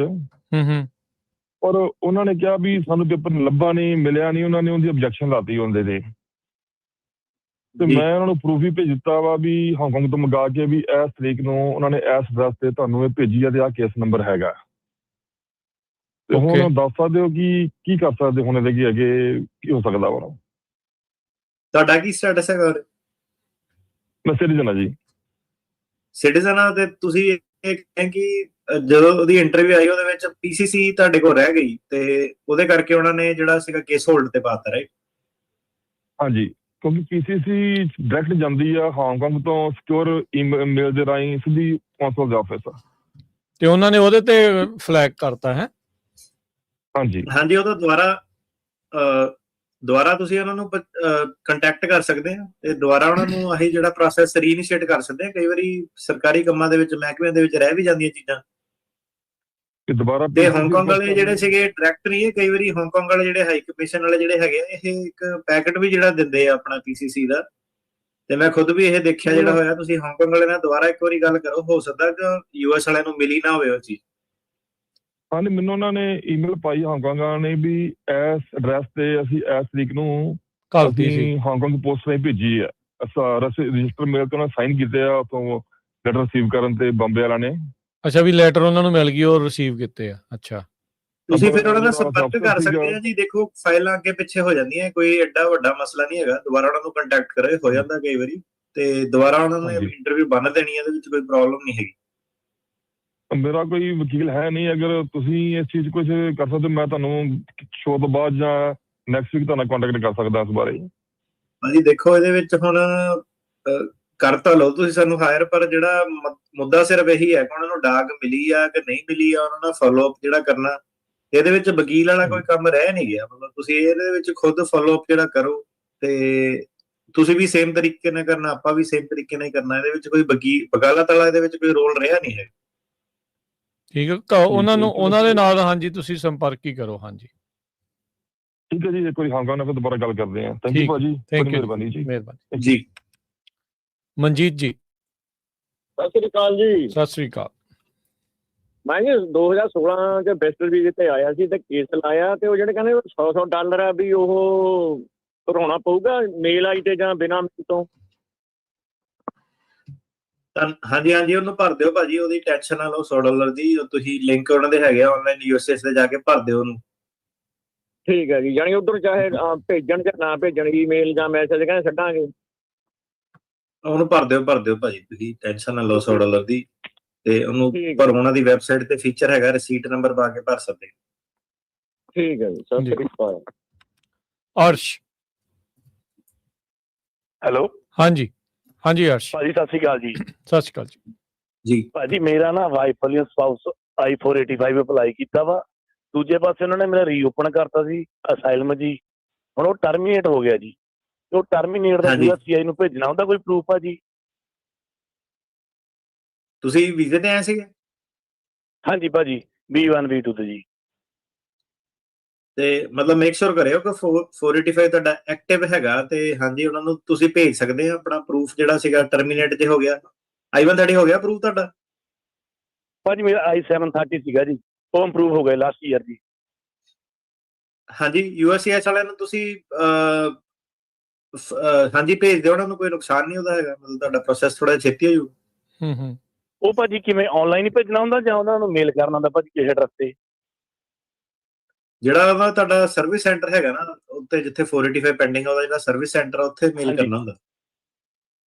ਠੀਕ ਹੈ ਜੀ, ਮੈਂ ਮੇਲ ਕਰਦਾ ਉਹਨਾਂ ਨੂੰ ਜੀ। ਥੈਂਕ ਯੂ, ਬਹੁਤ ਬਹੁਤ ਧੰਨਵਾਦ ਭਾਜੀ ਦੋਨਾਂ ਭਰਾਵਾਂ ਦਾ ਜੀ। ਥੈਂਕ ਯੂ ਸੋ ਮਚ ਜੀ। ਜੀ ਸ਼ੁਕਰੀਆ ਭਾਜੀ। ਦਲਜੀਤ ਜੀ। ਹਾਂਜੀ ਭਾਜੀ, ਕਿੱਦਾਂ? ਠੀਕ ਠਾਕ ਤੁਸੀਂ? ਜੀ ਠੀਕ ਠਾਕ ਜੀ। ਕੀ ਸਵਾਲ ਹੈ ਜੀ? ਭਾਜੀ ਮੈਂ ਇੰਡੀਆ ਤੋਂ ਸੀ ਤੇ ਮੇਰਾ ਕੇਸ ਸੀ ਇੱਥੇ ਯੂ ਵੀਜ਼ੇ ਦਾ, ਤੇ ਮੈਂ ਗ੍ਰੀਨ ਕਾਰਡ ਹੋ ਗਿਆ 2024 ਦੇ ਵਿੱਚ। ਤੇ ਮੇਰੇ ਤੇ ਗੈਸ ਸਟੇਸ਼ਨ ਤੇ ਕੰਮ ਕਰਦਾ ਸੀ ਤੇ ਇੱਕ ਮਾਈਨਰ ਨੂੰ ਮੈਂ 18 ਈਅਰ ਓਲਡ ਨੂੰ ਮੈਂ ਵੇਚ ਦਿੱਤੀ ਸੀ ਬੀਅਰ। ਤੇ ਮੈਨੂੰ 700 ਦਾ ਫਾਈਨ ਹੋਇਆ ਸੀ, ਉਦੋਂ ਮੈਂ ਫਾਈਨ ਪੇ ਕਰਤਾ ਸੀ। ਤੇ ਮੈਂ ਪੁੱਛਣਾ ਇਹ ਚਾਹੁੰਦਾ ਸੀ ਕਿ ਮੈਂ ਇੰਡੀਆ ਜਾਣਾ ਚਾਹੁੰਦਾ, ਹੁਣ ਗ੍ਰੀਨ ਕਾਰਡ ਵੀ ਹੈ ਮੇਰੇ ਕੋਲ ਯੂ ਵੀਜ਼ੇ ਦਾ, ਤੇ ਇਹ ਸੇਫ ਹੈ ਜਾਣਾ ਕਿ ਇਸ ਟਾਈਮ ਨਹੀਂ? ਕਿਉਂਕਿ ਮੈਂ ਕੋਰਟ ਹਾਊਸ ਦੇ ਵਿੱਚ ਗਿਆ ਤੇ ਉੱਥੇ ਜਾ ਕੇ ਮੈਂ ਪਤਾ ਕੀਤਾ ਕਿ ਮੇਰਾ ਟਿਕਟ ਦਾ ਰਿਕਾਰਡ ਅਜੇ ਹੈਗਾ ਕਿ ਨਹੀਂ ਹੈ। ਇਹ 7 ਸਾਲ ਪਹਿਲੇ ਦੀ ਗੱਲ ਹੈ। ਤੇ ਜਿਸ ਲਈ ਉੱਥੇ ਗਿਆ ਤਾਂ ਉਹਨਾਂ ਨੇ ਮੈਨੂੰ ਕੱਢ ਕੇ ਦਿੱਤਾ ਕਿ ਹਾਂ ਤੇਰਾ ਰਿਕਾਰਡ ਇਹ ਸਾਡੇ ਕੋਲ ਆਇਆ ਵਾ ਕਿ ਤੂੰ ਪੇ ਕੀਤਾ ਸੀ ਕੋਰਟ ਦੇ ਵਿੱਚ ਆ ਕੇ, ਤੂੰ ਗਿਲਟੀ ਫੀਲ ਕੀਤਾ। ਤੇ ਤੁਸੀਂ ਇਹ ਆਪਣਾ ਜਿਹੜਾ ਗ੍ਰੀਨ ਕਾਰਡ ਜਦੋਂ ਫਾਈਲ ਕੀਤਾ ਸੀਗਾ ਉਹਦੇ ਵਿੱਚ ਡਿਸਕਲੋਜ਼ ਕੀਤਾ ਸੀਗਾ ਕਿ ਆ ਚੀਜ਼ ਹੈਗੀ? ਉਹਦੇ ਵਿੱਚ ਜੀ ਉਹਦੇ ਵਿੱਚ ਡਿਸਕਲੋਜ਼ ਕੀਤਾ ਸੀ ਇਹ। ਹਾਂਜੀ, ਜੇ ਤੁਹਾਡਾ ਫੁੱਲ ਡਿਸਕਲੋਜ਼ਰ ਹੈਗਾ ਫਿਰ ਕੋਈ ਪ੍ਰੋਬਲਮ। ਅੱਛਾ, ਮਤਲਬ ਜੇ ਉਹਦੇ ਵਿੱਚ ਦੱਸਿਆ ਤਾਂ ਫਿਰ ਪੰਗਾ ਨਹੀਂ ਬਣਾਉਣਗੇ? ਜੇ ਨਹੀਂ ਦੱਸਿਆ ਫਿਰ ਬਹੁਤ ਵੱਡਾ ਪੰਗਾ, ਕਿਉਂਕਿ ਫਿਰ ਕ੍ਰਾਈਮ ਇਨਵੋਲਵਿੰਗ ਮੋਰਲ ਟਰਪੀਟਿਊਡ ਇਹ ਆ ਜਾਂਦਾ। ਮਾਈਨਰ ਨੂੰ ਐਲਕੋਹਲ ਵੇਚਣਾ ਤੇ ਹਾਂਜੀ ਫਿਰ ਤੁਹਾਨੂੰ ਪ੍ਰੋਬਲਮ ਪੈ ਸਕਦੀ ਹੈ। ਫਿਰ ਉਹਨਾਂ ਨੇ ਕਹਿਣਾ ਗ੍ਰੀਨ ਕਾਰਡ ਜਿਹੜਾ ਸੀਗਾ ਉਹ ਧੋਖੇ ਨਾਲ ਲਿਆ। ਠੀਕ ਨਹੀਂ, ਉਹਦੇ ਵਿੱਚ ਅਸੀਂ ਡਿਸਕਲੋਜ਼ ਕੀਤਾ ਸੀ, ਮੇਰੇ ਵਕੀਲ ਨੇ ਸਾਰਾ ਕੁਝ ਪਾਇਆ ਸੀ ਵੀ ਹਾਂਜੀ ਇਹ ਟਿਕਟ ਹੋਈ ਹੈ, ਸਭ ਕੁਝ ਹੈ, ਪੇ ਵੀ ਹੋਈ ਹੈ ਸਾਰੇ, ਤੇ ਉਹਦੇ ਤੋਂ ਬਾਅਦ ਜਿਹੜਾ ਹਾਂਜੀ। ਗ੍ਰੀਨ ਕਾਰਡ ਆਇਆ ਸੀ ਮੇਰਾ। ਹਾਂਜੀ ਆਈ ਥਿੰਕ ਤੇ ਫਿਰ ਸ਼ੁੱਡ ਬੀ ਓਕੇ ਜੇ ਤੁਸੀਂ ਡਿਸਕਲੋਜ਼ ਕੀਤਾ ਤਾਂ। ਠੀਕ ਹੈ ਜੀ, ਠੀਕ ਹੋ ਮਿਹਰਬਾਨੀ ਗਿਆ ਜੀ, ਬਹੁਤ ਬਹੁਤ ਸ਼ੁਕਰੀਆ, ਥੈਂਕ ਧੰਨਵਾਦ ਯੂ ਜੀ। ਜੀ। ਨਰਿੰਦਰ ਜੀ। ਹੈਲੋ, ਹਾਂਜੀ, ਹਾਂਜੀ ਸਤਿ ਸ਼੍ਰੀ ਅਕਾਲ ਜੀ। ਸਤਿ ਸ਼੍ਰੀ ਅਕਾਲ ਜੀ। ਹਾਂਜੀ, ਮੇਰਾ ਕੁਐਸਚਨ ਇਹ ਹੈਗਾ ਕਿ ਮੇਰੇ ਬੇਟੇ ਦੀ ਨਾ ਅਪੀਲ ਲੱਗੀ ਹੋਈ ਹੈ ਕਿ ਉਹਦਾ ਅਸਾਈਲਮ ਦਾ ਕੇਸ ਡਿਨਾਈ ਹੋ ਗਿਆ ਸੀ, ਤੇ ਹੁਣ ਹਾਂਜੀ। ਅਗਸਤ ਦੇ ਵਿੱਚ ਉਹਦੇ ਕੋਲੋਂ ਟਰੱਕ ਪਲਟ ਗਿਆ ਤੇ ਉਹਦਾ ਲਾਇਸੈਂਸ 2 ਦਿਨ ਪਹਿਲਾਂ ਹੀ ਸਸਪੈਂਡ ਹੋਇਆ ਸੀ CDL ਦਾ। ਸਸਪੈਂਡ ਪਲਟਣ ਹੋਣ ਤੋਂ ਪਹਿਲਾਂ ਹਾਂਜੀ, ਪਰ ਉਹਨੂੰ ਨਹੀਂ ਪਤਾ ਸੀ, ਉਹ 1.5 ਮਹੀਨਾ ਹੋ ਗਿਆ ਘਰੋਂ ਗਿਆ ਹੋਇਆ ਸੀ ਨਿਊਯਾਰਕ ਵੱਲ, ਜੀ। ਤੇ 2 ਦਿਨ ਪਹਿਲੇ 17 ਨੂੰ ਐਕਸਪਾਇਰ ਹੋਇਆ ਤੇ 19 ਨੂੰ ਟਰੱਕ ਪਲਟ ਗਿਆ। ਐਕਸਪਾਇਰ ਹੋਇਆ ਕਿ ਸਸਪੈਂਡ ਹੋਇਆ? ਦੋ ਵੱਖੋ ਵੱਖਰੀਆਂ ਚੀਜ਼ਾਂ ਨੇ। ਸਸਪੈਂਡ ਹੂੰ ਜੀ। ਹਾਂਜੀ, ਤੇ ਹੁਣ ਉਹਦੀ ਜਨਵਰੀ ਦੇ ਵਿੱਚ ਤਰੀਕ ਹੈ, ਤੇ ਇਹਦਾ ਮਤਲਬ ਕੀ ਕੋਈ ਡਿਪੋਰਟ ਵਗੈਰਾ ਵੀ ਕਰ ਸਕਦੇ ਕਿ ਨਹੀਂ? ਤਰੀਕ ਕਿਹੜੀ ਹੈਗੀ ਆਪਣੀ ਉਹ? ਹਾਂਜੀ, ਇਮੀਗ੍ਰੇਸ਼ਨ ਦੀ। ਤਰੀਕ ਤਰੀਕ ਹੈਗੀ ਹਾਂਜੀ, ਇਹੀ ਜਿਹੜਾ ਟਰੱਕ ਪਲਟਿਆ ਸੀ ਉਹਦੇ ਬਾਰੇ ਉਹ ਵਾਇਲੇਸ਼ਨ। ਤੁਸੀਂ ਵਕੀਲ ਲੱਭੋ ਕੋਈ ਟੌਪ ਦਾ, ਜਿਹੜਾ ਆਹੀ ਐਕਸੀਡੈਂਟ ਵਾਲੇ ਜਾਂ ਜਿਹੜੇ ਆਹੀ ਡਰਾਈਵਰ DMV ਦੇ ਰਿਲੇਟਡ ਜਿਹੜੇ ਮਸਲੇ ਹੈਂਡਲ ਕਰਦਾ, ਉਹ ਤੇ ਉਹਨੇ ਦੱਸਣਾ ਕਿ ਜਿਹੜਾ ਹੁਣ ਨੋਟਿਸ ਨੂੰ ਸੀਗਾ ਕਿ ਨਹੀਂ ਸੀਗਾ, ਜਿਹੜੀ ਤੁਸੀਂ ਗੱਲ ਕਰਨੇ ਆ ਕਿ ਉਹ ਆਲਰੇਡੀ ਰਾਹ 'ਚ ਸੀਗਾ ਤੇ ਉਹਦਾ। ਹਾਂਜੀ, ਤੇ ਜਿਹੜਾ ਅਸਾਈਲਮ ਵਾਲਾ ਜਿਹੜਾ ਤੁਹਾਡਾ ਹੈਗਾ ਉਹ ਤਾਂ ਆਲਰੇਡੀ ਉਹਦਾ ਅਪੀਲ ਦੇ ਵਿੱਚ ਹੀ, ਉਹ ਤਾਂ ਅਪੀਲ ਉਹਦੇ ਹਿਸਾਬ ਨਾਲ ਚੱਲਣਾ, ਉੱਤੇ ਅਪੀਲ ਤੇ ਨਹੀਂ ਇਹਨੇ ਫਰਕ ਪਾਉਣਾ, ਪਰ ਤੁਹਾਨੂੰ ਇਹ ਕੇਸ ਫਾਈਟ ਕਰੋ ਤੁਸੀਂ। ਅਸਾਈਲਮ ਦੇ ਕੇਸ ਤੇ ਤਾਂ ਹੁਣ ਆਲਰੇਡੀ ਜਿਹੜੀ ਡਿਨਾਇਲ ਹੀ ਆ, ਉਹ ਤਾਂ ਤੁਹਾਨੂੰ ਅਪੀਲ ਤੇ ਪਹਿਲਾਂ ਜਿੱਤੂਗੇ, ਫਿਰ ਅੱਗੇ ਗੱਲਾਂ ਜਿਹੜੀਆਂ ਬੰਦੀਆਂ ਦੇ ਵਿੱਚ ਤੁਸੀਂ ਆਹੀ ਜਿਹੜਾ ਟਰੱਕ ਦੇ ਮਸਲਿਆਂ ਵਾਲਾ ਵਕੀਲ ਹੈ ਇਹਨੂੰ ਕਰਕੇ ਜਿਹੜਾ ਅੱਗੇ ਜਾਓ। ਠੀਕ ਹੈ ਜੀ, ਥੈਂਕ ਯੂ ਜੀ। ਓਕੇ ਜੀ, ਅਗਲੇ ਕਾਲਰ ਹਰਮਨਪ੍ਰੀਤ। ਹਾਂਜੀ ਭਾਜੀ, ਸਤਿ ਸ਼੍ਰੀ ਅਕਾਲ ਜੀ। ਸਤਿ ਸ਼੍ਰੀ ਅਕਾਲ ਜੀ। ਭਾਜੀ ਮੈਂ ਤੁਹਾਡੇ ਨਾਲ ਲਾਸਟ ਟਾਈਮ ਗੱਲ ਕੀਤੀ ਸੀ, ਮੇਰਾ ਜਿਹੜਾ ਅਸਾਈਲਮ ਸੀ 2023 ਵਿੱਚ ਫਾਈਲ ਹੋਇਆ ਸੀ, ਤੇ 2025 ਵਿੱਚ ਮੇਰਾ ਗਾਰਡੀਅਨਸ਼ਿਪ ਦਾ ਕੇਸ ਅਪਰੂਵ ਹੋ ਗਿਆ ਸੀ, ਤੇ ਬਟ ਹੁਣ ਮੇਰੀ 360 ਵੀ ਆ ਗਈ ਆ, ਵਿਦਆਊਟ ਡਿਫਰਡ ਐਕਸ਼ਨ ਤੋਂ ਆਈ ਆ, ਬਟ ਮੇਰੇ ਕੋਲ ਅਸਾਈਲਮ ਵਾਲਾ ਵਰਕ ਪਰਮਿਟ ਵੀ ਹੈਗਾ ਆ ਤੇ ਸੋਸ਼ਲ ਸਿਕਿਉਰਿਟੀ ਵੀ ਹੈ ਆ। ਹਾਂਜੀ। ਤੇ ਮੇਰਾ ਕੀ ਨਾਲ ਇਹਦੇ ਟਰਮੀਨੇਟ ਕਰ ਦਿੱਤਾ ਗਿਆ ਆ, ਅਸਾਈਲਮ ਪ੍ਰੋਸੀਡਿੰਗ ਟਰਮੀਨੇਟ ਕੀਤੀਆਂ ਆ ਜੀ। ਹਾਂਜੀ। ਤੇ ਮੇਰਾ ਵਰਕ ਪਰਮਿਟ ਤੇ ਸੋਸ਼ਲ ਚੱਲੂਗੀ, ਉਹ 2028 ਦਾ 29 ਤੱਕ ਆ ਮੇਰੇ ਕੋਲ ਵਰਕ ਪਰਮਿਟ ਭਾਈ। ਸੋਸ਼ਲ ਨੂੰ ਤਾਂ ਨਹੀਂ ਕੁਛ ਹੁੰਦਾ, ਪਰ ਵਰਕ ਪਰਮਿਟ ਤੁਹਾਡੇ ਕੋਲ ਹੈ ਨਹੀਂਗਾ ਇਸ ਵੇਲੇ। ਤੁਸੀਂ ਅਸਾਈਲਮ ਆਫਿਸ 'ਚ ਜਾ ਕੇ ਕੇਸ ਲਾਓ ਆਪਣਾ। ਓਕੇ ਓਕੇ ਓਕੇ ਭਾਜੀ, ਠੀਕ ਹੈ, ਤੇ ਡੈਫਰੈਕਸ਼ਨ ਦੀ ਦੁਬਾਰਾ ਟਰਾਈ ਕਰੋ। ਅਸਾਈਲਮ ਵਾਲਾ ਹੈ ਨਹੀਂ ਚੱਲੂਗਾ ਭਾਜੀ, ਰਾਈਟ? ਅਸਾਈਲਮ ਵੀ ਉੱਡ ਗਿਆ ਭਾਜੀ, ਵਰਕ ਪਰਮਿਟ ਵੀ ਫਿਰ ਨਾਲ ਹੀ ਗਿਆ, ਤੇ ਅਸਾਈਲਮ ਆਫਿਸ 'ਚ ਲਾਓ ਤੁਸੀਂ, ਤੇ ਦੂਜਾ ਡੈਫਰੈਕਸ਼ਨ ਲਈ ਦੁਬਾਰਾ ਟਰਾਈ ਕਰੋ। ਓਕੇ ਓਕੇ ਭਾਜੀ, ਥੈਂਕਸ, ਮਿਹਰਬਾਨੀ ਜੀ। ਅਰਮਾਨ। ਹਾਂਜੀ ਅਰਮਾਨ। ਹਾਂਜੀ, ਸਤਿ ਸ਼੍ਰੀ ਅਕਾਲ ਸਰ। ਸਤਿ ਸ਼੍ਰੀ ਅਕਾਲ ਜੀ। ਸਤਿ ਸ਼੍ਰੀ ਅਕਾਲ। ਹਾਂਜੀ ਸਰ। ਹਾਂਜੀ ਸਰ, ਅਗਸਤ ਦੇ ਵਿੱਚ ਮੇਰਾ I-360 ਅਪਰੂਵ ਹੋਇਆ ਵਿਦਆਊਟ ਡਿਫਰਡ ਐਕਸ਼ਨ। ਹਾਂਜੀ। ਤੇ ਹੁਣ ਡਿਫਰਡ ਐਕਸ਼ਨ ਲਈ ਮੈਨੂੰ ਖੁਦ ਤੋਂ ਅਪਲਾਈ ਕਰਨਾ ਪੈਣਾ ਹੈ ਕਿ ਕੋਈ ਚਾਂਸ ਹੈ ਕਿ ਉਹ ਆਪਣੇ ਆਪ ਸੈਂਡ ਕਰਨਗੇ? ਨਹੀਂ, ਆਪਣੇ ਆਪ ਤਾਂ ਨਹੀਂ ਉਹਨਾਂ ਨੇ ਕਰਨਾ ਭਾਜੀ, ਅਪਲਾਈ ਕਰਨਾ ਪੈਣਾ। 325 ਤੁਸੀਂ ਜਿਹੜਾ G325 ਤੇ ਵਰਕ ਪਰਮਿਟ, ਉਹਦੇ ਬੇਸ ਤੇ ਤੁਸੀਂ ਟਰਾਈ ਕਰਕੇ ਦੇਖੋ ਇਹਨੂੰ। ਓਕੇ, ਤੇ ਹੁਣ ਅਪਲਾਈ ਕਰੇ ਤੇ ਚਾਂਸ ਹੈਗੇ ਵੀ ਆਪਾਂ ਨੂੰ ਡਿਫਰਡ ਐਕਸ਼ਨ ਮਿਲ ਸਕਦਾ ਹੈ, ਰਾਈਟ? ਕੰਸੀਡਰ ਕਰ ਸਕਦੇ ਹਾਂ ਜੀ। ਹਾਂਜੀ, ਓਕੇ। ਤੇ ਜਿਹੜਾ ਇਹਦੇ 'ਚ ਆਪਣਾ ਗਾਰਡੀਅਨਸ਼ਿਪ ਦੇ ਵਿੱਚ ਵਰਕ ਪਰਮਿਟ ਮਿਲਦਾ ਅੱਗੇ ਜਾ ਕੇ, ਤੇ ਉਹ ਵੀ 1.5 ਸਾਲ ਦਾ ਹੋ ਗਿਆ ਸਰ, ਕਿ ਉਹ ਆਪਣਾ ਸੇਮ ਹੀ ਆ 5 ਸਾਲ ਦਾ? ਨਹੀਂ, 18 ਮਹੀਨੇ ਇਹਨਾਂ ਨੇ ਕਰਤੇ ਸਾਰੇ ਜਿਹੜੇ ਸੀਗੇ। ਗਾਰਡੀਅਨ ਦਾ 5 ਸਾਲ ਦਾ ਤਾਂ ਨਹੀਂ ਮੈਨੂੰ ਪਤਾ, ਗਾਰਡੀਅਨ ਦੇ ਤਾਂ ਹੁਣ ਇਹਨਾਂ ਨੇ ਰੋਕ ਟੋਕ ਲਾਈ ਸੀ। ਹੁਣ ਜਿਹੜੇ 6 ਮਹੀਨੇ ਬਾਅਦ ਹੀ ਇਹਦਾ ਪਤਾ ਲੱਗੂਗਾ, ਤੇ 18 ਮਹੀਨੇ ਦੇ ਦੇਣਾ ਨਹੀਂ ਕਹਿੰਦੇ। ਓਕੇ, ਠੀਕ ਹੈ ਸਰ, ਥੈਂਕ ਯੂ ਸਰ। ਠੀਕ ਹੈ ਜੀ, ਮਿਹਰਬਾਨੀ ਜੀ। Okay, thank you. ਸੋ ਇਹਦਾ ਮਤਲਬ ਹੁਣ ਜਿਹੜੇ ਗਾਰਡੀਅਨਸ਼ਿਪ ਵਾਲੇ ਆ ਮੋਸਟਲੀ ਕੀ ਵਿਦਆਊਟ ਡੈਫਰਡ ਐਕਸ਼ਨ ਆ ਰਹੇ ਆ? ਨਹੀਂ, ਹੁਣ ਜਿਹੜੇ ਸੀਗੇ ਡੈਫਰਡ ਐਕਸ਼ਨ ਕੰਸੀਡਰ ਕਰ ਰਹੇ, ਦੁਬਾਰਾ ਵਿੱਚ ਰੋਕਤੀ ਸੀਗੀ ਉਹਨਾਂ ਨੇ। ਓਕੇ, ਅੱਛਾ, ਹੁਣ ਦੁਬਾਰਾ ਉਹਨਾਂ ਨੂੰ ਮੌਕਾ ਮਿਲ ਰਿਹਾ ਹੈ ਬੇਸਿਕਲੀ, ਕਿਉਂਕਿ ਉਹਨਾਂ ਨੇ ਫਿਰ ਜਜਮੈਂਟ ਆ ਗਈ ਸੀਗੀ ਨਾ ਉਹਦੀ ਕਿ ਇਹ ਰੋਕ ਨਹੀਂ ਸਕਦੇ, ਪਾਲਿਸੀ ਗਲਤ ਹੈ ਇਹਨਾਂ ਦੀ। ਓਕੇ, ਠੀਕ ਹੈ ਜੀ, ਚਲੋ ਓਕੇ। ਅਗਲੇ ਕਾਲਰ ਭੁਪਿੰਦਰ ਸਿੰਘ। ਹਾਂਜੀ ਭਾਜੀ, ਸਤਿ ਸ਼੍ਰੀ ਅਕਾਲ ਜੀ। ਸਤਿ ਸ੍ਰੀ ਅਕਾਲ।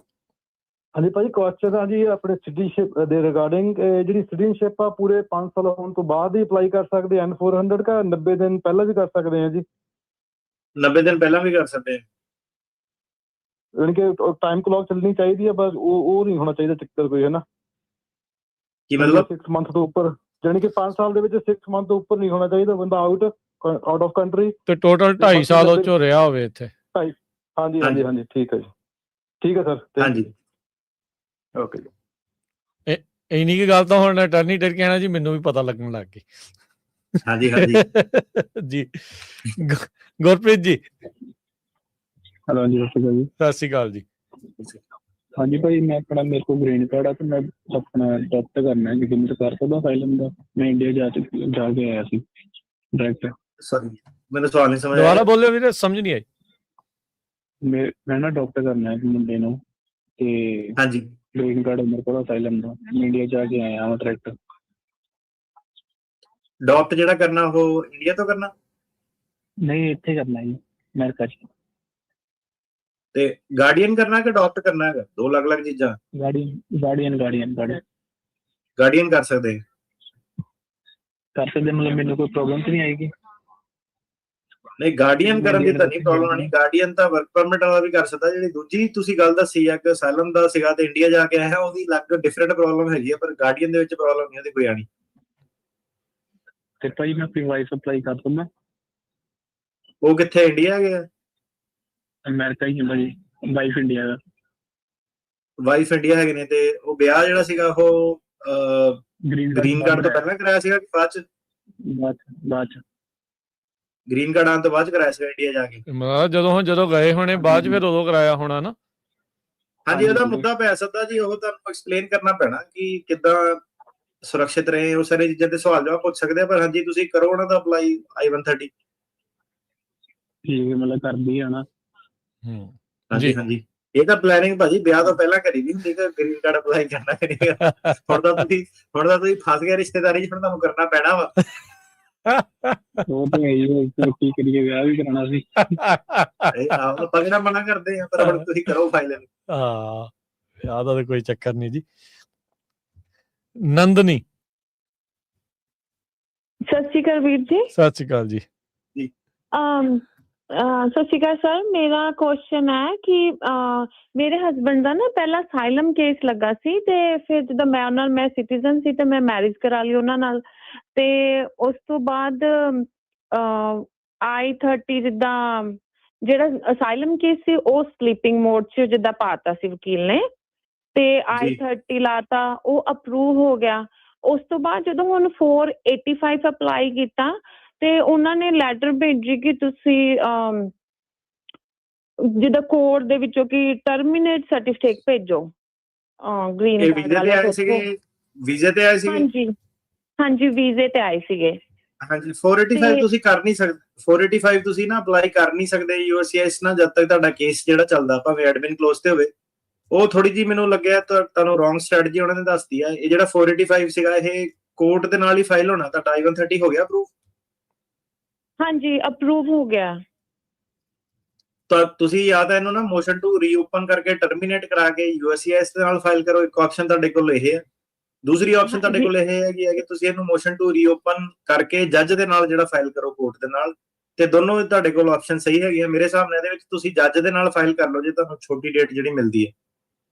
ਤੇ ਮੈਂ ਤੁਹਾਨੂੰ ਦੱਸਦੀ ਨਾ, ਫਿਰ ਉਹਨਾਂ ਨੇ ਟਰਮੀਨੇਟ ਦਾ ਸਰਟੀਫਿਕੇਟ ਰੀਓਪਨ ਅਸੀਂ ਕੀਤਾ ਸੀ, ਅਸਾਈਲਮ ਵਾਲਾ ਸਲੀਪਿੰਗ ਮੋਡ ਵਾਲਾ। ਉਹਨਾਂ ਨੇ ਉਹ ਭੇਜਤਾ ਸਰਟੀਫਿਕੇਟ, ਜਿੱਦਾਂ ਦੇਤਾ, ਬੰਦ ਕਰਤਾ ਟੋਟਲੀ।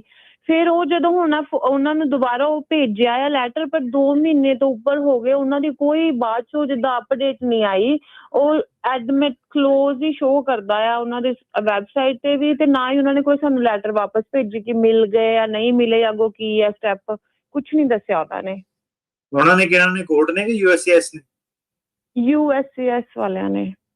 ਨਹੀਂ, USCIS ਨੇ ਤਾਂ ਆਪਣਾ ਸਵੀਟ ਟਾਈਮ ਜਿਹੜਾ ਲਗਾਉਣਾ ਹੈਗਾ, ਉਹਦੇ ਵਿੱਚ ਤੁਸੀਂ ਕੰਟੈਕਟ ਕਰਨਾ ਪੈਣਾ। ਇਨਕੁਆਇਰੀ ਜਿਹੜੀ ਸਰਵਿਸ ਇਨਕੁਆਇਰੀ ਉਹਨਾਂ ਨੂੰ ਕਰ ਸਕਦੇ ਆ। ਜਾਂ ਫਿਰ ਦੂਸਰੀ ਚੀਜ਼ ਇਹ ਹੁੰਦੀ ਹੈ ਕਿ ਤੁਸੀਂ ਦੁਬਾਰਾ ਤੋਂ ਜਿਹੜਾ ਸੀਗਾ ਪੁਰਾਣੀ ਵਾਲਾ 485 ਵਿਡਰਾਅ ਕਰਕੇ ਨਵਾਂ ਵਾਲਾ 485 ਜਿਹੜਾ ਫਾਈਲ ਕਰ ਸਕਦੇ। ਓ ਠੀਕ ਹੈ। ਤੇ ਸਰ ਮੈਂ ਇੱਕ ਗੱਲ ਹੋਰ ਕਹਿਣਾ ਚਾਹੁੰਦੀ ਹਾਂ ਵੀ ਅਸੀਂ ਜਦੋਂ ਅਪਲਾਈ ਕਰਨਾ ਸੀ, ਅਸੀਂ ਨਾ ਤੁਹਾਡੇ ਨਾਲ ਫੋਨ ਕੀਤਾ ਸੀ, ਉਦੋਂ ਤੁਹਾਡੇ ਆਫਿਸ 'ਚ ਤੁਹਾਡੇ ਨਾਲ ਗੱਲ ਕੀਤੀ ਸੀ, ਤੇ ਤੁਸੀਂ ਕਿਹਾ ਕਿ ਜਿੱਦਾਂ ਮੇਰੇ ਹਸਬੈਂਡ ਦਾ ਜਿਹੜਾ ਅਸਾਈਲਮ ਕੇਸ ਸੀ, ਯਾਨੀ ਕਿ ਤੁਸੀਂ ਉਦੋਂ ਇੰਨੀ ਵਧੀਆ ਸਲਾਹ ਦਿੱਤੀ ਸੀ ਕਿ ਤੁਸੀਂ ਮੇਰੇ ਕੋਲ ਨਾਲੋਂ ਜਿਹੜਾ ਤੁਹਾਡਾ ਪਹਿਲਾ ਵਕੀਲ ਹੈ ਤੁਸੀਂ ਉਹਦੇ ਥਰੂ ਹੀ ਕਲੋਜ਼ ਕਰਵਾ ਲਓ, ਕਿਉਂਕਿ ਤੁਸੀਂ ਮੈਨੂੰ ਵੀ ਫੀਸ ਦੇਣੀ ਹੈ ਤੇ ਫੀਸ ਤੁਸੀਂ ਉੱਥੇ ਵੀ ਆਲਰੇਡੀ ਭਰ ਚੁੱਕੇ ਹੋ। ਤੇ ਯਾਨੀ ਕਿ ਤੁਸੀਂ ਇਹ ਨਹੀਂ ਕਿਹਾ ਕਿ ਨਹੀਂ ਤੁਸੀਂ ਮੇਰੇ ਵੱਲ ਮੂਵ ਹੋ ਜਾਓ ਕਿ ਕਰਵਾ ਲਓ ਸਾਡੇ ਤੋਂ। ਨਹੀਂ ਸਾਡੇ ਕੋਲ ਨਾ ਕਰੋ, ਕੰਮ ਸਾਡੇ ਕੋਲ ਆਲਰੇਡੀ ਬਹੁਤ ਜ਼ਿਆਦਾ, ਤੇ ਤਾਂ ਕਰਕੇ ਆਪਾਂ ਨਹੀਂ ਚਲੋ ਸਹੀ ਸਲਾਹ ਆ, ਲੋਕਾਂ ਦੇ ਪੈਸੇ ਵੀ ਬਚਦੇ ਏਦਾਂ। ਨਹੀਂ ਇਹ ਤਾਂ ਦੇਖੋ ਜੀ, ਇਹਦੇ ਵਿੱਚ ਕੋਈ ਦੋ ਰਾਏ ਨਹੀਂ ਹੈਗੀ। ਜਿਹੜਾ ਆਪਣਾ ਰੋਜ਼ਾਨਾ ਜਿਹੜੇ ਕੰਸਲਟੇਸ਼ਨ ਜਿਹੜੇ ਹੈਗੇ ਆ, ਆਪਾਂ ਉਰੇ ਵੀ ਕਹੀਦਾ, ਜਿਹੜਾ ਜਿੱਦਾਂ ਹੁਣ ਕੰਮ ਆ, ਇੱਕ ਵਾਰੀ ਆਲਰੇਡੀ ਵਕੀਲ ਨੂੰ ਪੈਸੇ ਦਿੱਤੇ, ਉਹਨਾਂ ਕੋਲ ਕਰਾਓ ਤੁਸੀਂ, ਤੁਹਾਨੂੰ ਉਹ ਇਕਨੋਮਿਕਲ ਪੈਂਦਾ ਹੈਗਾ। ਸੇਮ ਚੀਜ਼ ਜਿੱਦਾਂ BIA ਵਗੈਰਾ ਜਿਹੜਾ ਤੇ ਕਈ ਵਾਰੀ ਕੇਸ ਲੱਗੇ ਹੁੰਦੇ, ਮੈਂ ਉਹਨਾਂ ਨੂੰ ਇਹ ਕਹਿੰਦਾ, ਮੈਂ ਕਹਿੰਦਾ ਇਹ ਤੁਸੀਂ ਹੁਣ ਸਾਰੇ ਪੈਸੇ ਦਿੱਤੇ, ਡਬਲ ਇੱਥੇ ਕਰੋਗੇ, ਸਾਡੇ ਕੋਲ 9th ਸਰਕਟ ਤੁਸੀਂ ਆ ਜਾਓ ਜੇ ਨਹੀਂ ਗੱਲ ਬਣਦੀ ਹੈ। ਤੇ ਉਹਦਾ ਰੀਜ਼ਨ ਜਿਹੜਾ ਇਹ ਹੈਗਾ ਜੀ, ਦੇਖੋ ਇਹਦੇ ਵਿੱਚ ਥੈਂਕ ਯੂ ਜਾਂਦਾ ਜੀ ਪੰਜਾਬੀ ਰੇਡੀਓ ਨੂੰ, ਤੁਹਾਡੀ ਸਾਰੀ ਕਮਿਊਨਿਟੀ ਨੂੰ। ਨਿਊਟਰਲ ਸਲਾਹ ਆਪਾਂ ਤਾਂ ਦੇ ਸਕਦੇ ਆ ਕਿ ਤੁਹਾਡੀ ਸਪੋਰਟ ਤੇ ਕਰਕੇ ਸਾਡੇ ਕੋਲ ਇਨਫ ਜਿਹੜਾ ਕੰਮ ਹੈਗਾ ਕਿ ਲੋਕਾਂ ਨੂੰ ਸਹੀ ਸਲਾਹ ਦੇ ਸਕਦੇ ਆ, ਵਿਦਆਊਟ ਫਿਊਚਰ ਦੇ ਵਿੱਚ ਕੀ ਬਿਜ਼ਨਸ ਆਣਾ ਨਹੀਂ ਆਣਾ ਉਹਦੀ ਨਹੀਂ ਕਦੀ ਪਰਵਾਹ ਕੀਤੀ। ਔਰ ਜਦੋਂ ਐਕਚੁਅਲੀ ਨਹੀਂ ਵੀ ਕੰਮ ਸੀਗਾ ਉਦੋਂ ਵੀ ਨਹੀਂ ਕੀਤੀ ਪਰਵਾਹ। ਉਹ ਇਹ ਹੈ ਕਿ ਜਿਹੜਾ ਕਲਾਇੰਟ ਲਈ ਜਿਹੜੀ ਸਹੀ ਚੀਜ਼ ਜਿਹੜੀ ਹੈਗੀ ਆ ਉਹਦੇ ਹਿਸਾਬ ਨਾਲ ਆਪਾਂ ਜਿਹੜੀ ਸਲਾਹ ਦੇਈਦੀ ਆ। ਤੇ ਤੁਸੀਂ ਇਹਦੇ ਵਿੱਚ ਹਾਂਜੀ, ਤੁਹਾਨੂੰ ਮੈਂ ਇਕੱਲਿਆਂ ਨੂੰ ਹੀ ਨਹੀਂ, ਇਹ ਕਈ ਜਿਹੜੇ ਲੋਕੀ ਜਿਹੜੇ ਹੈਗੇ ਐਡਮਿਨ ਕੋਰਸ ਵਗੈਰਾ, ਸਾਰਿਆਂ ਨੂੰ ਆਪਣੀ ਇਹੀ ਸਲਾਹ ਕਿ ਆਪਣੇ ਵਕੀਲ ਤੋਂ ਹੀ ਕਰਾਓ, ਉੱਥੋਂ ਹੀ ਤੁਹਾਨੂੰ ਜਿਹੜਾ ਸਸਤਾ ਜ਼ਿਆਦਾ ਉਹ ਪੈਣਾ। ਜੀ ਥੈਂਕ ਯੂ ਤੁਹਾਡਾ ਇਸ ਚੀਜ਼ ਦੇ ਲਈ। ਅਗਲੇ ਕਾਲਰ ਨੇ ਸੁਖਵਿੰਦਰ ਜੀ, ਕੀ ਸਵਾਲ ਹੈ ਜੀ? ਹਾਂਜੀ ਭਾਜੀ, ਸਤਿ ਸ਼੍ਰੀ ਅਕਾਲ ਜੀ ਦੋਵੇਂ ਵੀਰਾਂ ਨੂੰ। ਸਤਿ ਸ਼੍ਰੀ ਅਕਾਲ ਜੀ। ਹਾਂਜੀ ਜੀ, ਮੇਰੇ ਦੋ ਸਵਾਲ ਆ ਜੀ। ਪਹਿਲਾ ਸਵਾਲ ਭਾਜੀ ਆਹ ਆ ਕਿ ਮੈਂ ਜਦ ਆਇਆ ਸੀਗਾ ਇੱਥੇ, ਬਾਰਡਰ ਕ੍ਰੋਸ ਕਰਿਆ ਸੀਗਾ, ਤੇ ਉਸ ਟਾਈਮ ਕੈਂਪ ਦੇ ਵਿੱਚ ਜਿਹੜੇ ਮੈਨੂੰ ਪੇਪਰ ਮਿਲੇ ਉਹਦੇ ਵਿੱਚ ਜਿਹੜਾ ਕਲੇਮ ਫੀਅਰ ਲਿਖਿਆ ਹੁੰਦਾ, ਜਿੱਥੇ ਉੱਥੇ ਯੈਸ ਪਾ ਕੇ ਤਾਂ ਮੇਰਾ ਆਫਿਸਰ ਨੇ ਉੱਥੇ ਰਿਲੀਜਨ ਲਿਖਤਾ, ਕਿਉਂਕਿ ਉਹਨੇ ਮੈਨੂੰ ਕੁਐਸਚਨ ਪੁੱਛਿਆ ਸੀਗਾ ਤੂੰ ਇੱਥੇ ਕਿਉਂ ਆਇਆ ਆ। ਮੈਂ ਬਸ ਉਹਨੂੰ ਸਿੰਪਲ ਕਿਹਾ ਸੀਗਾ ਕਿ ਆਈ ਫੋਲੋ ਸਿੱਖੀਜ਼ਮ, ਉਹਨੇ ਮੈਨੂੰ ਰੋਕਤਾ ਤੇ ਰਿਲੀਜਨ ਲਿਖਤਾ। ਤੇ ਪਰ ਮੇਰਾ ਕੇਸ ਪੋਲੀਟੀਕਲ ਅਸਾਈਲਮ ਲੱਗਾ, ਕਿ ਉਹ ਚੀਜ਼ ਤਾਂ ਮੈਨੂੰ ਦਿੱਕਤ ਤਾਂ ਨਹੀਂ ਹੈਗੀ? ਨਹੀਂ, ਪਰ ਉਹਨੇ ਹੋਰ ਸਵਾਲ ਜਵਾਬ ਕੀਤੇ ਸੀਗਾ ਕਿ ਬਸ ਇੱਕੋ ਹੀ ਕੀਤਾ? ਨਹੀਂ ਜੀ, ਉਹਨੇ ਉਸ ਟਾਈਮ ਬਸ ਮਤਲਬ ਪੁੱਛਿਆ ਸੀਗਾ ਤੂੰ ਕਿਉਂ ਆਇਆ, ਤੈਨੂੰ ਕਿੱਥੋਂ, ਤੇ ਮੈਂ ਸਮਝਾਉਣ ਲੱਗਾ ਸੀਗਾ ਡਿਟੇਲ ਦੇ ਵਿੱਚ ਕਿ ਮੈਂ ਸਿੱਖੀਜ਼ਮ ਫੋਲੋ ਕਰਦਾ, ਤੇ ਅੱਗੇ ਸਾਰਾ ਦੱਸਣਾ ਸੀਗਾ ਆਪਣੀ ਪੋਲੀਟੀਕਲ ਪਾਰਟੀ ਬਾਰੇ, ਪਰ ਉਹਨੇ ਮੈਨੂੰ ਰੋਕਤਾ ਤੇ ਉਹਨੇ ਰਿਲੀਜਨ ਲਿਖ ਕੇ, ਕਿਉਂਕਿ ਮੈਂ ਗੱਲ ਸਮਝ ਲਈ ਨਾ। ਹੁਣ ਤੁਸੀਂ ਅੱਗੇ ਪੁੱਛਾਂਗੇ ਦੀ ਪ੍ਰੋਬਲਮ ਹੋਣੀ ਕਿ ਨਹੀਂ, ਹੁਣ ਆਪਾਂ ਉਧਰ ਨੂੰ ਵੱਧਦੇ ਹਾਂ। ਮੈਂ ਇਹ ਪੁੱਛ ਰਿਹਾ ਕਿ ਉਹ ਇੰਟਰਵਿਊ ਜ਼ਿਆਦਾਤਰ ਤਾਂ ਡਿਟੇਲ ਹੁੰਦੀ ਨਾ, 5-10 ਮਿੰਟ ਬੰਦੇ ਕੋਈ ਸਵਾਲ ਘੱਟੋ ਘੱਟ ਪੁੱਛਦੇ ਹੀ ਆ ਉਹ, ਕਿ ਉਹਨੇ ਟਾਈਮ ਲਾਇਆ ਸੀਗਾ, ਹੋਰ ਸਵਾਲ ਪੁੱਛੇ ਸੀਗੇ ਕਿ ਬਸ ਇੱਕੋ ਹੀ ਸਵਾਲ ਪੁੱਛਿਆ? ਨਹੀਂ ਵੀਰੇ, ਬਸ ਜਿੰਨੀ ਕਿ ਆਪਾਂ ਗੱਲ ਕਰੀਏ ਇੰਨੇ ਕੁ ਮੂਵਮੈਂਟ ਚ ਉਹਨੇ ਮੈਨੂੰ ਸਾਈਨ ਕਰਾ ਕੇ ਭੇਜਤਾ ਸੀਗਾ ਜੀ, ਕੁਛ ਨਹੀਂ ਪੁੱਛਿਆ, ਬਸ ਇੱਕ ਸਵਾਲ ਪੁੱਛਿਆ ਸੀ। ਹਾਂਜੀ, ਸੋ ਦੇਖੋ ਇਹ ਸਵਾਲ ਇਹ ਆ ਜਾਂਦਾ ਕਿ ਮੈਂ ਆਪਣੇ ਕੇਸ ਦੇ ਵਿੱਚ ਹੋਰ ਐਡੀਸ਼ਨ ਕਰ ਸਕਦਾ ਜਿਹੜੀਆਂ ਮੈਂ ਬਾਰਡਰ ਤੇ ਨਹੀਂ ਦੱਸੀਆਂ। ਇਹ ਮੁੱਦੇ ਨੂੰ ਕਹਿੰਦੇ ਹੈਗੇ ਮੈਟਰ ਆਫ MAF। ਉਹ ਮੁੱਦਾ ਕੀ ਹੁੰਦਾ ਕਿ ਜਦੋਂ ਅੱਛਾ ਤੁਸੀਂ ਅਸਾਈਲਮ ਜਿਹੜੀ ਐਪਲੀਕੇਸ਼ਨ ਸੀਗੀ ਜਿਹੜੀ ਉਹ ਲਾਤੀ ਸੀਗੀ ਸਾਲ ਦੇ ਅੰਦਰ? ਹਾਂਜੀ ਉਹ ਲਾਤੀ ਸੀਗੀ ਜੀ, I-589 ਸਾਰਾ ਸਬਮਿਟ ਕਰਤਾ ਸੀ। ਉਹਦੇ ਵਿੱਚ ਤੁਸੀਂ ਆਪਣੀ ਪਾਰਟੀ ਬਾਰੇ ਦੱਸਿਆ ਸੀਗਾ? ਹਾਂਜੀ ਦੱਸਿਆ ਸੀਗਾ ਜੀ। ਬਸ ਫਿਰ ਭਾਜੀ ਉਹ ਤਾਂ ਦੱਸਤਾ, ਹੁਣ ਤੁਸੀਂ ਫਿਰ ਨਾ ਦੱਸਣ ਵਾਲੀ ਗੱਲ ਹੀ ਨਹੀਂ। ਉਹ ਤਾਂ ਫਿਰ ਹੁਣ ਆਪਣਾ ਐਕਸਪਲੇਨ ਕਰੋ ਸਾਰਾ ਕਿੱਦਾਂ ਸੀਗਾ। ਬਾਰਡਰ ਵਾਲਾ ਤੁਸੀਂ ਦੱਸ ਸਕਦੇ ਆ, ਅਸੀਂ ਸਹੀ ਤਰੀਕੇ ਨਾਲ ਦੱਸਣਾ ਪੈਣਾ ਤੁਹਾਨੂੰ ਕਿ ਉੱਥੇ ਕਿਉਂ ਗੱਲ ਅਧੂਰੀ ਰਹਿ ਗਈ, ਤੇ ਉਹ ਬਲੀਵੇਬਲ ਹੋਣੀ ਚਾਹੀਦੀ ਹੈ ਜੱਜ ਨੂੰ, ਠੀਕ ਆ? ਉਹਦੇ ਵਿੱਚੋਂ ਦੀ ਭੱਜਣਾ ਨਹੀਂ ਸਵਾਲਾਂ ਤੋਂ, ਉਹ ਪੂਰਾ ਤੁਸੀਂ ਡਿਟੇਲ ਦੇ ਵਿੱਚ ਦੱਸਣਾ ਕਿ ਉੱਥੇ ਕਿਉਂ ਕੱਟ ਸ਼ਾਟ ਰਹਿ ਗਈ, ਕਿੰਨੀ ਦੇਰ ਇੰਟਰਵਿਊ ਚੱਲੀ ਸੀਗੀ। ਮੇਰੇ ਹਿਸਾਬ ਨਾਲ ਤੁਸੀਂ ਐਕਸਪਲੇਨ ਕਰ ਸਕਦੇ ਆ। ਓਕੇ ਜੀ। ਤੇ ਦੂਸਰਾ ਸਵਾਲ ਭਾਜੀ ਇਹ ਆ ਕਿ ਮੇਰਾ ਜਦ I-589 ਦੇ ਵਿੱਚ ਮੇਰਾ ਸਿਰਫ ਪੋਲੀਟੀਕਲ ਪਾਰਟੀ ਦਾ ਸਾਰਾ ਕੁਝ ਦੱਸਿਆ ਆ, ਤੇ ਮੈਂ ਕਿਸਾਨ ਜਥੇਬੰਦੀ ਨਾਲ ਵੀ ਜੁੜਿਆ ਆ, ਇੱਥੇ ਤੱਕ ਕਿ ਮੈਂ ਡਿਟੇਨ ਤੇ ਮੇਰੇ ਪਰਿਵਾਰ ਦੇ ਮੈਂਬਰ ਵੀ ਡਿਟੇਨ ਹੋਏ ਨੇ। ਮੇਰੇ ਇੱਥੇ ਆਉਣ ਤੋਂ ਮਗਰੋਂ ਵੀ ਮੇਰੇ ਕੋਲ ਦੀ DDR ਕਹਿੰਦੇ ਆ ਉਹਨੂੰ, ਪੁਲਿਸ ਦੀ DDR ਵੀ ਹੈਗੀ ਆ ਜਦੋਂ ਡਿਟੇਨ ਵਗੈਰਾ ਹੋਏ। ਜਿਹੜੀਆਂ ਚੀਜ਼ਾਂ ਬਾਅਦ ਚ ਹੋਈਆਂ ਉਹ ਤਾਂ ਤੁਸੀਂ ਐਡ ਕਰ ਸਕਦੇ ਆ, ਕਿਉਂਕਿ ਉਹ ਤਾਂ ਉਦੋਂ ਉਸ ਟਾਈਮ ਸੀਗੀਆਂ ਨਹੀਂ। ਉਹ ਤਾਂ ਜਿਹੜੀ ਚੀਜ਼ ਹੋਣੀ ਬਾਅਦ ਚ, ਉਹ ਤਾਂ ਜਦੋਂ ਅਪਡੇਟ ਕਰੋਗੇ ਉਦੋਂ ਕਰ ਸਕਦੇ ਆ। ਸਵਾਲ ਇਹ ਆ ਜਾਂਦਾ ਕਿ ਜਿਹੜੀਆਂ ਚੀਜ਼ਾਂ ਪਹਿਲਾਂ ਸੀਗੀਆਂ, ਫੋਰ ਐਗਜ਼ਾਮਪਲ ਉਹਦੇ ਵਿੱਚ ਹੁਣ ਪੁੱਛਦੇ ਆ ਕਿ ਤੁਸੀਂ ਕਿਹੜੀਆਂ ਸੰਸਥਾਵਾਂ ਦੇ ਨਾਲ ਸੰਬੰਧ ਰੱਖਦੇ ਆ। ਹੁਣ ਤੁਸੀਂ ਉਹਦੇ ਵਿੱਚ ਕਹਿ ਰਹੇ ਕਿ ਤੁਸੀਂ ਪਾਰਟੀ ਦਾ ਲਿਖਤਾ, ਪਰ ਤੁਸੀਂ ਆਪਣੀ ਯੂਨੀਅਨ ਦੇ ਨਾਲ ਵੀ ਸੰਬੰਧ ਜੇ ਰੱਖਦੇ ਸੀਗੇ। ਤਾਂ ਸਵਾਲ ਇਹ ਆ ਜਾਂਦਾ ਕਿ ਤੁਸੀਂ ਇੱਕ ਚੀਜ਼ ਦਾ ਕਿਉਂ ਲਿਖਿਆ, ਦੂਜੀ ਦਾ ਕਿਉਂ ਨਹੀਂ ਲਿਖਿਆ? ਸੋ ਇਹ ਵੀ ਮੁੱਦੇ ਆ ਜਾਂਦੇ। ਓਕੇ, ਜਦ ਭਾਈ ਆਪਾਂ ਐਡ ਕਰ ਸਕਦੇ ਆ ਏਦਾਂ, ਮਤਲਬ ਹੋਰ ਕੋਈ ਉਹਦੀ ਦਿੱਕਤ ਪਊਗੀ ਆਪਾਂ ਨੂੰ? ਹਾਂਜੀ ਭਾਜੀ, ਦਿੱਕਤ ਪੈ ਸਕਦੀ ਆ ਉਹਨੂੰ। ਤੁਹਾਨੂੰ ਮੈਂ ਉਹੀ ਦੱਸਿਆ ਕਿ ਇੱਕ ਮੈਟਰ ਆਫ MAF ਕਰਕੇ ਕੇਸ ਹੈਗਾ, ਉਹਦੇ ਵਿੱਚ ਉਹ ਕੀ ਕਹਿੰਦੇ ਆ ਕਿ ਜੇ ਕੋਈ ਬੰਦਾ ਨਵਾਂ ਮੁੱਦੇ ਲੈ ਕੇ ਆਉਂਦਾ ਹੁਣ ਮੋਰੇ, ਤੇ ਉਹਦੀ ਜਿਹੜੀ ਡੇਟ ਆਫ ਫਾਈਲਿੰਗ ਐਪਲੀਕੇਸ਼ਨ ਹੈਗੀ ਆ ਅਸਾਈਲਮ ਦੀ, ਉਹ ਜਦੋਂ ਉਹਨੇ ਨਵੀਂ ਚੀਜ਼ ਜਿਹੜੇ ਛੇੜੀ ਨਾ, ਉਤੋਂ ਆਪਾਂ ਗਿਣਨਾ ਕਿ ਉਹਦੀ ਹੋਣੀ ਆ। ਤੇ ਉਹ ਮੇਰੇ ਖਿਆਲ ਤੁਸੀਂ ਸਾਲ ਵਾਲੀ ਡੈਡਲਾਈਨ ਤੁਹਾਡੀ ਮਿਸ ਹੋ ਜਾਣੀ, ਉਹਦੇ ਕਰਕੇ ਤੁਸੀਂ ਆਪਣੇ ਨਾ ਵਕੀਲ ਨਾਲ ਗੱਲਬਾਤ ਕਰੋ ਉਹਦੇ ਉੱਤੇ। ਓਕੇ ਜੀ। ਠੀਕ ਹੈ ਤੇ ਜੀ। ਭਾਜੀ ਵਕੀਲ ਆਹ ਜੀ ਨਹੀਂ ਵਕੀਲ ਆਹ ਚੀਜ਼ ਕਹਿ ਰਿਹਾ ਭਾਜੀ ਕਿ ਮੇਰੀ ਜਿਹੜੀ ਜੱਜ ਸੀਗੀ ਸ਼੍ਰੇਆ ਲਵੀਨ ਸੈਨ ਫਰਾਂਸਿਸਕੋ ਦੀ, ਉਹ ਫਾਇਰ ਹੋ ਗਈ। ਤੇ ਉਹ ਆਹ ਚੀਜ਼ ਕਹਿ ਰਿਹਾ, ਕਹਿੰਦਾ ਜੇ ਆਪਾਂ ਫਾਈਲ 'ਚ ਕੁਝ ਕਰਦੇ ਆ ਤੇ ਆਪਾਂ ਮਤਲਬ ਕੋਈ ਪਤਾ ਨਹੀਂ ਕੀ ਕਰਦੇ ਆ, ਕਿ ਹਜੇ ਜਦ ਨਵਾਂ ਨਹੀਂ ਪਰ ਭਾਜੀ ਗੱਲ ਏਦਾਂ ਕਿ ਜਿਹੜਾ ਇੱਕ ਸਵਾਲ ਹੁੰਦਾ ਕਿ ਤੁਸੀਂ ਕਿਸੇ ਸੰਸਥਾ ਦੇ ਨਾਲ, ਆਰਗੇਨਾਈਜੇਸ਼ਨ ਦੇ ਨਾਲ ਬਿਲੋਂਗ ਕਰਦੇ ਆ, ਉਹ ਤੁਹਾਨੂੰ ਦੱਸਣਾ ਹੀ ਪੈਣਾ, ਉਹਦੇ ਵਿੱਚ ਤੁਹਾਡੇ ਕੋਲ ਚੋਇਸ ਨਹੀਂ ਹੈਗੀ। ਉਹ ਜਦੋਂ ਪਹਿਲੋਂ ਡਾਕੂਮੈਂਟ ਜਦੋਂ ਪਹਿਲੋਂ ਭਰਦੇ ਆ, ਉਦੋਂ ਹੀ ਸਾਰੀ ਇਨਫੋਰਮੇਸ਼ਨ ਵੱਧ ਤੋਂ ਵੱਧ ਜਿਹੜੀ ਉਹ ਸਾਰੀ ਉਹ ਦੱਸਣੀ ਹੁੰਦੀ ਆ। ਉਹ ਤਾਂ ਅੱਜ ਕੱਲ੍ਹ ਤਾਂ ਛੋਟੀ ਗੱਲ ਦੇ ਉੱਤੇ ਅੜਿੱਕੇ ਪਾ ਰਹੇ ਆ, ਸੋ ਇਦਾਂ ਦੀਆਂ ਗਲਤੀਆਂ ਨਾ ਕਰੋ। ਸਵਾਲ ਇਹ ਆ ਜਾਂਦਾ ਕਿ ਉਹ ਵਾਕਈ ਤੁਸੀਂ ਸੰਸਥਾ ਦੇ ਮੈਂਬਰ ਸੀਗੇ, ਤੇ ਕੇਸ ਨੂੰ ਸਟਰੋਂਗ ਕਰਨ ਲਈ ਬਾਅਦ ਚ ਜਿਹੜੀ ਉਹ ਇਨਫੋਰਮੇਸ਼ਨ ਐਡ ਕਰ ਰਹੇ ਆ, ਸ਼ੱਕ ਦੇ ਆਧਾਰ ਤੇ ਦੇਖਦੇ ਆ, ਸ਼ੱਕ ਦੇ ਆਧਾਰ ਤੇ ਦੇਖਦੇ ਆ। ਤੇ ਇਹਦਾ ਉਹਨਾਂ ਨੇ ਹੱਲ ਸਿੰਪਲ ਕੱਢਿਆ ਹੈ। ਉਹ ਕਹਿੰਦੇ ਕਿ ਜਦੋਂ ਇਹ ਪੂਰੀ ਇਨਫੋਰਮੇਸ਼ਨ ਦਿੰਦਾ, ਉਹਨੂੰ ਤੁਸੀਂ ਕਹੋਗਾ ਹੁਣ ਇਹਦੀ ਅਸਾਈਲਮ ਐਪਲੀਕੇਸ਼ਨ ਆਪਾਂ ਮੰਨਣੀ ਆ, ਉਹ ਪਰ ਫਿਰ ਸਾਲ ਤੋਂ ਵੱਧ ਹੋ ਜਾਂਦੀ ਆ। ਜਿਹੜਾ ਪਹਿਲੇ ਸਾਲ ਦੇ ਵਿੱਚ ਤੁਸੀਂ ਜਿਹੜੀਆਂ ਚੇਂਜ ਕਰ ਦਿੰਦੇ ਆ, ਉਹਨੂੰ ਉਹ ਭਾਵੇਂ ਪਹਿਲੀ ਵਾਲੀ ਐਪਲੀਕੇਸ਼ਨ ਉਹ ਰਿਜੈਕਟ ਵੀ ਕਰ ਦੇਣ, ਦੂਜੀ ਵਾਲੀ ਟਾਈਮਲੀ ਹੁੰਦੀ ਆ। ਪਰ ਹੁਣ ਤੁਸੀਂ ਕਹਿ ਰਹੇ ਕਿ ਜਿੱਦਾਂ ਐਡੀ ਮੇਜਰ ਚੀਜ਼ ਤੁਸੀਂ ਖਾ ਗਏ, ਤੇ ਉਹਨੇ ਕਹਿਣਾ ਤੇਰੀ ਪਹਿਲੀ ਐਪਲੀਕੇਸ਼ਨ ਅਧੂਰੀ ਸੀ, ਤੇ ਦੂਜੀ ਦੀ ਜਿਹੜੀ ਇਨਫੋਰਮੇਸ਼ਨ ਜਦੋਂ ਤੁਸੀਂ ਦਿੱਤੀ ਹੈ ਸੰਸਥਾ ਵਾਲੀ, ਉਹਨੂੰ ਆਪਾਂ ਮੰਨਾਂਗੇ ਕਿ ਇਹ ਪਹਿਲੀ ਐਪਲੀਕੇਸ਼ਨ ਹੈ ਇਹਦੀ। ਉਹਦੇ ਕਰਕੇ ਕੀ ਹੁੰਦਾ ਕਿ ਕਈ ਲੋਕਾਂ ਦੀ 1 year ਡੈਡਲਾਈਨ ਦਾ ਮੁੱਦਾ ਜਿਹੜਾ ਪੈ ਜਾਂਦਾ, ਇਹਨੂੰ ਮੈਟਰ ਆਫ MAF ਜਿਹੜਾ ਕਹਿੰਦੇ ਆ, MAF ਇਸ਼ੂ ਵੀ ਇਹਨੂੰ ਕਹਿੰਦੇ ਆ। ਤੇ ਇਹਦੇ ਵਿੱਚ ਤੁਹਾਡੇ ਵਕੀਲ ਨੂੰ ਬੇਸਿਕਲੀ ਬਰੀਫਿੰਗ ਦੇਣੀਆਂ ਪੈਣੀਆਂ ਕਿ ਕਿਉਂ ਮਿਸ ਹੋਇਆ ਸੀਗਾ, ਕਿੱਦਾਂ ਸੀਗਾ। MAF ਬਰੀਫਿੰਗ ਇਹਨੂੰ ਕਹਿੰਦੇ ਆ, ਉਹਦੇ ਬਾਰੇ ਗੱਲ ਕਰੋ। ਠੀਕ ਹੈ ਜੀ, ਧੰਨਵਾਦ। ਹਰਪ੍ਰੀਤ। ਸਤਿ ਸ਼੍ਰੀ ਅਕਾਲ ਭਾਈ। ਸਤਿ ਸ਼੍ਰੀ ਅਕਾਲ ਜੀ। ਸਤਿ ਸ਼੍ਰੀ ਅਕਾਲ ਭਾਜੀ। ਜੇ ਭਾਜੀ ਜੀ ਸਤਿ ਸ਼੍ਰੀ ਅਕਾਲ ਮੇਰਾ ਵੀ। ਹਾਂਜੀ ਭਾਜੀ, ਮੇਰਾ ਕੁਐਸਚਨ ਸੀਗਾ, ਆਪਣਾ ਅਸਾਈਲਮ ਦਾ ਕੇਸ ਲੱਗਾ ਵਾ ਜੀ, ਅਗਲੇ ਸਾਲ ਤਰੀਕ ਵਾ ਫਾਈਨਲ, ਤੇ ਮੈਰਿਜ ਕੇਸ ਦੀ ਵੀ ਇੰਟਰਵਿਊ ਜਿਹੜੀ ਉਹਨਾਂ ਸਕੈਜੂਅਲ ਕਰਤੀ ਹੈ ਜੀ। ਤੇ ਭਾਜੀ ਆਪਾਂ ਨੂੰ ਇੱਥੇ USCIS ਆਫਿਸ ਸੱਦਿਆ ਉਹਨਾਂ ਨੇ, ਤੇ ਕਿੱਦਾਂ ਜਾਣਾ ਚਾਹੀਦਾ ਆਪਾਂ ਨੂੰ?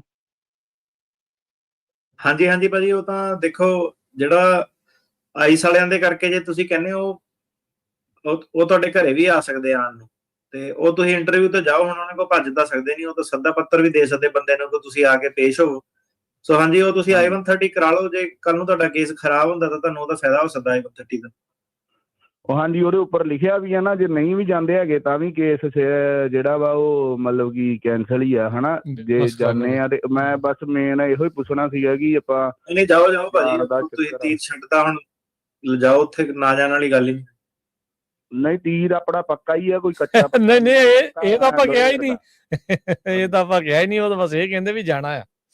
ਮੈਂ ਤਾਂ ਇਹ ਕਿਹਾ ਤੀਰ ਨੂੰ ਤਿੱਖਾ ਕਰਕੇ ਮਾਰੋ ਭਾਜੀ ਦਾ, ਔਰ ਰਾਜ ਭਾਜੀ ਨੂੰ ਵੀ ਨਿੱਕੇ ਮੋਟੇ ਸਵਾਲ ਪੁੱਛ ਲਈ ਦੇ, ਅਸੀਂ ਕਿਤੇ ਕੋਸਕੋ ਮਿਲੀਏ ਗਿਲੀਏ ਨਾ, ਇਹ ਵੀ ਵਕੀਲ ਬਣੇ ਹੀ ਪਏ ਆ ਇੱਕ ਹਿਸਾਬ ਦੇ। ਮੈਂ ਦੇ ਹੀ ਦਵਾਂ ਫਿਰ ਬਾਰ ਦਾ ਐਗਜ਼ਾਮ ਹੈ ਹੁਣ। ਹਾਂਜੀ ਚਲੋ ਧੰਨਵਾਦ ਵੀਰੇ, ਥੈਂਕ ਯੂ, ਮਿਹਰਬਾਨੀ, ਕੋਈ ਚੱਕਰ ਨਹੀਂ। ਤੇ ਬਾਕੀ ਇਹ ਆ ਵੀ ਦੇਖੋ, ਇਹ ਸਾਰੀਆਂ ਕਾਲਾਂ ਚੋਂ ਇਹ ਪਤਾ ਲੱਗਦਾ ਵੀ ਆਪਣੀ ਡਾਕੂਮੈਂਟੇਸ਼ਨ, ਆਪਣੇ ਜਿਹੜੇ ਕੇਸ ਦੀ ਤਿਆਰੀ, ਉਹ ਸਾਰੀਆਂ ਚੀਜ਼ਾਂ ਨਾ ਐ ਚੰਡ ਕੇ ਰੱਖੋ। ਜਿੱਦਾਂ ਕਹਿੰਦੇ ਨੇ ਵੀ ਤੀਰ ਤਿੱਖਾ ਕਰਕੇ ਛੱਡਣਾ, ਉਹ ਤਾਂ ਹੀ ਹੋਣਾ ਆ। ਤੇ ਉਸ ਹਿਸਾਬ ਦੇ ਨਾਲ ਤਿਆਰੀ ਕਰਕੇ ਰੱਖਿਆ ਕਰੋ ਆਪਣੀ। ਅਗਲੇ ਕਾਲਰ ਆਪਣਾ ਜਿਹੜਾ ਉਸੇ ਟੌਪਿਕ ਤੇ ਕਰ ਦਈਏ। ਮੈਂ ਕਿਹਾ ਜਿਹੜਾ ਆਪਣਾ ਮੇਨ ਆਬਜੈਕਟਿਵ ਸੀਗਾ ਸ਼ੋਅ ਦਾ, ਕਿ ਆਪਾਂ ਮਜ਼ੇ ਨਾਲ ਤੁਹਾਨੂੰ ਸਾਰਿਆਂ ਨੂੰ ਕਲਾਸ ਲਾਣੀ ਲਾਅ ਦੀ, ਸਾਰਿਆਂ ਨੂੰ ਟ੍ਰੇਨ ਕਰਨਾ ਵਾ ਕਮਿਊਨਿਟੀ ਨੂੰ। ਤੇ ਮੇਰੇ ਹਿਸਾਬ ਨਾਲ ਕਮਿਊਨਿਟੀ ਕਾਫੀ ਜ਼ਿਆਦਾ ਜਿਹੜੀ ਟ੍ਰੇਨ ਹੋ ਗਈ ਆ। ਹੁਣ ਆਹੀ ਜਿਹੜੀਆਂ ਗੱਲਾਂ ਸੀਗੀਆਂ, ਠੀਕ ਆ, ਪਹਿਲਾਂ ਤੁਹਾਡੇ ਕੋਲ ਨਹੀਂ ਸੀਗੀ ਜਾਣਕਾਰੀ, ਹੁਣ ਤੁਹਾਨੂੰ ਪਤਾ ਲੱਗਾ। ਆਪਣੇ ਸੀਗੇ ਦੇਸੀ ਵਕੀਲ ਪਰੱਟੀ, ਤੁਹਾਨੂੰ ਡੂੰਘਾਈ ਚ ਮੈਨੂੰ ਨਹੀਂ ਲੱਗਦਾ ਕਿਸੇ ਨੇ ਦੱਸਿਆ ਹੋਣਾ। ਟੈਕਨੀਕੈਲਿਟੀ ਦੇ ਵਿੱਚ, ਮੁੱਦਿਆਂ ਦੇ ਵਿੱਚ ਦੱਸਿਆ ਨਹੀਂ ਹੋਣਾ, ਠੀਕ ਆ, ਆਰਕੇ ਮਸਲਿਆਂ ਦੇ। ਤੇ ਇਹ ਸੀਗਾ ਕਿ ਪੰਜਾਬੀ ਰੇਡੀਓ ਦੀ ਮੈਂ ਕਿਹਾ ਕਾਫੀ ਜਿਹੜਾ ਯੋਗਦਾਨ ਹੈਗਾ। ਮੈਂ ਕਈ ਵਾਰੀ ਸੋਚਦਾ ਹੁੰਦਾ, ਕਿਉਂਕਿ ਇਸ ਤੋਂ ਪਹਿਲਾਂ ਆਪਾਂ ਸੀਗੇ ਇੰਟਰਨੈਟ ਵਾਲੇ ਵਕੀਲ, ਜਿਹੜੇ ਇੰਪਲੋਇਮੈਂਟ ਲਾਅ ਦੇ H1 ਇਹ ਉਹ ਕਰੀਦਾ ਹੈਗਾ ਜੀ। ਤੇ ਸਬੱਬ ਜਿਹੜਾ ਬਣਿਆ ਸਾਰਾ, ਇਹ ਬਣਿਆ ਪੰਜਾਬੀ ਰੇਡੀਓ ਦੇ ਕਰਕੇ ਹੀ, ਠੀਕ ਹੈ। ਕਿ ਇੱਕ ਤੁਸੀਂ ਕਹਿ ਲਓ ਕਿ ਪੀਸ ਆਫ ਪਜ਼ਲ ਜਿਹੜੇ ਹੁੰਦੇ ਆ, ਕਿ ਇਹਨਾਂ ਨੇ ਆਡੀਅנס ਇਕੱਠੀ ਕਰਤੀ, ਵਕੀਲ ਇਕੱਠਾ ਕਰਤਾ, ਵਧੀਆ ਮੰਚ ਦੇ ਦਿੱਤਾ, ਤੇ ਇਹਦੇ ਨਾਲ ਸਾਰੀਆਂ ਧਿਰਾਵਾਂ ਨੂੰ ਜਿਹੜਾ ਸੀਗਾ ਉਹ ਆਨੰਦ ਜਿਹੜਾ ਆ ਰਿਹਾ ਇੱਕ ਤਰ੍ਹਾਂ ਹਰ ਸੈਟਰਡੇ ਵਾਲਾ, ਤੇ ਸਾਰਿਆਂ ਦੇ ਨਜ਼ਾਰੇ। ਸਾਨੂੰ ਵੀ ਵਧੀਆ ਲੱਗਦਾ ਆ ਕੇ ਉਰੇ ਤੁਹਾਡੇ ਨਾਲ ਵਿਚਰ ਕੇ। ਤੇ ਬਾਕੀ ਠੀਕ ਆ, ਮਾੜਾ ਟਾਈਮ ਜਿਹੜਾ ਚੱਲਦਾ ਇਹ ਚੱਲਦੇ ਰਹਿਣੇ ਆ। ਤੇ ਥੋੜੀ ਜਿਹੀ ਆਪਣਾ ਹੀ, ਜਿੱਦਾਂ ਭਾਜੀ ਨੇ ਕਿਹਾ ਕਿ ਆਪਣੇ ਜਿਹੜੇ ਸਾਰੇ ਅਸਤਰ ਜੇ ਜਿਹੜੇ ਆਪਣੇ ਸਬੂਤ ਸਵਾਦ ਜੇ ਇਕੱਠੇ ਕਰ ਲਓ, ਸਟਰੋਂਗ ਕਰ ਲਓ, ਤੇ ਜੋ ਵੀ ਪ੍ਰੋਗਰਾਮ 'ਚ ਤੁਹਾਨੂੰ ਜਾਣਕਾਰੀ ਹੈ, ਭਾਵੇਂ ਸਾਡੇ ਕੋਲ ਕੇਸ ਆ, ਕਿਸੇ ਕੋਲ ਵੀ ਕੇਸ ਆ, ਤੇ 1 ਸਾਲ ਕੱਢ ਲਿਆ ਆਪਾਂ, ਠੀਕ ਆ, ਔਖੇ ਸੌਖੇ ਜਿਹੜੀ ਸੀਗੀ ਹਨੇਰੀ ਇਹਨਾਂ ਦੀ ਝੱਲ ਲਈ ਆ, 3 ਕੁ ਸਾਲ ਹੋਰ ਆ, ਉਹ ਵੀ ਔਖੇ ਸੌਖੇ ਆਪਾਂ ਕਰ ਲੈਣੇ ਆ, ਤੇ ਕੋਈ ਚੱਕਰ ਨਹੀਂ ਹੈਗਾ। ਜੀ ਹਾਂਜੀ ਗੁਰਪ੍ਰੀਤ, ਕੀ ਸਵਾਲ ਹੈ ਜੀ? ਹੈਲੋ, ਹਾਂਜੀ, ਸਤਿ ਸ਼੍ਰੀ ਅਕਾਲ ਸਰ। ਸਤਿ ਸ਼੍ਰੀ ਅਕਾਲ ਜੀ। ਸਰ ਮੇਰਾ ਕੁਐਸਚਨ ਹੈ ਕਿ ਮੈਂ ਨਾ PR1 ਵੀਜ਼ੇ ਤੇ ਆਈ ਸੀ USA, ਤੇ ਮੇਰਾ ਕੰਡੀਸ਼ਨਲ ਗ੍ਰੀਨ ਕਾਰਡ ਦਸੰਬਰ 16 ਨੂੰ ਐਕਸਪਾਇਰ ਹੋ ਗਿਆ, ਤੇ ਉਹਨਾਂ ਨੇ ਮੈਨੂੰ ਨਾ 48 ਮੰਥ ਦੀ ਐਕਸਟੈਂਸ਼ਨ ਲੈਟਰ ਦੇ ਦਿੱਤੀ ਆ, ਔਰ ਮੇਰੀ ਆਲਰੇਡੀ ਬਾਇਓਮੈਟ੍ਰਿਕ ਹੋ ਗਈ ਆ। ਮੈਂ ਇੰਡੀਆ ਜਾ ਸਕਦੀ ਹਾਂ ਉਸ ਐਕਸਟੈਂਸ਼ਨ ਲੈਟਰ ਤੇ?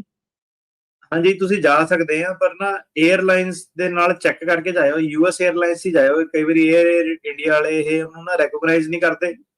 ਤੇ ਦੂਸਰੀ ਗੱਲ, ਕਈ ਵਾਰੀ ਆਪਾਂ ਦੇਖਦੇ ਆ ਕਿ ਜਿਹੜੇ ਦਿੱਲੀ ਵਾਲੇ ਹੁੰਦੇ ਆ, ਆਪਣੇ ਪੈਸੇ ਪੂਹੇ ਖਾਣ ਵਾਲੇ ਬੰਦੇ, ਜਿਹੜੇ ਉੱਥੇ 에ਅਰਪੋਰਟ ਤੇ, ਉਹ ਜਾਣ ਕੇ ਜਿਹੜਾ ਸੀਗਾ ਇਹਦਾ ਬਹੁਤ ਤਮਾਸ਼ਾ ਜਿਹੜਾ ਆ ਚੀਜ਼ ਦਾ ਬਣਾਉਂਦੇ ਆ, ਗ੍ਰੀਨ ਕਾਰਡ ਕਿੱਥੇ ਆ, ਏਦਾਂ ਓਦਾਂ, ਤੇ ਉਹ ਤੁਸੀਂ ਥੋੜਾ ਜਿਹਾ ਦੇਖ ਕੇ ਜਾਇਓ। ਬਾਕੀ ਲੀਗਲੀ ਤਾਂ ਜਦੋਂ ਤੁਸੀਂ ਬਾਰਡਰ ਤੇ ਆਨੇ ਆ ਅਮਰੀਕਾ ਦੇ, ਉਹਨਾਂ ਨੇ ਤਾਂ ਤੁਹਾਨੂੰ ਜਿਹੜਾ ਅੰਦਰ ਕਰਨਾ ਹੀ ਆ, ਉਹਨਾਂ ਦੇ ਪਰਸਪੈਕਟਿਵ ਨਾਲ ਤੁਸੀਂ ਗ੍ਰੀਨ ਕਾਰਡ ਆ, ਪਰ ਇਹ 에ਅਰਲਾਈਨਾਂ ਵਾਲੇ ਤੇ 에ਅਰਪੋਰਟ ਵਾਲੇ ਥੋੜੇ ਤੰਗ ਪਰੇਸ਼ਾਨ ਕਰ ਦਿੰਦੇ ਆ। ਓਕੇ, US ਜਿਹੜੀਆਂ 에ਅਰਲਾਈਨਸ ਆ ਉਹਨਾਂ 'ਚ ਜ਼ਿਆਦਾ ਪ੍ਰੋਬਲਮ ਨਹੀਂ ਆਉਂਦੀ ਨਾ? ਗੱਲ ਕਰ ਲਿਓ ਨਾ ਟਿਕਟ ਲੈਣ ਤੋਂ ਪਹਿਲਾਂ ਉਹਨਾਂ ਦੇ ਨਾਲ। ਹਾਂਜੀ ਹਾਂਜੀ, ਠੀਕ ਹੈ ਸਰ। ਠੀਕ ਹੈ ਜੀ, ਮਿਹਰਬਾਨੀ। ਠੀਕ ਹੈ ਸਰ। ਸਰ ਇੱਕ ਹੋਰ ਕੁਐਸਚਨ ਸੀ। ਜੀ ਹੈਲੋ, ਜੇ ਮੇਰੇ ਹਸਬੰਡ ਨਾਲ ਜਾਣ, ਜੇ ਉਹ ਨਾ ਜਾਣ ਤਾਂ ਕੋਈ ਪ੍ਰੋਬਲਮ ਤਾਂ ਨਹੀਂ ਆਊਗੀ? ਨਹੀਂ, ਜੇ ਮੈਂ ਇਕੱਲੀ ਜਾ? Okay sir, okay sir, thank you. ਮਿਹਰਬਾਨੀ ਜੀ। ਆਪਾਂ ਇੱਥੇ ਇੱਕ ਛੋਟੀ ਜਿਹੀ ਬ੍ਰੇਕ ਲੈ ਲੈਂਦੇ ਆ, ਤੇ ਬ੍ਰੇਕ ਤੋਂ ਬਾਅਦ 'ਚ ਆਪਾਂ ਇੱਕ ਵਾਰੀ ਫੇਰ ਵਾਪਸ ਮੁੜਦੇ ਆ, ਤੇ ਜੁੜੇ ਰਹੋ ਇੱਦਾਂ। ਪੰਜਾਬੀ ਰੇਡੀਓ USA ਨਾਲ ਪ੍ਰੋਗਰਾਮ ਅਪਡੇਟ ਇਮੀਗ੍ਰੇਸ਼ਨ ਜਾਰੀ ਰਹੇਗਾ। ਇੱਕ ਛੋਟੀ ਜਿਹੀ ਕਮਰਸ਼ੀਅਲ ਬ੍ਰੇਕ ਤੇ ਆ ਰਹੇ ਹਾਂ ਵਾਪਸ।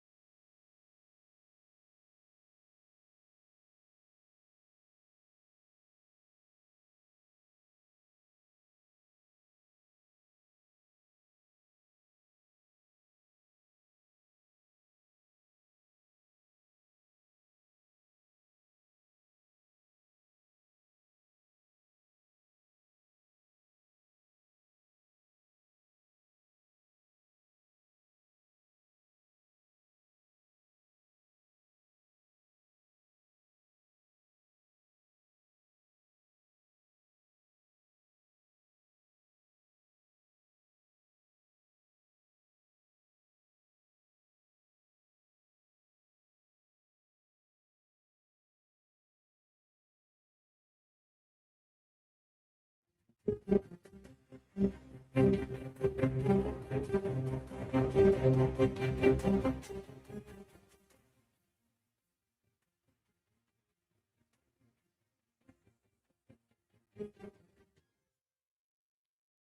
ਤੋਂ ਬਾਅਦ ਇੱਕ ਵਾਰੀ ਫਿਰ ਆਪ ਸਭ ਦਾ ਸਵਾਗਤ ਕਰਦੇ ਹਾਂ ਪ੍ਰੋਗਰਾਮ ਅਪਡੇਟ ਇਮੀਗ੍ਰੇਸ਼ਨ। ਮੈਂ ਰਾਜਕਨਵੀਰ ਸਿੰਘ, ਜੁੜੇ ਹੋਏ ਨੇ ਆਪਣੇ ਨਾਲ ਯੂਐਸ ਇਮੀਗ੍ਰੇਸ਼ਨ ਦੇ ਅਟਰਨੀ ਜੇ ਟਿਰਕਿਆਣਾ ਜੀ। ਅਟਰਨੀ ਟਿਰਕਿਆਣਾ ਜੀ, ਇੱਕ ਵਾਰੀ ਫਿਰ ਜੀ ਆਇਆਂ ਨੂੰ ਸਵਾਗਤ ਹੈ। ਸਤਿ ਸ੍ਰੀ ਅਕਾਲ।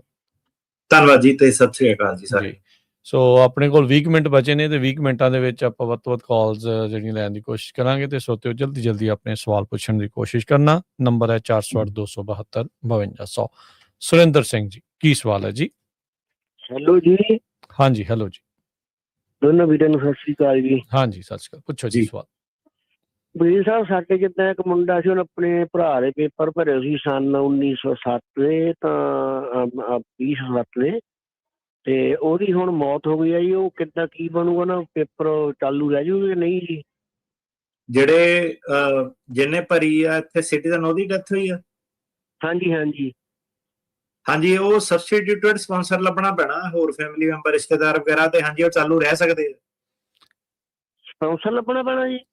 ਜਿੱਦਾਂ ਤੁਸੀਂ ਕਹਿੰਦੇ ਉਹਨਾਂ ਦੇ ਪਿਤਾ ਦੀ ਡੈਥ ਹੋਈ ਹੈ ਕਿ ਮੌਤ ਕਿਹਨਾਂ ਦੀ ਹੋਈ ਦੱਸਿਆ ਜੀ? ਨਹੀਂ, ਆਪਣੇ ਭਰਾ ਦੇ ਪੇਪਰ ਭਰੇ ਹੋ ਸੀ। ਉਹ ਵੱਡਾ ਭਰਾ ਸੀ, ਛੋਟੇ ਦੇ ਪੇਪਰ ਭਰੇ ਸੀ ਉਹਨਾਂ ਦੀ, ਹੁਣ ਵੱਡੇ ਦੀ ਮੌਤ ਹੋ ਗਈ। ਉਹਦੇ ਗਾਂ ਹੋਰ ਵੀ ਕੋਈ ਭੈਣ ਭਾਈ ਜਾਂ ਮਾਪੇ ਹੈਗੇ ਆ?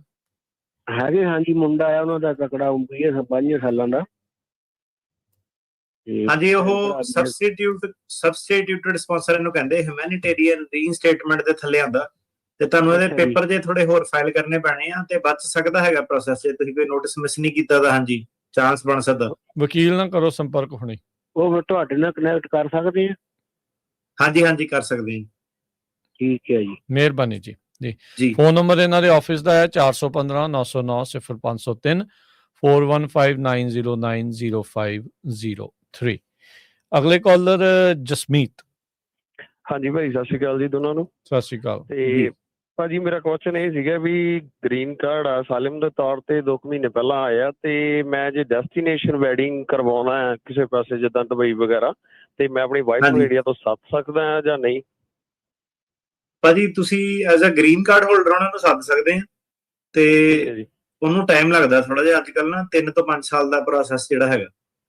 ਓਕੇ, ਮਤਲਬ ਡੈਸਟੀਨੇਸ਼ਨ ਵੈਡਿੰਗ ਕਰਵਾ ਲੈਂਦੇ ਆ ਵੀ ਜਿੱਦਾਂ ਦੁਬਈ ਵਗੈਰਾ, ਤੇ ਉਦੋਂ ਬਗੈਰ ਪੇਪਰ ਇੰਡੀਆ ਤੋਂ ਲਾ ਸਕਦਾ, ਜਾਣੀ ਕਿ ਮੈਂ ਇੰਡੀਆ ਨਹੀਂ ਜਾਊਂਗਾ ਆਪਣਾ? ਹਾਂਜੀ, ਕਰ ਸਕਦੇ ਆ। ਬਸ ਤੁਸੀਂ ਇੱਕ ਚੀਜ਼ ਦੇਖਣੀ ਹੈ ਕਿ ਆਪਣਾ ਪਾਸਪੋਰਟ ਨਹੀਂ ਯੂਜ਼ ਕਰਨਾ, ਟਰੈਵਲ ਡਾਕੂਮੈਂਟ ਤੇ ਜਾਣਾ ਵਾ ਦੁਬਈ। ਓਕੇ ਜੀ। ਓਕੇ ਜੀ, ਥੈਂਕ ਯੂ ਜੀ। ਹਾਂਜੀ, ਥੈਂਕ ਯੂ ਬਹੁਤ ਬਹੁਤ। ਓਕੇ ਜੀ। ਸਿਮਰਨ। ਹਾਂਜੀ ਸਿਮਰਨ। ਹੈਲੋ। ਹਾਂਜੀ, ਹੈਲੋ ਜੀ। ਹਾਂਜੀ, ਸਤਿ ਸ਼੍ਰੀ ਅਕਾਲ ਜੀ। ਸਤਿ ਸ਼੍ਰੀ ਅਕਾਲ ਜੀ। ਸੋ ਮੇਰਾ ਕੁਐਸਚਨ ਸੀਗਾ ਮੇਰੇ ਹਸਬੈਂਡ ਦੇ ਕੇਸ ਦੇ ਰਿਗਾਰਡਿੰਗ।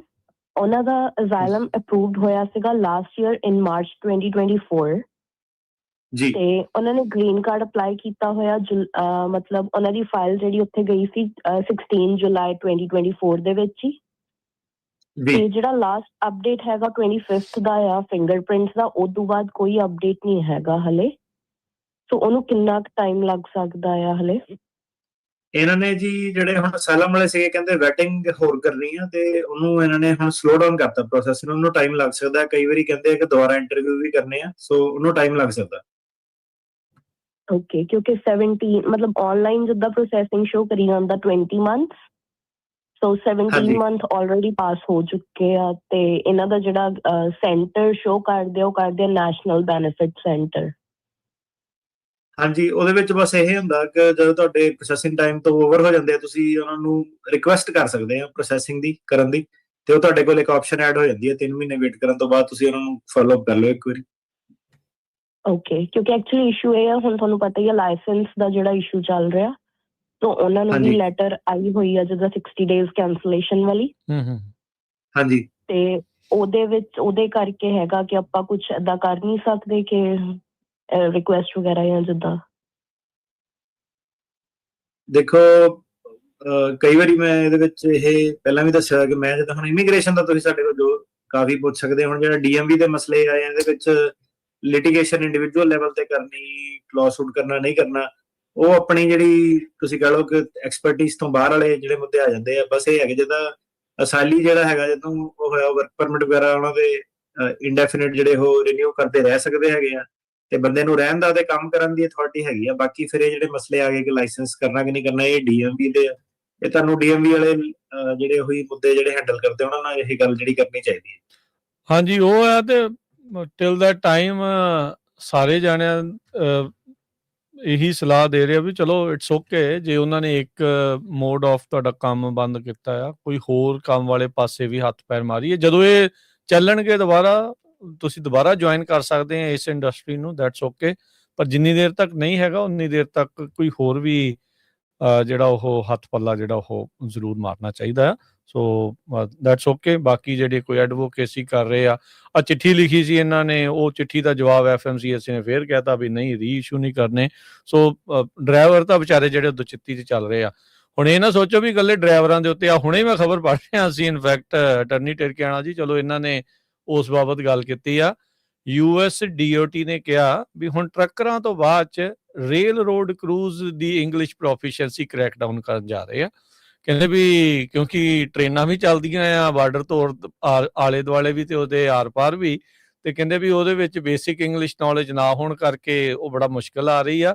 ਸੋ ਹੁਣ ਰੇਲ ਗੱਡੀ ਨੂੰ ਰੇਲ ਦੀਆਂ ਪਟੜੀਆਂ ਨਹੀਂ ਹੁਣ ਕਾਇਦਿਆਂ ਦੇ ਉੱਤੇ ਇੰਗਲਿਸ਼ ਦੇ ਜਿਹੜੇ ਉਹਦੇ ਤੇ ਕਹਿੰਦੇ ਵੀ ਸ਼ਾਇਦ ਅਸੀਂ ਚਲਾਉਣਾ ਆ। ਸੋ ਉਹਦੇ ਉੱਤੇ ਵੀ ਫੈਡਰਲ ਟਰਾਂਸਪੋਰਟੇਸ਼ਨ ਅਥਾਰਟੀ ਜਿਹੜੀ ਰੇਲ ਰੋਡ ਐਡਮਿਨਿਸਟ੍ਰੇਸ਼ਨ ਆ ਉਹਨਾਂ ਨੇ ਕਹਿਤਾ ਵੀ ਕ੍ਰੈਕ ਡਾਊਨ ਅਸੀਂ ਜਿਹੜਾ ਉਹ ਸ਼ੁਰੂ ਕਰਨ ਜਾ ਰਹੇ ਹਾਂ ਇੰਗਲਿਸ਼ ਲੈਂਗੁਏਜ ਪ੍ਰੋਫੀਸ਼ੀਐਂਸੀ ਦਾ ਰੇਲ ਰੋਡ ਕਰੂਜ਼ ਦੇ ਉੱਤੇ ਵੀ। ਹੁਣ ਤੁਸੀਂ ਹਿਸਾਬ ਲਾ ਲਓ ਵੀ ਕੀ ਚੱਲ ਰਿਹਾ ਹੈਗਾ। ਅਗਲੇ ਜਿਹੜੇ ਕਾਲਰ ਨੇ ਪਰਮਿੰਦਰ ਜੀ। ਰੇਲ ਰੋਡ ਦੀ ਵੈਸੇ ਮੈਂ ਕਿਹਾ ਸਟੋਰੀ ਜਿਹੜੀ ਬੈਕਗ੍ਰਾਉਂਡ ਦੇਖੀਏ ਜਿਹੜੀ ਬਣਾਈ ਸੀਗੀ ਚਾਈਨੀਜ਼ ਇਮੀਗ੍ਰੈਂਟਾਂ ਨੇ, ਜਿਹੜੀ ਬੜੀ ਵੱਡੀ ਕੰਟਰੀਬਿਊਸ਼ਨ ਇਹਦੀ ਸੀਗੀ। ਮੈਂ ਡਾਕੂਮੈਂਟਰੀ ਇੱਕ ਵਾਰੀ ਦੇਖਦਾ ਸੀਗਾ। ਆਪਣੇ ਗਦਰੀ ਬਾਬੇ ਜਿਹੜੇ ਆ, ਗਦਰੀ ਬਾਬੇ ਜਿਹੜੇ ਜਿਨ੍ਹਾਂ ਨੇ ਜਾ ਕੇ ਭਾਰਤ ਨੂੰ ਆਜ਼ਾਦ ਕਰਾਇਆ ਆ, ਉਹ ਇੱਥੇ ਰੇਲ ਰੋਡ ਤੇ ਕਿੰਨਾ ਉਹਨਾਂ ਨੇ ਕੰਮ ਕੀਤਾ ਸਟਾਕਟਨ ਦੇ ਵਿੱਚ। ਹਾਂਜੀ, ਤੇ ਬਾਅਦ ਚ ਜਦੋਂ ਕਹਿੰਦੇ ਫੋਟੋਆਂ ਖਿਚਾਉਣ ਦੀ ਵਾਰੀ ਆਈ ਤੇ ਉਦੋਂ ਅਮਰੀਕੀ ਮੁਰੇ ਆ ਗਏ ਕਿ ਜਦੋਂ ਜਿਹੜੀਆਂ ਉਹ ਸੀਗੀਆਂ। ਤੇ ਹੁਣ ਮੈਂ ਕਿਹਾ ਦੇਖ ਲਓ ਤੁਸੀਂ ਜਿਹੜਾ ਪੜ੍ਹਾਈ ਕਿਹਨਾਂ ਨੇ, ਮੈਂ ਕਿਹਾ ਉਦੋਂ ਨਹੀਂ ਤੁਹਾਨੂੰ ਇੰਗਲਿਸ਼ ਪ੍ਰੋਫੀਸ਼ੀਐਂਸੀ ਦੀ ਲੋੜ ਪਈ, ਉਦੋਂ ਮਜ਼ਦੂਰ ਚਾਹੀਦੇ ਸੀ, ਉਦੋਂ ਮਜ਼ਦੂਰ ਚਾਹੀਦੇ ਸੀਗੇ। ਤੇ ਹੁਣ ਜਿਹੜੀ ਫਾਟਕ ਲੱਗੀ ਰੇਲ ਤੇ ਚੱਲਦੀ ਆ ਉੱਥੇ ਤੁਹਾਨੂੰ ਇੰਗਲਿਸ਼ ਪੈ ਗਈ ਲੋੜ, ਉੱਥੇ ਲੋੜ ਪੈ ਗਈ ਆ ਜੀ। ਹਾਂਜੀ ਅਗਲੇ ਕਾਲਰ ਪਰਮਿੰਦਰ ਜੀ। ਹਾਂਜੀ ਸਤਿ ਸ਼੍ਰੀ ਅਕਾਲ ਜੀ। ਸਤਿ ਸ਼੍ਰੀ ਅਕਾਲ ਜੀ। ਹਾਂਜੀ ਸਰ, ਮੇਰਾ ਨਾ 2014 ਚ ਜਿਹੜਾ ਅਸਾਈਲਮ ਦੇ ਉੱਤੇ ਵਿਦ ਹੋਲਡਿੰਗ ਲੱਗਾ ਸੀਗਾ, ਤੇ 2023 ਦੇ ਵਿੱਚ ਮੇਰਾ ਯੂ ਵੀਜ਼ਾ ਅਪਰੂਵ ਹੋ ਗਿਆ ਸੀ। ਤੇ ਉਹ ਹੁਣ ਮੇਰਾ ਕੁਐਸਚਨ ਇਹ ਹੈ ਕਿ ਜਦੋਂ 3 ਸਾਲ ਇਹਦੇ ਪੂਰੇ ਹੋ ਜਾਂਦੇ ਆ ਤੇ ਮੈਂ ਫਿਰ ਮੈਨੂੰ ਵੇਵ ਕਰਾਉਣਾ ਪੈਣਾ ਜਿਹੜਾ ਅਸਾਈਲਮ ਦਾ ਪਹਿਲਾਂ ਲਾਇਆ ਸੀ ਕਿ ਨਹੀਂ? ਹਾਂਜੀ, ਕਿਉਂਕਿ ਸਿੱਧੇ ਜਿਹੜੀ ਵਿਦ ਹੋਲਡਿੰਗ ਔਰ ਰਿਮੂਵਲ ਆਰਡਰ ਹੀ ਹੁੰਦਾ, ਉਹਨਾਂ ਨੇ ਤੁਹਾਨੂੰ ਜਿਹੜਾ 485 ਅਪਰੂਵ ਕਰਦੇ ਨਹੀਂ ਇਹ ਸਿਨੈਰੀਓ ਦੇ ਵਿੱਚ। ਹਾਂਜੀ ਅੱਛਾ ਜੀ। ਤੇ ਉਹ ਜਿਵੇਂ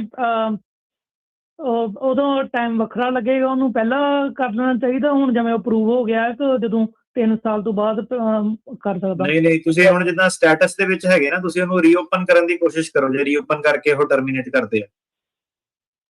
ਠੀਕ ਹੈ ਜੀ, ਓਕੇ। ਹਾਂਜੀ, ਇਹ ਕਰਕੇ ਦੇਖ ਲਓ, ਕਿਉਂਕਿ ਇਹਦੇ ਵਿੱਚ ਨਾ ਇਹ ਸਰਕਾਰ ਜਿਹੜੀ ਪੰਗੇ ਪਾ ਰਹੀ ਹੈ, ਇਹਦੇ ਵਿੱਚ ਵੀ ਤੇ ਵਾਵਾ ਵਾਲਿਆਂ ਦੇ ਵਿੱਚ ਵੀ ਪੰਗੇ ਪਾ ਰਹੀ ਹੈ। ਤੇ ਬੇਸਿਕਲੀ BIA ਵੀ ਉਹਨਾਂ ਨੂੰ ਇਹੀ ਕਹਿ ਰਹੀ ਹੈ ਕਿ ਨਹੀਂ ਇਹ ਇਨਫ ਗਰਾਊਂਡ ਨਹੀਂ ਹੈਗੇ ਯੂ ਵੀਜ਼ਾ ਜਾਂ ਵਾਵਾ ਰੀਓਪਨ ਵਗੈਰਾ ਕਰਨ ਦੇ। ਤੇ ਤੁਸੀਂ ਪਹਿਲਾਂ ਇਹਨੂੰ ਦੇਖੋ, ਜੇ ਸੌਖਾ ਤਰੀਕਾ ਇਹਦੇ ਵਿੱਚ ਇਹੀ ਹੈ ਕਿ ਤੁਹਾਡਾ ਰੀਓਪਨ ਕਰਕੇ ਜੇ ਜੱਜ ਕਰ ਦੇਵੇ ਤੇ ਸਰਕਾਰ ਜੇ ਅਪੋਜ਼ ਨਾ ਕਰੇ, ਉਹ ਬੈਟਰ ਆ ਤੁਹਾਡੇ ਲਈ। ਤੇ ਯੂ ਵੀਜ਼ਾ ਦੇ ਵਿੱਚ ਆਪਣਾ ਐਕਸਟੈਂਡ ਜ਼ਰੂਰ ਕਰ ਲਿਓ ਐਕਸਪਾਇਰ ਹੋਣ ਤੋਂ ਪਹਿਲਾਂ। ਗੁਰਮਿੰਦਰ ਜੀ। ਭਾਈ ਸਤਿ ਸ਼੍ਰੀ ਅਕਾਲ ਦੋਵੇਂ ਵੀਰਾਂ ਨੂੰ। ਸਤਿ ਸ਼੍ਰੀ ਅਕਾਲ ਜੀ। ਭਾਈ ਮੇਰਾ ਅਟਾਰਨੀ ਸਾਹਿਬ ਨੂੰ ਇਹ ਸਵਾਲ ਹੈ ਕਿ ਮੇਰੇ ਨਾ ਜਿੱਦਾਂ ਬ੍ਰਦਰ ਦਾ ਅਸਾਈਲਮ ਹੋਇਆ ਸੀ ਲਾਈਕ 20 ਸਾਲ ਪਹਿਲਾਂ, ਤੇ ਉਹ ਹੁਣ US ਸਿਟੀਜ਼ਨ ਨੇ ਤੇ ਉਦਾਂ ਆਉਂਦੇ ਜਾਂਦੇ ਰਹਿੰਦੇ ਇੰਡੀਆ, ਤੇ ਹੁਣ ਜੇ ਜਾਣ ਤੇ ਕੋਈ ਚੱਕਰ ਤੇ ਨਹੀਂ? ਭਾਜੀ ਇਹਦੇ ਵਿੱਚ ਸਿਰਫ ਇੱਕੋ ਹੀ ਇਨਫੋਰਮੇਸ਼ਨ ਹੈ ਕਿ ਬੰਦਾ ਆਪਣੀਆਂ ਫਾਈਲਾਂ ਕਢਾ ਕੇ ਇੱਕ ਵਾਰੀ ਸਾਰੀ ਬੰਦੇ ਨੂੰ ਨੌਲੇਜ ਹੋਵੇ, ਮੈਮਰੀ ਰਿਫਰੈਸ਼ਡ ਹੋਵੇ ਕਿ ਕੀ ਸੀਗਾ ਕਿੱਦਾਂ ਸੀਗਾ। ਤੇ ਬਾਕੀ ਹਾਂਜੀ ਪ੍ਰੋਬਲਮ ਤਾਂ ਨਹੀਂ, ਕਾਫੀ ਟਾਈਮ ਹੋ ਗਿਆ। ਸਵਾਲ ਜਵਾਬ ਪੁੱਛੇ ਜਾ ਸਕਦੇ ਨੇ ਤੇ ਆਪਣੀ ਫਾਈਲਾਂ ਕਢਾ ਲੈਣ ਜੀ। ਮਤਲਬ ਜਿਹੜਾ ਉਹਨਾਂ ਦਾ ਮਤਲਬ ਜਿਵੇਂ ਕੇਸ ਪਾਸ ਹੋਇਆ ਸੀ ਉਹਨਾਂ ਨੂੰ ਦੁਬਾਰਾ ਰਿਵਿਊ ਕਰ ਲੈਣ। ਹਾਂਜੀ ਜੀ ਬਿਲਕੁਲ। ਕੁਲਦੀਪ ਸਿੰਘ। ਸਤਿ ਸ਼੍ਰੀ ਅਕਾਲ। ਸਤਿ ਸ਼੍ਰੀ ਅਕਾਲ ਜੀ। ਹਾਂਜੀ, ਮੇਰਾ 1-2 ਛੋਟੇ ਕੁਐਸਚਨ ਹੈ। ਇੱਕ ਤਾਂ ਹੈ ਭਈ ਜਿੱਦਾਂ ਕੋਈ ਬੰਦਾ ਮਤਲਬ ਆਏ ਲੇਡੀਜ਼ 20 22 24 ਸਾਲ ਹੋ ਗਏ ਉਹਨਾਂ ਆਇਆ ਨੂੰ, ਤੇ ਕੋਈ ਮੈਡੀਕਲ ਦਾ ਕੁਝ ਨਹੀਂ ਕਰਾਇਆ, ਇਮੀਗ੍ਰੇਸ਼ਨ ਕੋਈ ਉਹਨਾਂ ਦਾ ਨਾਂ ਹੈ ਨਹੀਂ, ਆਏ ਉਹਦਾ ਵੀਜ਼ੇ ਤੇ ਫਿਰ ਕਿਸੇ ਦੇ ਨਾਂ ਦੇ ਹੋਰ ਵੀਜ਼ੇ ਤੇ ਕਿਸੇ ਹੋਰ ਦਾ ਨਾਂ ਯੂਜ਼ ਕਰਕੇ, ਤੇ ਇੱਥੇ ਉਹਨਾਂ ਦਾ ਬੇਟਾ ਵੀ ਆ। ਵੀ ਜੇ ਉਹ ਵਿਆਹ ਕਰਾਉਂਦੇ ਆ, ਹੁਣ ਦਾ ਵਿਆਹ ਕਰਾਇਆ ਤੇ ਉਹਨਾਂ ਨੂੰ ਇੰਡੀਆ ਜਾਣਾ ਪਊ, ਜਾਂ ਉਹ ਕਹਿੰਦੇ 601 ਦਾ ਵੇਵਰ ਆ, ਜੇ ਗ੍ਰੀਨ ਕਾਰਡ ਨਾਲ ਵਿਆਹ ਕਰਾ ਲੈਂਦੇ ਆ ਤੇ ਉਹ ਫਿਰ ਵੀ ਉਹਨਾਂ ਨੂੰ ਏਦਾਂ ਕੀ ਪ੍ਰੋਸੀਜਰ ਆ, ਕੁਝ ਕਰ ਸਕਦੇ ਆ, ਜਾਂ ਏਦਾਂ ਹੀ ਕਬੂਤਰ ਵਾਂਗੂ ਅੱਖਾਂ ਮੀਟ ਕੇ ਬੈਠੇ ਰਹੀਏ? ਹਲੇ ਉਹਨਾਂ ਨੇ ਅਸਾਈਲਮ ਫਾਈਲ ਕੀਤੀ ਸੀ? ਨਹੀਂ, ਕਦੀ ਕੁਝ ਨਹੀਂ ਕੀਤਾ, ਨਥਿੰਗ। ਹਾਂਜੀ, ਸੋ ਤੁਸੀਂ ਆਰਗੂਮੈਂਟ ਕਰ ਸਕਦੇ ਆ ਕਿ ਨਕਲੀ ਨਾਮ ਤੇ ਵੀ ਜਿਹੜੀ ਐਂਟਰੀ ਆ ਉਹਨੂੰ ਇੰਸਪੈਕਸ਼ਨ ਜਾਂ ਐਡਮਿਸ਼ਨ ਮੰਨਣਾ ਚਾਹੀਦਾ, ਤੇ ਅੱਗੋਂ ਦੀ ਸਰਕਾਰ ਦੀ ਇਹ ਆਰਗੂਮੈਂਟ ਰਹੂਗੀ ਕਿ ਨਹੀਂ, ਇਹ ਨਕਲੀ ਨਾਮ ਨਾਲ ਕੀਤੇ ਇਹ ਇੰਸਪੈਕਸ਼ਨ ਐਡਮਿਸ਼ਨ ਜਿਹੜੀ ਨਹੀਂ ਹੈਗੀ ਹੈ। ਮੇਨ ਇਹਦੇ ਵਿੱਚ ਚੱਕਰ ਇਹ ਆ ਕਿ ਜਦੋਂ ਮਤਲਬ ਪਹਿਲਾ ਸਟੈਪ ਤੇ ਇਹ ਹੈਗਾ ਕਿ I-130 ਤੇ 485 ਤੁਸੀਂ ਇਕੱਠੇ ਜਿਹੜੇ ਟਰਾਈ ਕਰ ਸਕਦੇ ਆ, ਤੇ ਉਹਦੇ ਵਿੱਚ ਇਹ ਜਿਹੜਾ ਫੁੱਲ ਡਿਸਕਲੋਜ਼ਰ ਦੇ ਦਿਓ। ਇੱਕ ਸਟ੍ਰੈਟਜੀ ਇਹ ਹੋ ਸਕਦੀ ਆ, ਰਿਸਕ ਇਹੀ ਹੈਗੇ ਕਿ ਆਈਸ ਵਾਲੇ ਫੜ ਸਕਦੇ ਆ ਤੇ NTA ਵਗੈਰਾ ਇਸ਼ੂ ਜਿਹੜਾ ਉਹ ਕਰ ਸਕਦੇ ਆ, ਤੇ 601 ਵੇਵਰ ਇਹਦੇ ਵਿੱਚ ਕਰਨਾ ਪੈਂਦਾ ਮਿਸ ਰਿਪਰੈਜ਼ੈਂਟੇਸ਼ਨ ਵਗੈਰਾ ਦਾ। ਜਾਂ ਦੂਜੀ ਚੀਜ਼ ਇਹ ਹੈ ਕਿ ਉਹ ਕਹਿ ਸਕਦੇ ਆ ਕਿ ਨਹੀਂ, ਇਹਨੂੰ ਆਪਾਂ ਐਡਮਿਸ਼ਨ ਜਿਹੜੀ ਨਹੀਂ ਮੰਨਦੇ ਆ, ਤੇ ਤੁਸੀਂ ਜਿਹੜਾ ਸੀਗਾ ਬਾਹਰੋਂ ਦੀ ਵੀਜ਼ਾ ਸਟੈਂਪ ਲੈ ਕੇ ਆਓ। ਸੋ ਦੋ ਹੀ ਰਸਤੇ ਹੈਗੇ ਇਹਦੇ ਵਿੱਚ। ਜੀ ਬਾਕੀ ਇਹੀ ਗੱਲ ਕਬੂਤਰ ਵਾਂਗੂ ਅੱਖਾਂ ਵਿੱਚ ਆਉਂਦੀ, ਉਹ ਤੁਸੀਂ ਹੁਣ ਇੰਨੇ ਸਾਲ ਕੱਢ ਹੀ ਦਿੱਤੇ ਉਹਦੇ ਉੱਤੇ, ਜੀ ਤੇ ਤੁਹਾਡੇ ਤੇ ਆ ਹੁਣ ਇਹਨੂੰ ਕਿਦਾਂ ਕਦੋਂ ਫੈਸਲਾ ਲੈਣਾ ਇਹਦੇ ਵਿੱਚ। ਹੁਣ ਵਕੀਲ ਜਾਂ ਡਾਕਟਰ ਕਿਸੇ ਨੂੰ ਫੋਰਸ ਨਹੀਂ ਕਰ ਸਕਦੇ ਹੁੰਦੇ ਕਿ ਭਾਈ ਤੁਸੀਂ ਇਲਾਜ ਕਰਾਓ ਆ ਕੇ ਆਪਣਾ। ਗੁਨੀਤ ਹੈਲੋ, ਹਾਂਜੀ ਭਾਜੀ, ਸਤਿ ਸ਼੍ਰੀ ਅਕਾਲ ਜੀ। ਸਤਿ ਸ਼੍ਰੀ ਅਕਾਲ ਜੀ। ਭਾਜੀ ਮੇਰੇ ਕੋਲੇ actually you visa bona fide approval ਹੈ ਜੀ, ਤੇ ਜੇ ਮੈਂ ਲਾਈਕ ਇੰਡੀਆ ਚਲੀ ਜਾਵਾਂ ਤਾਂ ਮੇਰਾ ਯੂ ਵੀਜ਼ਾ ਦਾ ਪ੍ਰੋਸੈਸ ਚੱਲਦਾ ਰਹੂਗਾ? ਹਾਂਜੀ, ਅੰਡਰਸਟੈਂਡਿੰਗ ਤਾਂ ਇਹੀ ਹੈ। ਬਾਕੀ ਇਹ ਸਰਕਾਰ ਦਾ ਕੁਝ ਕਹਿ ਨਹੀਂ ਸਕਦੇ ਕਿ ਕੋਈ ਨਵਾਂ ਰੂਲ ਰੈਗੂਲੇਸ਼ਨ ਇਹਨਾਂ ਨੇ ਜਿਹੜੀ ਕਰਤੀ, ਤੇ ਇਹਦੇ ਵਿੱਚ ਯੂ ਵੀਜ਼ਾ ਦਾ ਸਾਰਾ ਜਿਹੜਾ ਪਰਪਸ ਇਹੀ ਸੀਗਾ ਕਿ ਬੰਦੇ ਨੂੰ ਵੀਜ਼ਾ ਮਿਲੇ, ਤੇ ਇਹਦੇ ਵਿੱਚ ਤੁਸੀਂ ਜਿਹੜਾ ਯੂ ਵੀਜ਼ਾ ਇਹਨੂੰ ਐਮਬੈਸੀ ਪ੍ਰੋਸੈਸ ਦੇ ਵਿੱਚ ਕਨਵਰਟ ਕਰਨਾ ਹੈਗਾ, ਕਿ ਕੌਂਸਲਰ ਨੋਟੀਫਿਕੇਸ਼ਨ ਭੇਜਣਾ ਉੱਥੇ। ਓਕੇ, ਤੇ ਉੱਥੋਂ ਭਾਜੀ ਫਿਰ ਮੈਂ ਟਰੈਕ ਕਿਵੇਂ ਕਰ ਸਕਦੀ ਹਾਂ? ਲਾਈਕ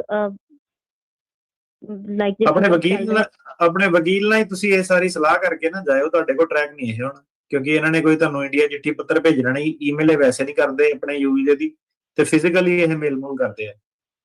ਓਕੇ ਜੀ, ਠੀਕ ਹੈ ਜੀ, ਮਿਹਰਬਾਨੀ ਜੀ। Okay, thank you. ਜਸਵਿੰਦਰ ਸਤਿ ਸ਼੍ਰੀ ਅਕਾਲ ਸਰ ਜੀ। ਸਤਿ ਸ਼੍ਰੀ ਅਕਾਲ।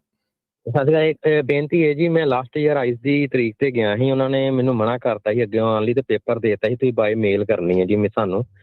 ਹੁਣ ਇਸ ਸਾਲ ਮੈਂ ਉਹਨਾਂ ਨੂੰ ਮੇਲ ਕਰ ਦਿੱਤੀ, ਪਰ ਕੋਈ ਰਿਪਲਾਈ ਨਹੀਂ ਆਇਆ ਉਹਨਾਂ ਦਾ ਜੀ।